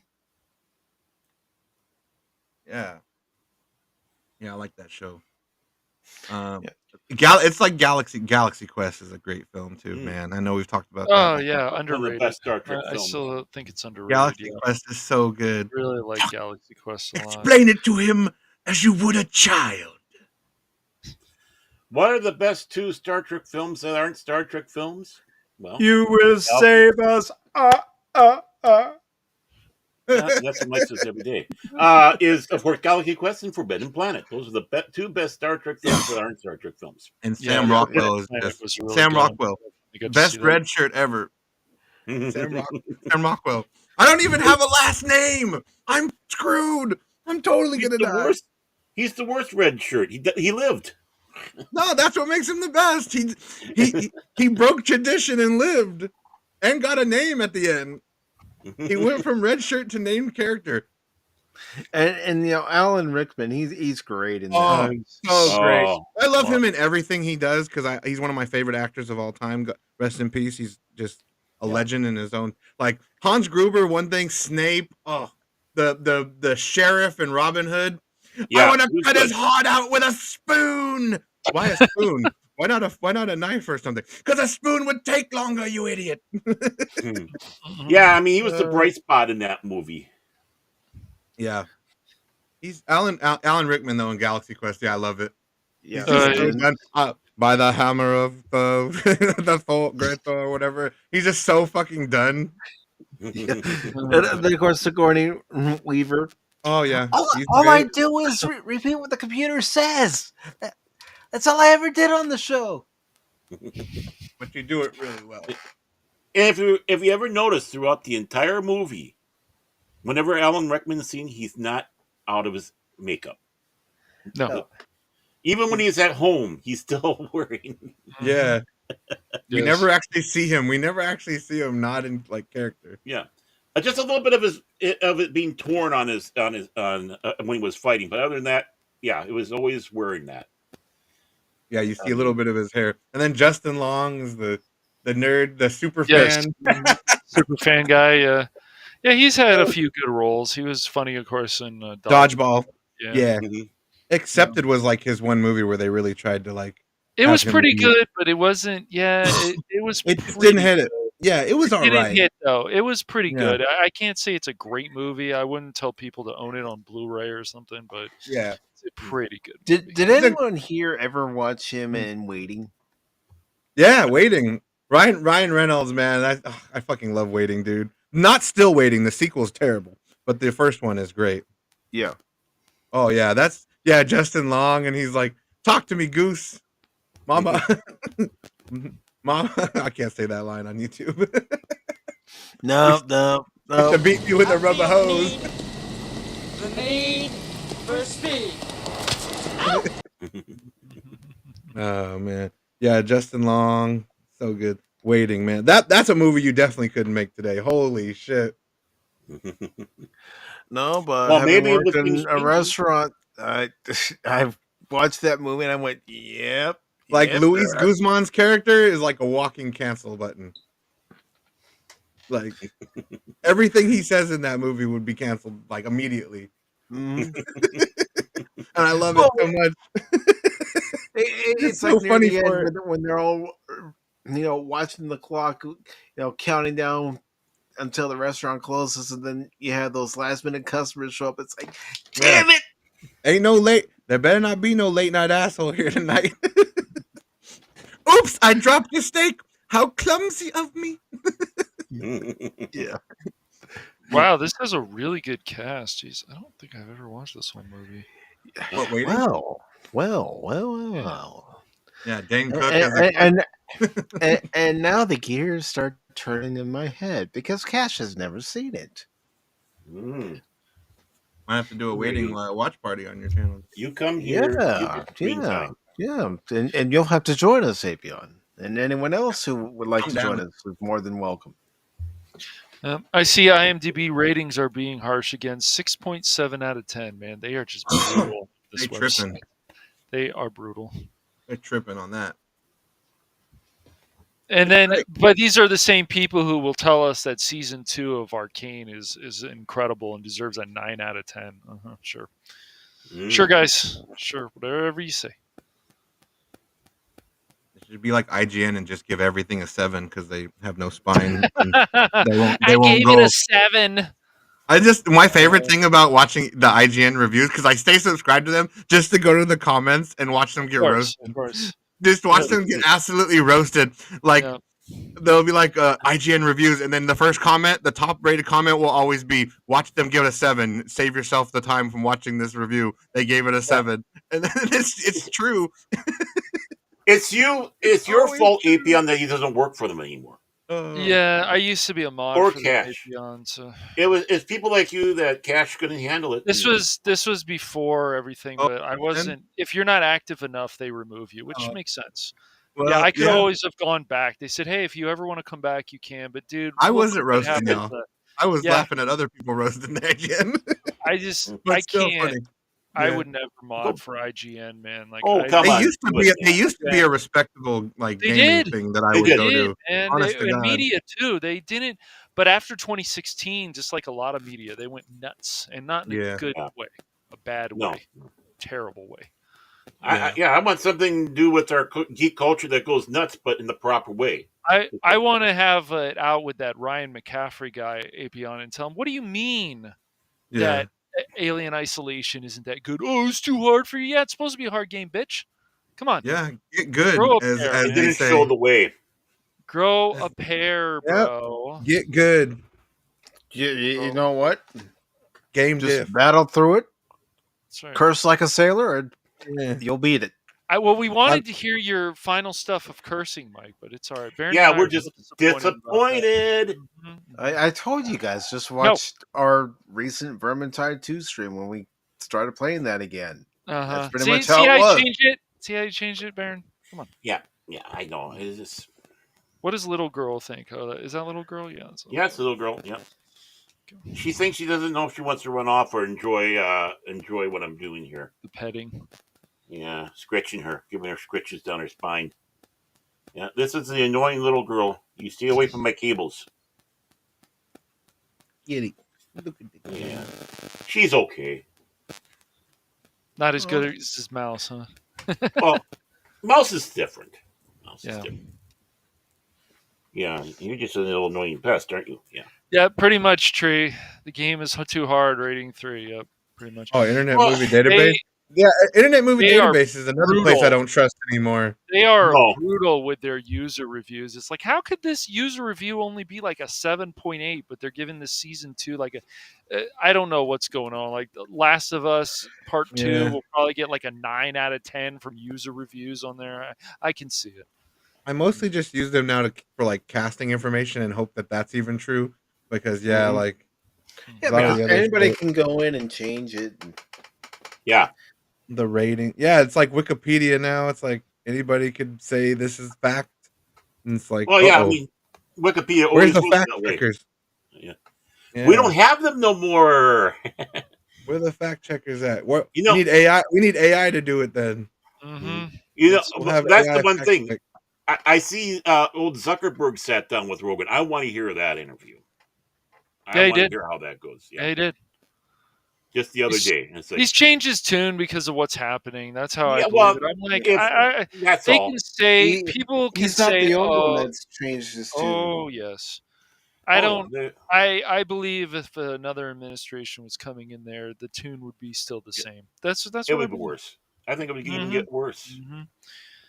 But Yeah. it's like, it's like we could tell you that the fact checkers are biased, and even some of the fact That's checkers right. you put up, these people fact checked it. Who the hell are they? Never That's heard right. of them. That's right.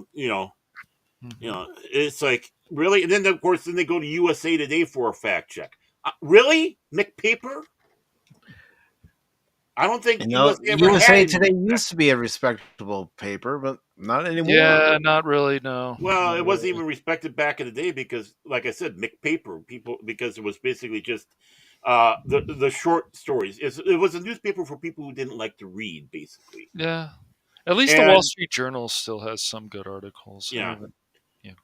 and when I was going through school for doing broadcasting and such, Yeah. there was a girl in there, and her father actually worked for the Minneapolis Star and Pravda, Star and Sickle. And of course, she was just railing about it because it was, one nationwide paper that basically didn't have news. And I said, well, for people like us who are going in for broadcasting and needing to have quick news sources, this is perfect for us to be able to do quick news updates and such. You don't have to necessarily go through an entire article to get the gist of what's going on. So this is what this paper is good for. But yeah, if you want to get in depth, you can go to this is back in the day when newspapers were respectable. But and where people actually did get their news, that was good for, and could be somewhat trustworthy. But you can't use that as a fact checking source. It's always been amongst all of us. It was always considered a bit of a joke. Now it's been outdone by basically your clickbait headlines, and all the stuff that you see. When you call up on the side here, and you get the MSN feed, and you take a look at all this shit in there. Yeah. Yeah. But yeah, it's a mess. See, here's an example right here. User score 7.7 for Who Framed Roger Rabbit. I don't think so. Way higher than that. That's easily an 8 or a 9. Yeah. Frame Roger Rabbit. That movie's so underrated, and Yeah, Such a great it's not film. a perfect film, but No. it's a fun film to watch. Honestly, Man, you see the work behind the scenes. Like, watch the bonus features of that.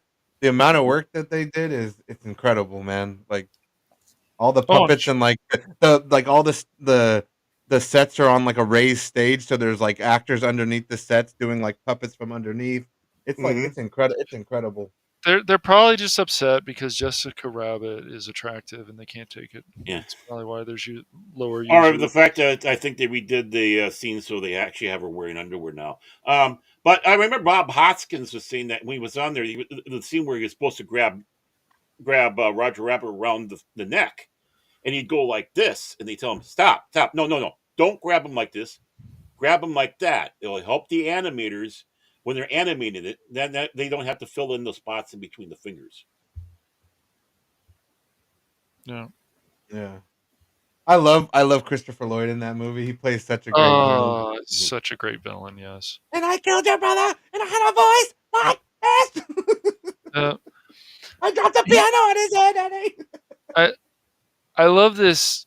I love this review. When was this? 2007. Brilliant for 15 minutes. Really, dude? 15 minutes? Come on. Did you even get to like when they go to Toontown then? Come on. Remember, this is the TikTok groups out there. Their attention span is that of a gnat. These are the people that will tell you the cackleite is amazing. So yeah. Man. Right. Damn. Come on, one of my favorite things about Who Framed Roger Rabbit was when Eddie goes into Toontown and oh hell yeah, different incredible stuff. That's where you go in there if they have a revival movie and you go in there and say, okay, wait, okay, drop your acid now, boom, Toontown. Yeah. You guys get sad. Do you get sad when that poor little boot gets dropped slowly into the acid as it's crying out for life? Like no. Yeah, I did. Watch I the did death that. of a tune. That still hurts. Remember me, Eddie, when I killed your brother? I talk just like this. Yeah, I love it. Yeah, the crazy ass eyes. Please. He looked like he was having so much fun doing that part. He was. Then Disney's like, you gotta. Yep. those other tunes died, like his henchmen. I'm pretty sure Yeah, they it all was got dark killed. because Toons actually died. You're like, what? They all got melted by the acid shit. Right. Yeah. The dip. Yes. Yeah, the dip. That's what they called it. Man, Bob Hoskins, he died too soon. Mm-hmm. Yeah, that's a shame. Because as bad as that Super Mario movie is, oh my god, there's so many things I love him in. Like I love I him like them so as much. Smeed and Hook. Yeah, I was just going there, Mike. Man, hell yeah! I was just gonna say, like, I love him in Hook. Like, it's incredible. Smee, what about Smee? Smee is me. And oh man, yeah, the chemistry with him and Dustin Hoffman as Hook, so fucking good. That's what makes the movie for me. Mm-hmm. Yeah. Man, Well, showing good villain and how good villains played. Yeah. Yep. I'm gonna shoot myself, Smee. Stop me, Smee. You're not stopping me, Smee. Stop me, Smee. Don't stop me. Smee. He gives him like the most confusing advice ever. Like there's no way to follow it. Don't stop me. Okay, I want you to stop me. It's like, make up your mind. Which is it? Am I not stopping you or am I stopping you? Yeah, I mean, I know it's a Robin Williams film, but Yeah. still, this is a film where Robin Williams was outshadowed by Dustin Hoffman and Bob. Oh Hoskins. yeah. And they're playing baseball with his son and shit. Like they literally build this whole set. They built that whole thing just for that. Like it like did not exist until they kidnapped Peter Pan's son, and then they had Peter Pan's son. All right, we got to build a baseball diamond. We're gonna do all this to try and win his son over, because that's how much of a villain Hook is. Like, and then when one of the pirates was still in a base, they shoot him. Yeah. Yep. I still think Hook is a quality film. Dude, Hook is such a awesome villain that he wouldn't walk down the stairs until the red carpet came out. So they had to like fix that shit, and then the little red carpet comes out. Like, what a diva. Nope, I can't make my appearance yet. The floor is not ready. Once the floor is properly read, I will walk upon it. Not a minute, folks. 1 minute earlier. That's right. Maggie Smith was in this. Oh my god. Oh yeah, she was Wendy. Oh yeah, that's right. That's crazy. The only thing I didn't like about it was when Julia Roberts as Tinkerbell went to full human size, and yeah, it's like Julia Roberts wanted that scene or something. Like, I don't want to be tiny the whole movie. No, I don't know. But hey, Robin Williams probably didn't mind. He gets to kiss a bunch of women in that movie. He was macking on. He maxed on like 3 mermaids. He kisses like, yeah, he's doing good. He's doing well. He's not doing bad for himself. No. That was just something I noticed the last time I watched. I'm like, wow, they have Robin Williams kiss a lot of women in this movie, like at least 5. Yeah, just imagine, his thoughts on entertainment nowadays, what he might have said. Right. Because he's someone we lost way too soon. Way too soon. Yeah, Robin he's another actor who had problems. He'd go down the list always. But, he had his demons, and part of it is he tried to get away from them, but fell back into the problem. But then you got like that Parkinson type. Well, it wasn't quite Parkinson's, but it was something. And, and he had his demons, just like Carrie Fisher, just like John Belushi, just like John. I don't know. I don't think John Candy really had his demons. Maybe he did, but I don't think. Well, he was a chain smoker. I didn't actually. know. Basically, just living an unhealthy lifestyle was his. And more than just the smoking. I mean, just all across that board, but. Yeah. And Farley, I mean, I don't know if you. Oh yeah, Farley. I miss Chris, man. Chris Farley was hilarious. Yeah, sadly, he wanted the life of John Belushi. I found him hilarious. Mm-hmm. Yeah, he was funny. Yeah, John Belushi. Yeah, cheeseburger. Cheap. Yep. I mean, how long has it been since we lost John? And I still mourn for him. And I still wonder what would have happened if what Jane Curtin said about him, though. It was just still that still is just something. Really something. What did Jane say? Oh, she said some really nasty things about when she was working with him and at SNL. Well, to be fair, she does seem to be a rather uptight woman. Yeah. I mean, when Dan She was Aykroyd was funny told, in Third Rock from the Sun, though. That was a Yeah. funny show. have I to like say. Third Rock from the Sun. Yeah, I used to like watching that. and she was It's such a cool uptight in that concept. show. Mhm. Yeah, A bunch It of is. aliens, and Joseph Gordon-Levitt acts his ass off for how young he is. Like it's pretty convincing. Yeah. Like, I think it's some of his better Yeah. acting. It's not really surprising that he's had such a career already. So. Heck, I remember Can you first believe seeing he's Cobra Commander? Joseph Gordon-Levitt at, gosh, what was it? Angels in the Outfield. Oh yeah, Oh, that's wow. right. That's right. Yeah, he's in that. I used to watch that all the time as a kid. That was one of my multiple watch childhood films.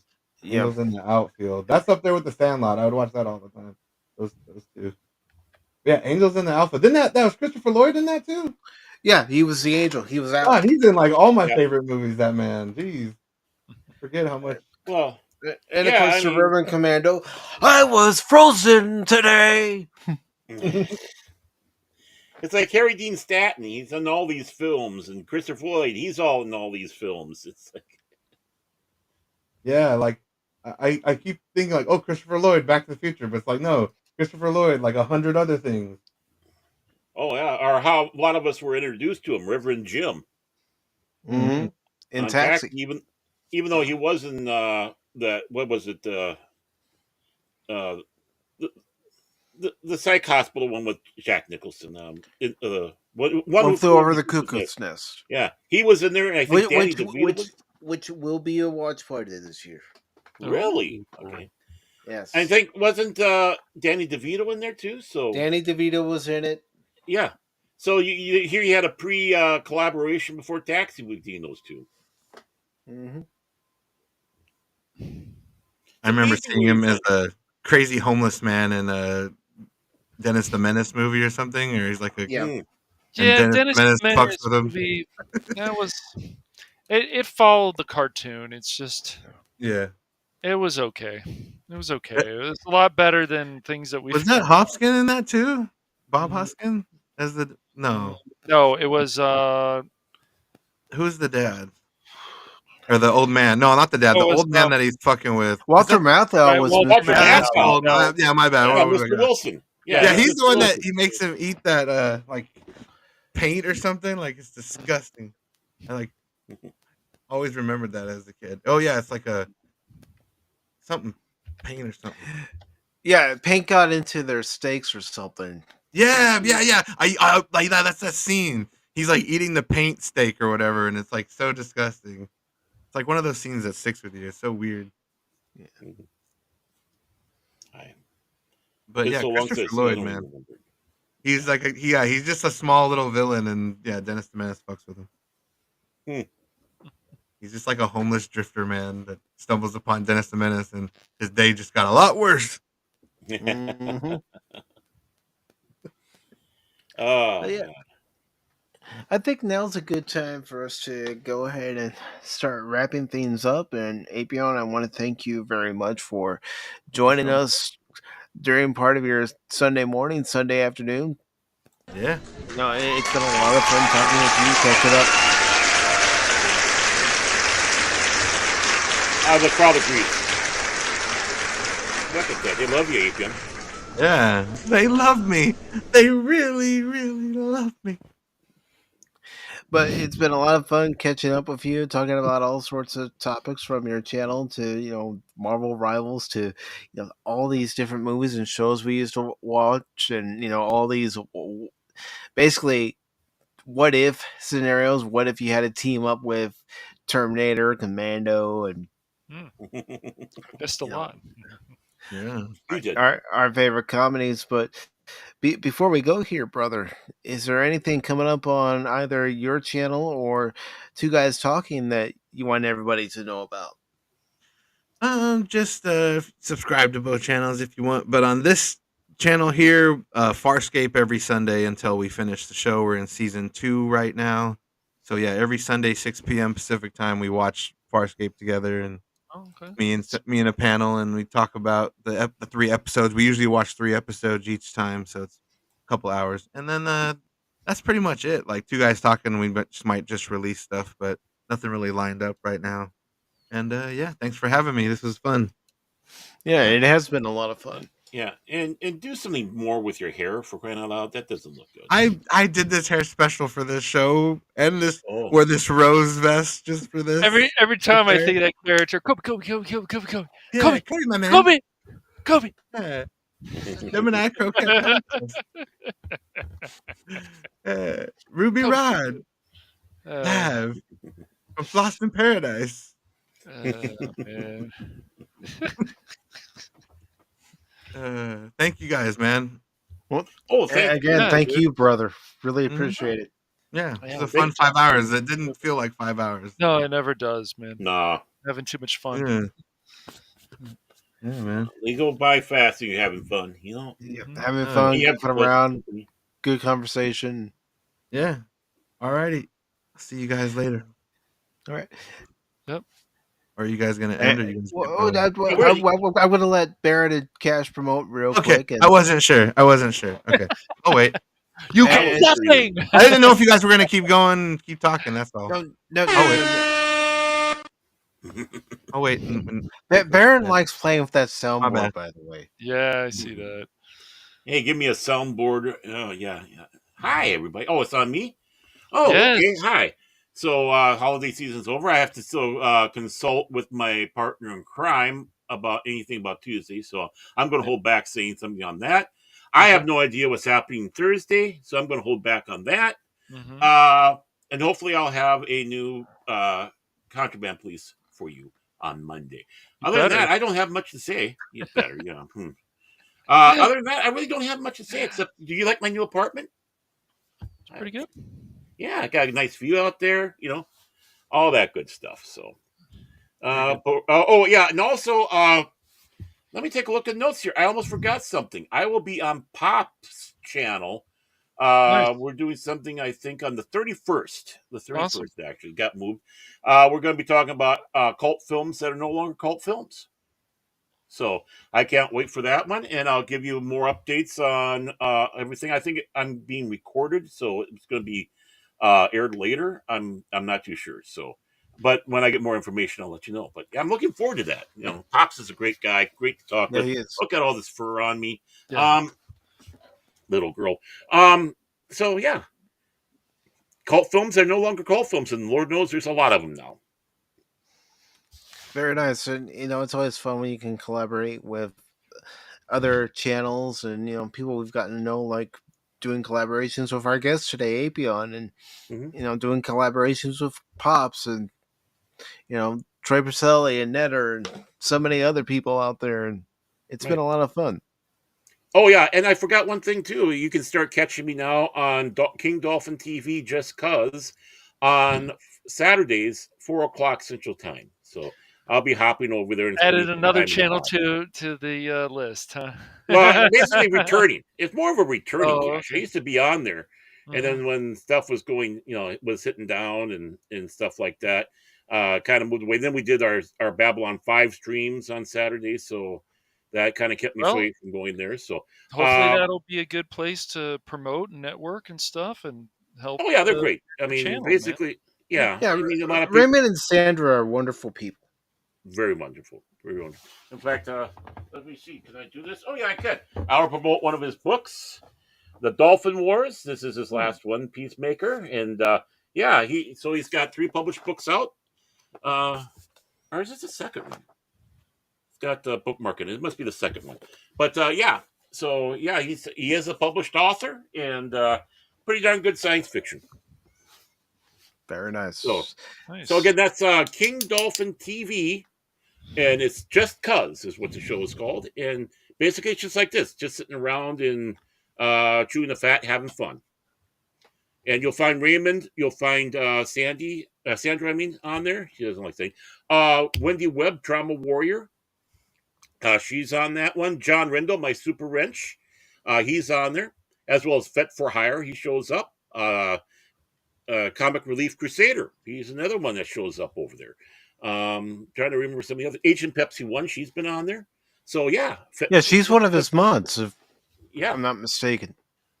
So yeah, she's on. Not only that, she's does show up on the show. Yesterday, she was on for a while, but then she left because her husband came back to town. And they went out for a date. So had some good burgers, I guess. So yeah, you'll never know what you'll see over there. We had a theme show yesterday. It was Star Trek. Went 7 hours, but it was fun. Dude, yeah. So yeah, so you'll never know what's going to happen on the pod. So I'm happy to be back swimming, and I'm usually in the corner where it's kind of warm.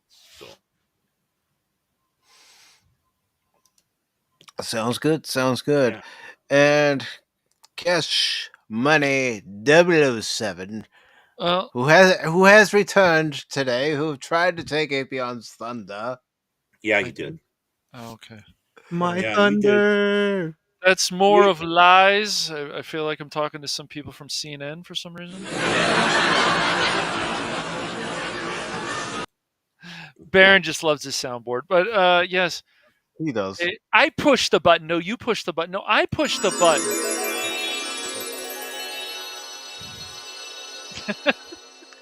Maybe I should give that privilege to you, Cash. Sure. Please. Yeah, he's abusing things again. He's I'm not abusing. What was abusing about that? Nothing. I'm just being a jerk. Yeah, no, I'm talking to him.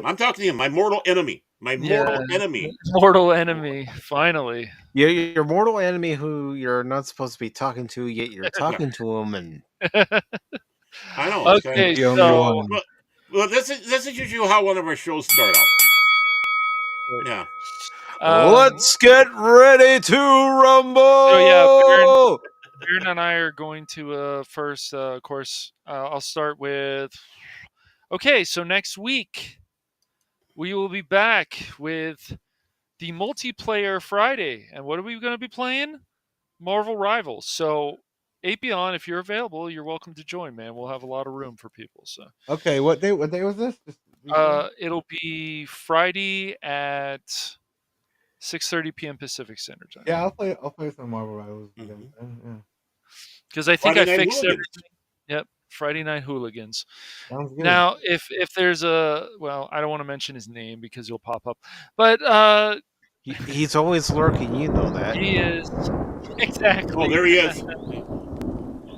So, but yeah, there's a few things that I had to deal with. So things had been on hiatus, and then yesterday, some people I've already had told me that they think I should do videos of Angry Man raging over movies. Oh yeah, with my movie reviews. Yes, they heard my Joker one, and they said, "Dude, I like this a lot." And I said, "Well, I have a lot of passion for it because I am really sick of iconic characters being disrespected." Yeah. So a lot of them have. So this is what we expect in the future. You know what really grinds my gears? Sometimes. Hate it. I don't want all the reviews to be this way, but what's coming up for videos, at least the first few videos, is the Wicked review, which will be a bit more positive, surprisingly, than the Joker fully lit shit. So that'll be good. Yeah. Also coming up will be the third part of Another Crab's Treasure. You got to finish that game. And then, well, I haven't finished it yet. I've been playing it offline, is Tunic.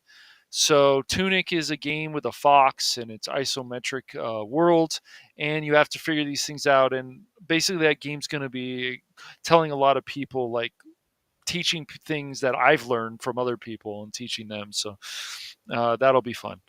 But yeah, that's what's coming up right now, and that's on the Phantom Hooligans, and then Cash Money Madness. I'm gonna start uploading stuff because of things that have happened with YouTube, and I'm sure they could happen again where people are losing subs and other problems. So yeah, and then on Twitch as well. So, but the mainstream that usually happens on Friday will always be on Twitch and Phantom Hooligans on YouTube. So, but yeah, Oh that's my what's coming God, up. who the hell cares? Baron. Baron, you nutcase. Anyways, you fat bastard. And listen to him. Listen to him. I can see what he's doing. I can see what he's doing, but I can I also know. hear him. I know. I can see him too. He's just, yeah. Look at him. He's doing his little finger. He's gonna get on the ice rink and try to do something Look like at Blades look of at this, Glory. There he folks. is. Yep. Look at this You guy. see the horns coming out? I Yep. see him. Yep. Exactly. Because they know he cares, but he wants to be an ass. So, and then he's got that face. And look, he's turning red. Look at how red he's turning. Look at It's this the devil guy. in me coming out. Yep. It is. It is. I think the devil's always been out of you. But yeah, there's a lot of cool stuff coming up on the Phantom Oh, Hooligans. try to look at it. Yeah. Mm-hmm. But yeah, there's a lot of cool stuff coming up. I've been just coming up with more videos and stuff to do, and I think it's really cool where you can just take a trailer mic and then you just make a video out of it. Boom, done. You know, like this stuff you can do is pretty amazing. So I figured I wanted to do something different. I like the out of theater reviews. I think those are cool, but I was like, I want to do something a little different. So Yeah. I do them because when I did the full on movie reviews, sometimes they were 30 minutes or more, and nobody was watching them. So I thought, okay, well, how am I going to get somebody to watch my movie reviews, but also make the movie reviews to where somebody will want to watch it? Well, why don't Yeah. I just do it as a short and make my out of the theater review short and sweet and to the point? Yeah. Instead of dragging it on before I actually get to my actual review. Yeah. Yeah. Exactly. Yeah. So yeah, there's a lot of cool stuff coming up on the Phantom Hooligans. So right now, I had to get more things prepared. But yeah, I just want the channel to always be so much more than it is. I don't want it to just be gaming. I want it to be other things. And we're gonna this year, and Apy0n, you can be, if you would like to be one of the guests, you can be. We're going to have the War Room start up over on YouTube at probably, another month or two? We'll see if we I'd can say that, start sure. it. Yeah. Okay. So, yeah, we a lot of cool stuff coming up, man. But I have to check the intros and stuff like that I made up and make sure that they're all up to date. Yeah, don't encourage him, Lady Miss. By the way, Cash, I do want to ask you something after the stream. Okay. Concerning, what is it? Not this week, but next week almost. Yeah, it'll be next week. Oh, I have a feeling. Ooh, you're in trouble. Baron, shut up. See, that's why I call you the problem child, Baron. Hey, I saved it till now. I was pretty good through this whole thing. You have to admit. But you were itchy. You're going, come on. Hey, after 5 hours, I'm sorry. I can only hold it for up to 5 hours, and then it comes out. Okay. Yeah. Whoops! I think I just removed him. What happened? Oh, nope, maybe not. Let's add him back. Co-host fight.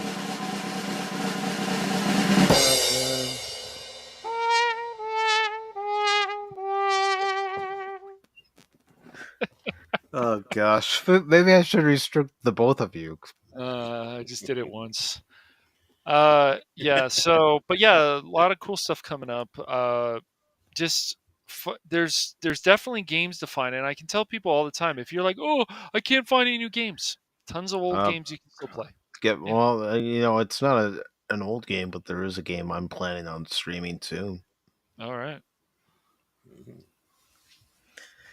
And I got to thank Tree Rock and a few other people for telling me about the game. But first, before we get into that, I do want to thank Jill Powers, the River Daughter, for being here today. I also want to thank Phil McCracken for being here today. Well, you can. Yeah. Lady Mist, thank you for being here today. Yoram, my Marvel Rivals buddy, thank you for being here today. Jason Fox of 540 Studio, thank you, Jace. Nice. Let's see. Cass, thank you very much. Jet Sparks, thank you very much. As I scroll down here, because I know we had more. The Comic Relief Crusader, thank you, Mike. Really appreciate it, brother. There's DJ Ronnie G. Nerd! And Nerdle. of course, Anonymous. Do, do, do, do. Anonymous. Do, do, do, do. Let's see. We also had Real Wade Gaming Clips. Thank you, Wade. We also had Fabric Folds. As I scroll down here. Also, we had Kitty Bear over on the Rumble side. Thank you, Kitty Bear. Yeah. Let's see. Scrolling down. Old Man, thank you very much. Wake up! Scrolling down. The thing about EVMux, it'll start the person that, of course you add the start to, but it won't put them in their own separate category, so you don't have to scroll down. Of course, Christian Fandom. Yeah. Christian Fandom Geek, thank you very much. Well, let's see. Scrolling down. I know we had a few other people. Tree Rock Creations, thank you very much. Of course, Tim, also known as FKHC 2005. Happy birthday, brother. Yeah. Let's see. I said happy birthday to you yesterday. You're not going to get another one. Is that everybody? And that's the law. I am the law. Padawannabe, thank you very much. And speaking of the Padawannabe, he will be our special guest this Wednesday at 6 p.m. Eastern Standard Time. And we will definitely have fun talking with him. And I'm sorry we weren't able to get together on Wednesday, but when my ISP went out and I wasn't getting any updates as far as when it was going to be restored, it's like, well, I'm not going to wait till the last minute to say to you, okay, brother, I have to cancel the show. Nope. I decided, okay, we'll postpone it and we'll try to reschedule for another week or another month. ApyOn got on before you, but you can come on and dish all the dirt. Gosh. He's a problem child. Yes. Who gave this man a microphone? I know. That's what my instructor at broadcasting school asked. I bet. I bet it does. You can see it. I share a similar vision. No, I'm just kidding. And I'm just double checking to make sure I haven't missed anybody. I don't like missing anybody because I appreciate everybody taking time out of their Sunday or any day they come by and watch the stream on the channel. It means a lot. Okay, but I think I did get everybody. So just to let everybody know what's coming up on Pacific414 for YouTube and Rumble for this week, I'll be playing more of Middle Earth, Shadow of Mordor. I'm really having fun playing that game. It's a lot of fun. Baron, I think you should get yourself that game sometime. And thank you again. Oh, yeah, I'll wait for it to get on sale, and I'll probably pick that one up. It looks fun. It looks like Mad Max in Middle Earth, so I already know how the gameplay kind of goes. Kind of. I mean, sure, there's differences, but I'm glad you're enjoying it, but I do feel sorry for the poor little orcs. Misunderstood. I don't.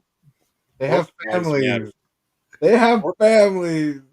Orc lives matter. There's baby orcs. What about the baby orcs? Those are called crotch goblins. That's second breakfast.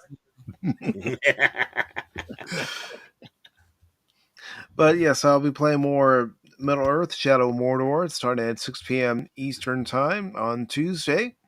Then, of course, Wednesday, as I said, at 6 p.m. Eastern Time, we will be joined by the Padawannabe, and that'll be a lot of fun. And, of course, Padawannabe is trying to build up his channel, and we'll let him tell you more about what he has planned for his channel when it begins on Wednesday. And then on Thursday, I decided I would stream Marvel Rivals. And if you have the game and you want to join in at 6 p.m. Eastern, you're more than welcome to join in. And then, of course, I did say I had a couple games lined up that I will be streaming in the future, and one of those games is Squirrel with a Gun. You got it. Yeah, I got it. I got it. That one's pretty good. corrupted him. I did hear it gets repetitive, unfortunately, but I heard you probably. Well, what game doesn't get repetitive nowadays? Well, it's just some other stuff. It's just it starts off really fun, and then it's I feel like the gimmick would wear off after a few hours. that's what people were saying. Yeah, Like 6 hours, and then like 7 Mhm. hours. I'm still a squirrel with a Yep. gun. Like it's like all right. Yep. And you talk about me. Shoot at first. No, Baron, you're worse. Don't try to act like a victim. Look at this guy. I look at Mike. Praise Mike. They're already trashing your stream before you had it. Well, at least I have the decency to wait until you do it before I trash it. You know what? Where'd he go? I don't know what happened. That's weird. Okay. Baron Orman Tagge playing the victim. Playing the victim. All right, I'll bring you back in, Baron. Don't worry. Oh man, I was lonely. Do we have that? Do we even have that clip? I should have found. No. 30 second timeout wasn't enough. That's right. I see. Apy0n sees it. I'm thinking 2 minutes. Maybe 3 Yep. At least. At least. How many assholes we got on this ship anyhow? Yo! I knew it. I'm surrounded by assholes. But Squirrel with a Gun will be a game that I will be streaming here in the near future. Tomorrow, I have a video premiering. I think it's at 11 o'clock in the morning tomorrow, and it's me playing the Genesis version of Mighty Morphin Power Rangers the movie. Ooh. So Okay. it has no commentary, but I'll be playing that, and that'll tie into another game I will be streaming in the future, and that's the new Power Rangers game that came out last month. Mighty Morphin Power Rangers Rita's Rewind, so I'll be playing that in a future stream as well. So that is what's coming up on Pacific414 for YouTube and Rumble, and of course on X as well, as far as Pop Talk is concerned. And again, thank you all very much. And DJ Ronnie G, yes, a Sonic Genesis. But yes, again, thank you everybody. Make sure to subscribe to ApyOn's channels. His links are in the description below. Yeah. Make sure to give him a follow over on X. Of course, make sure you're following and subscribed to Baron Orman Tagge and his Fandom Legacy. Also, the Phantom Hooligans, although it should be Booligans all year round as far as I'm concerned. I think so, yeah. Hooligans. Except for that Friday Night Hooligans. Only for Halloween is Booligans, I guess. Yeah. But make sure you follow Baron and Cash also on their X channels, and consider following and subscribing Pacific414 if you haven't already over on YouTube, Rumble, and also I got to get back to streaming over on X and Twitch, but I got to decide, how am I going to do it? Because I know in the past when I tried to stream on YouTube, Rumble, and Twitch, there was always a problem on one of those platforms trying to stream on them at the same time. So I got to really sit down and think about how I'm going to do it. But, thank you all for your support. Again, make sure before you leave, hit that like button on the way out. And until next time, everybody, remember, don't ever give up on me in a game, because just when you do, you might miss something. Take care, all. Autobots,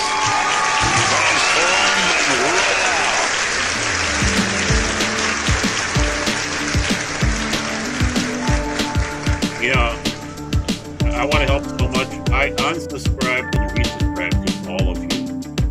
So that should help, right? Oh, Baron, the problem child. What? I'm trying to help. Oh. Hi, Lady Mist. Take care, Lady Mist. Bye-bye. Nerd.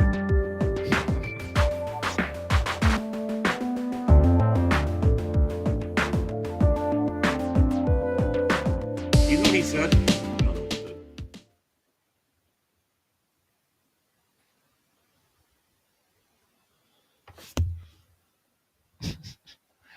Are we out?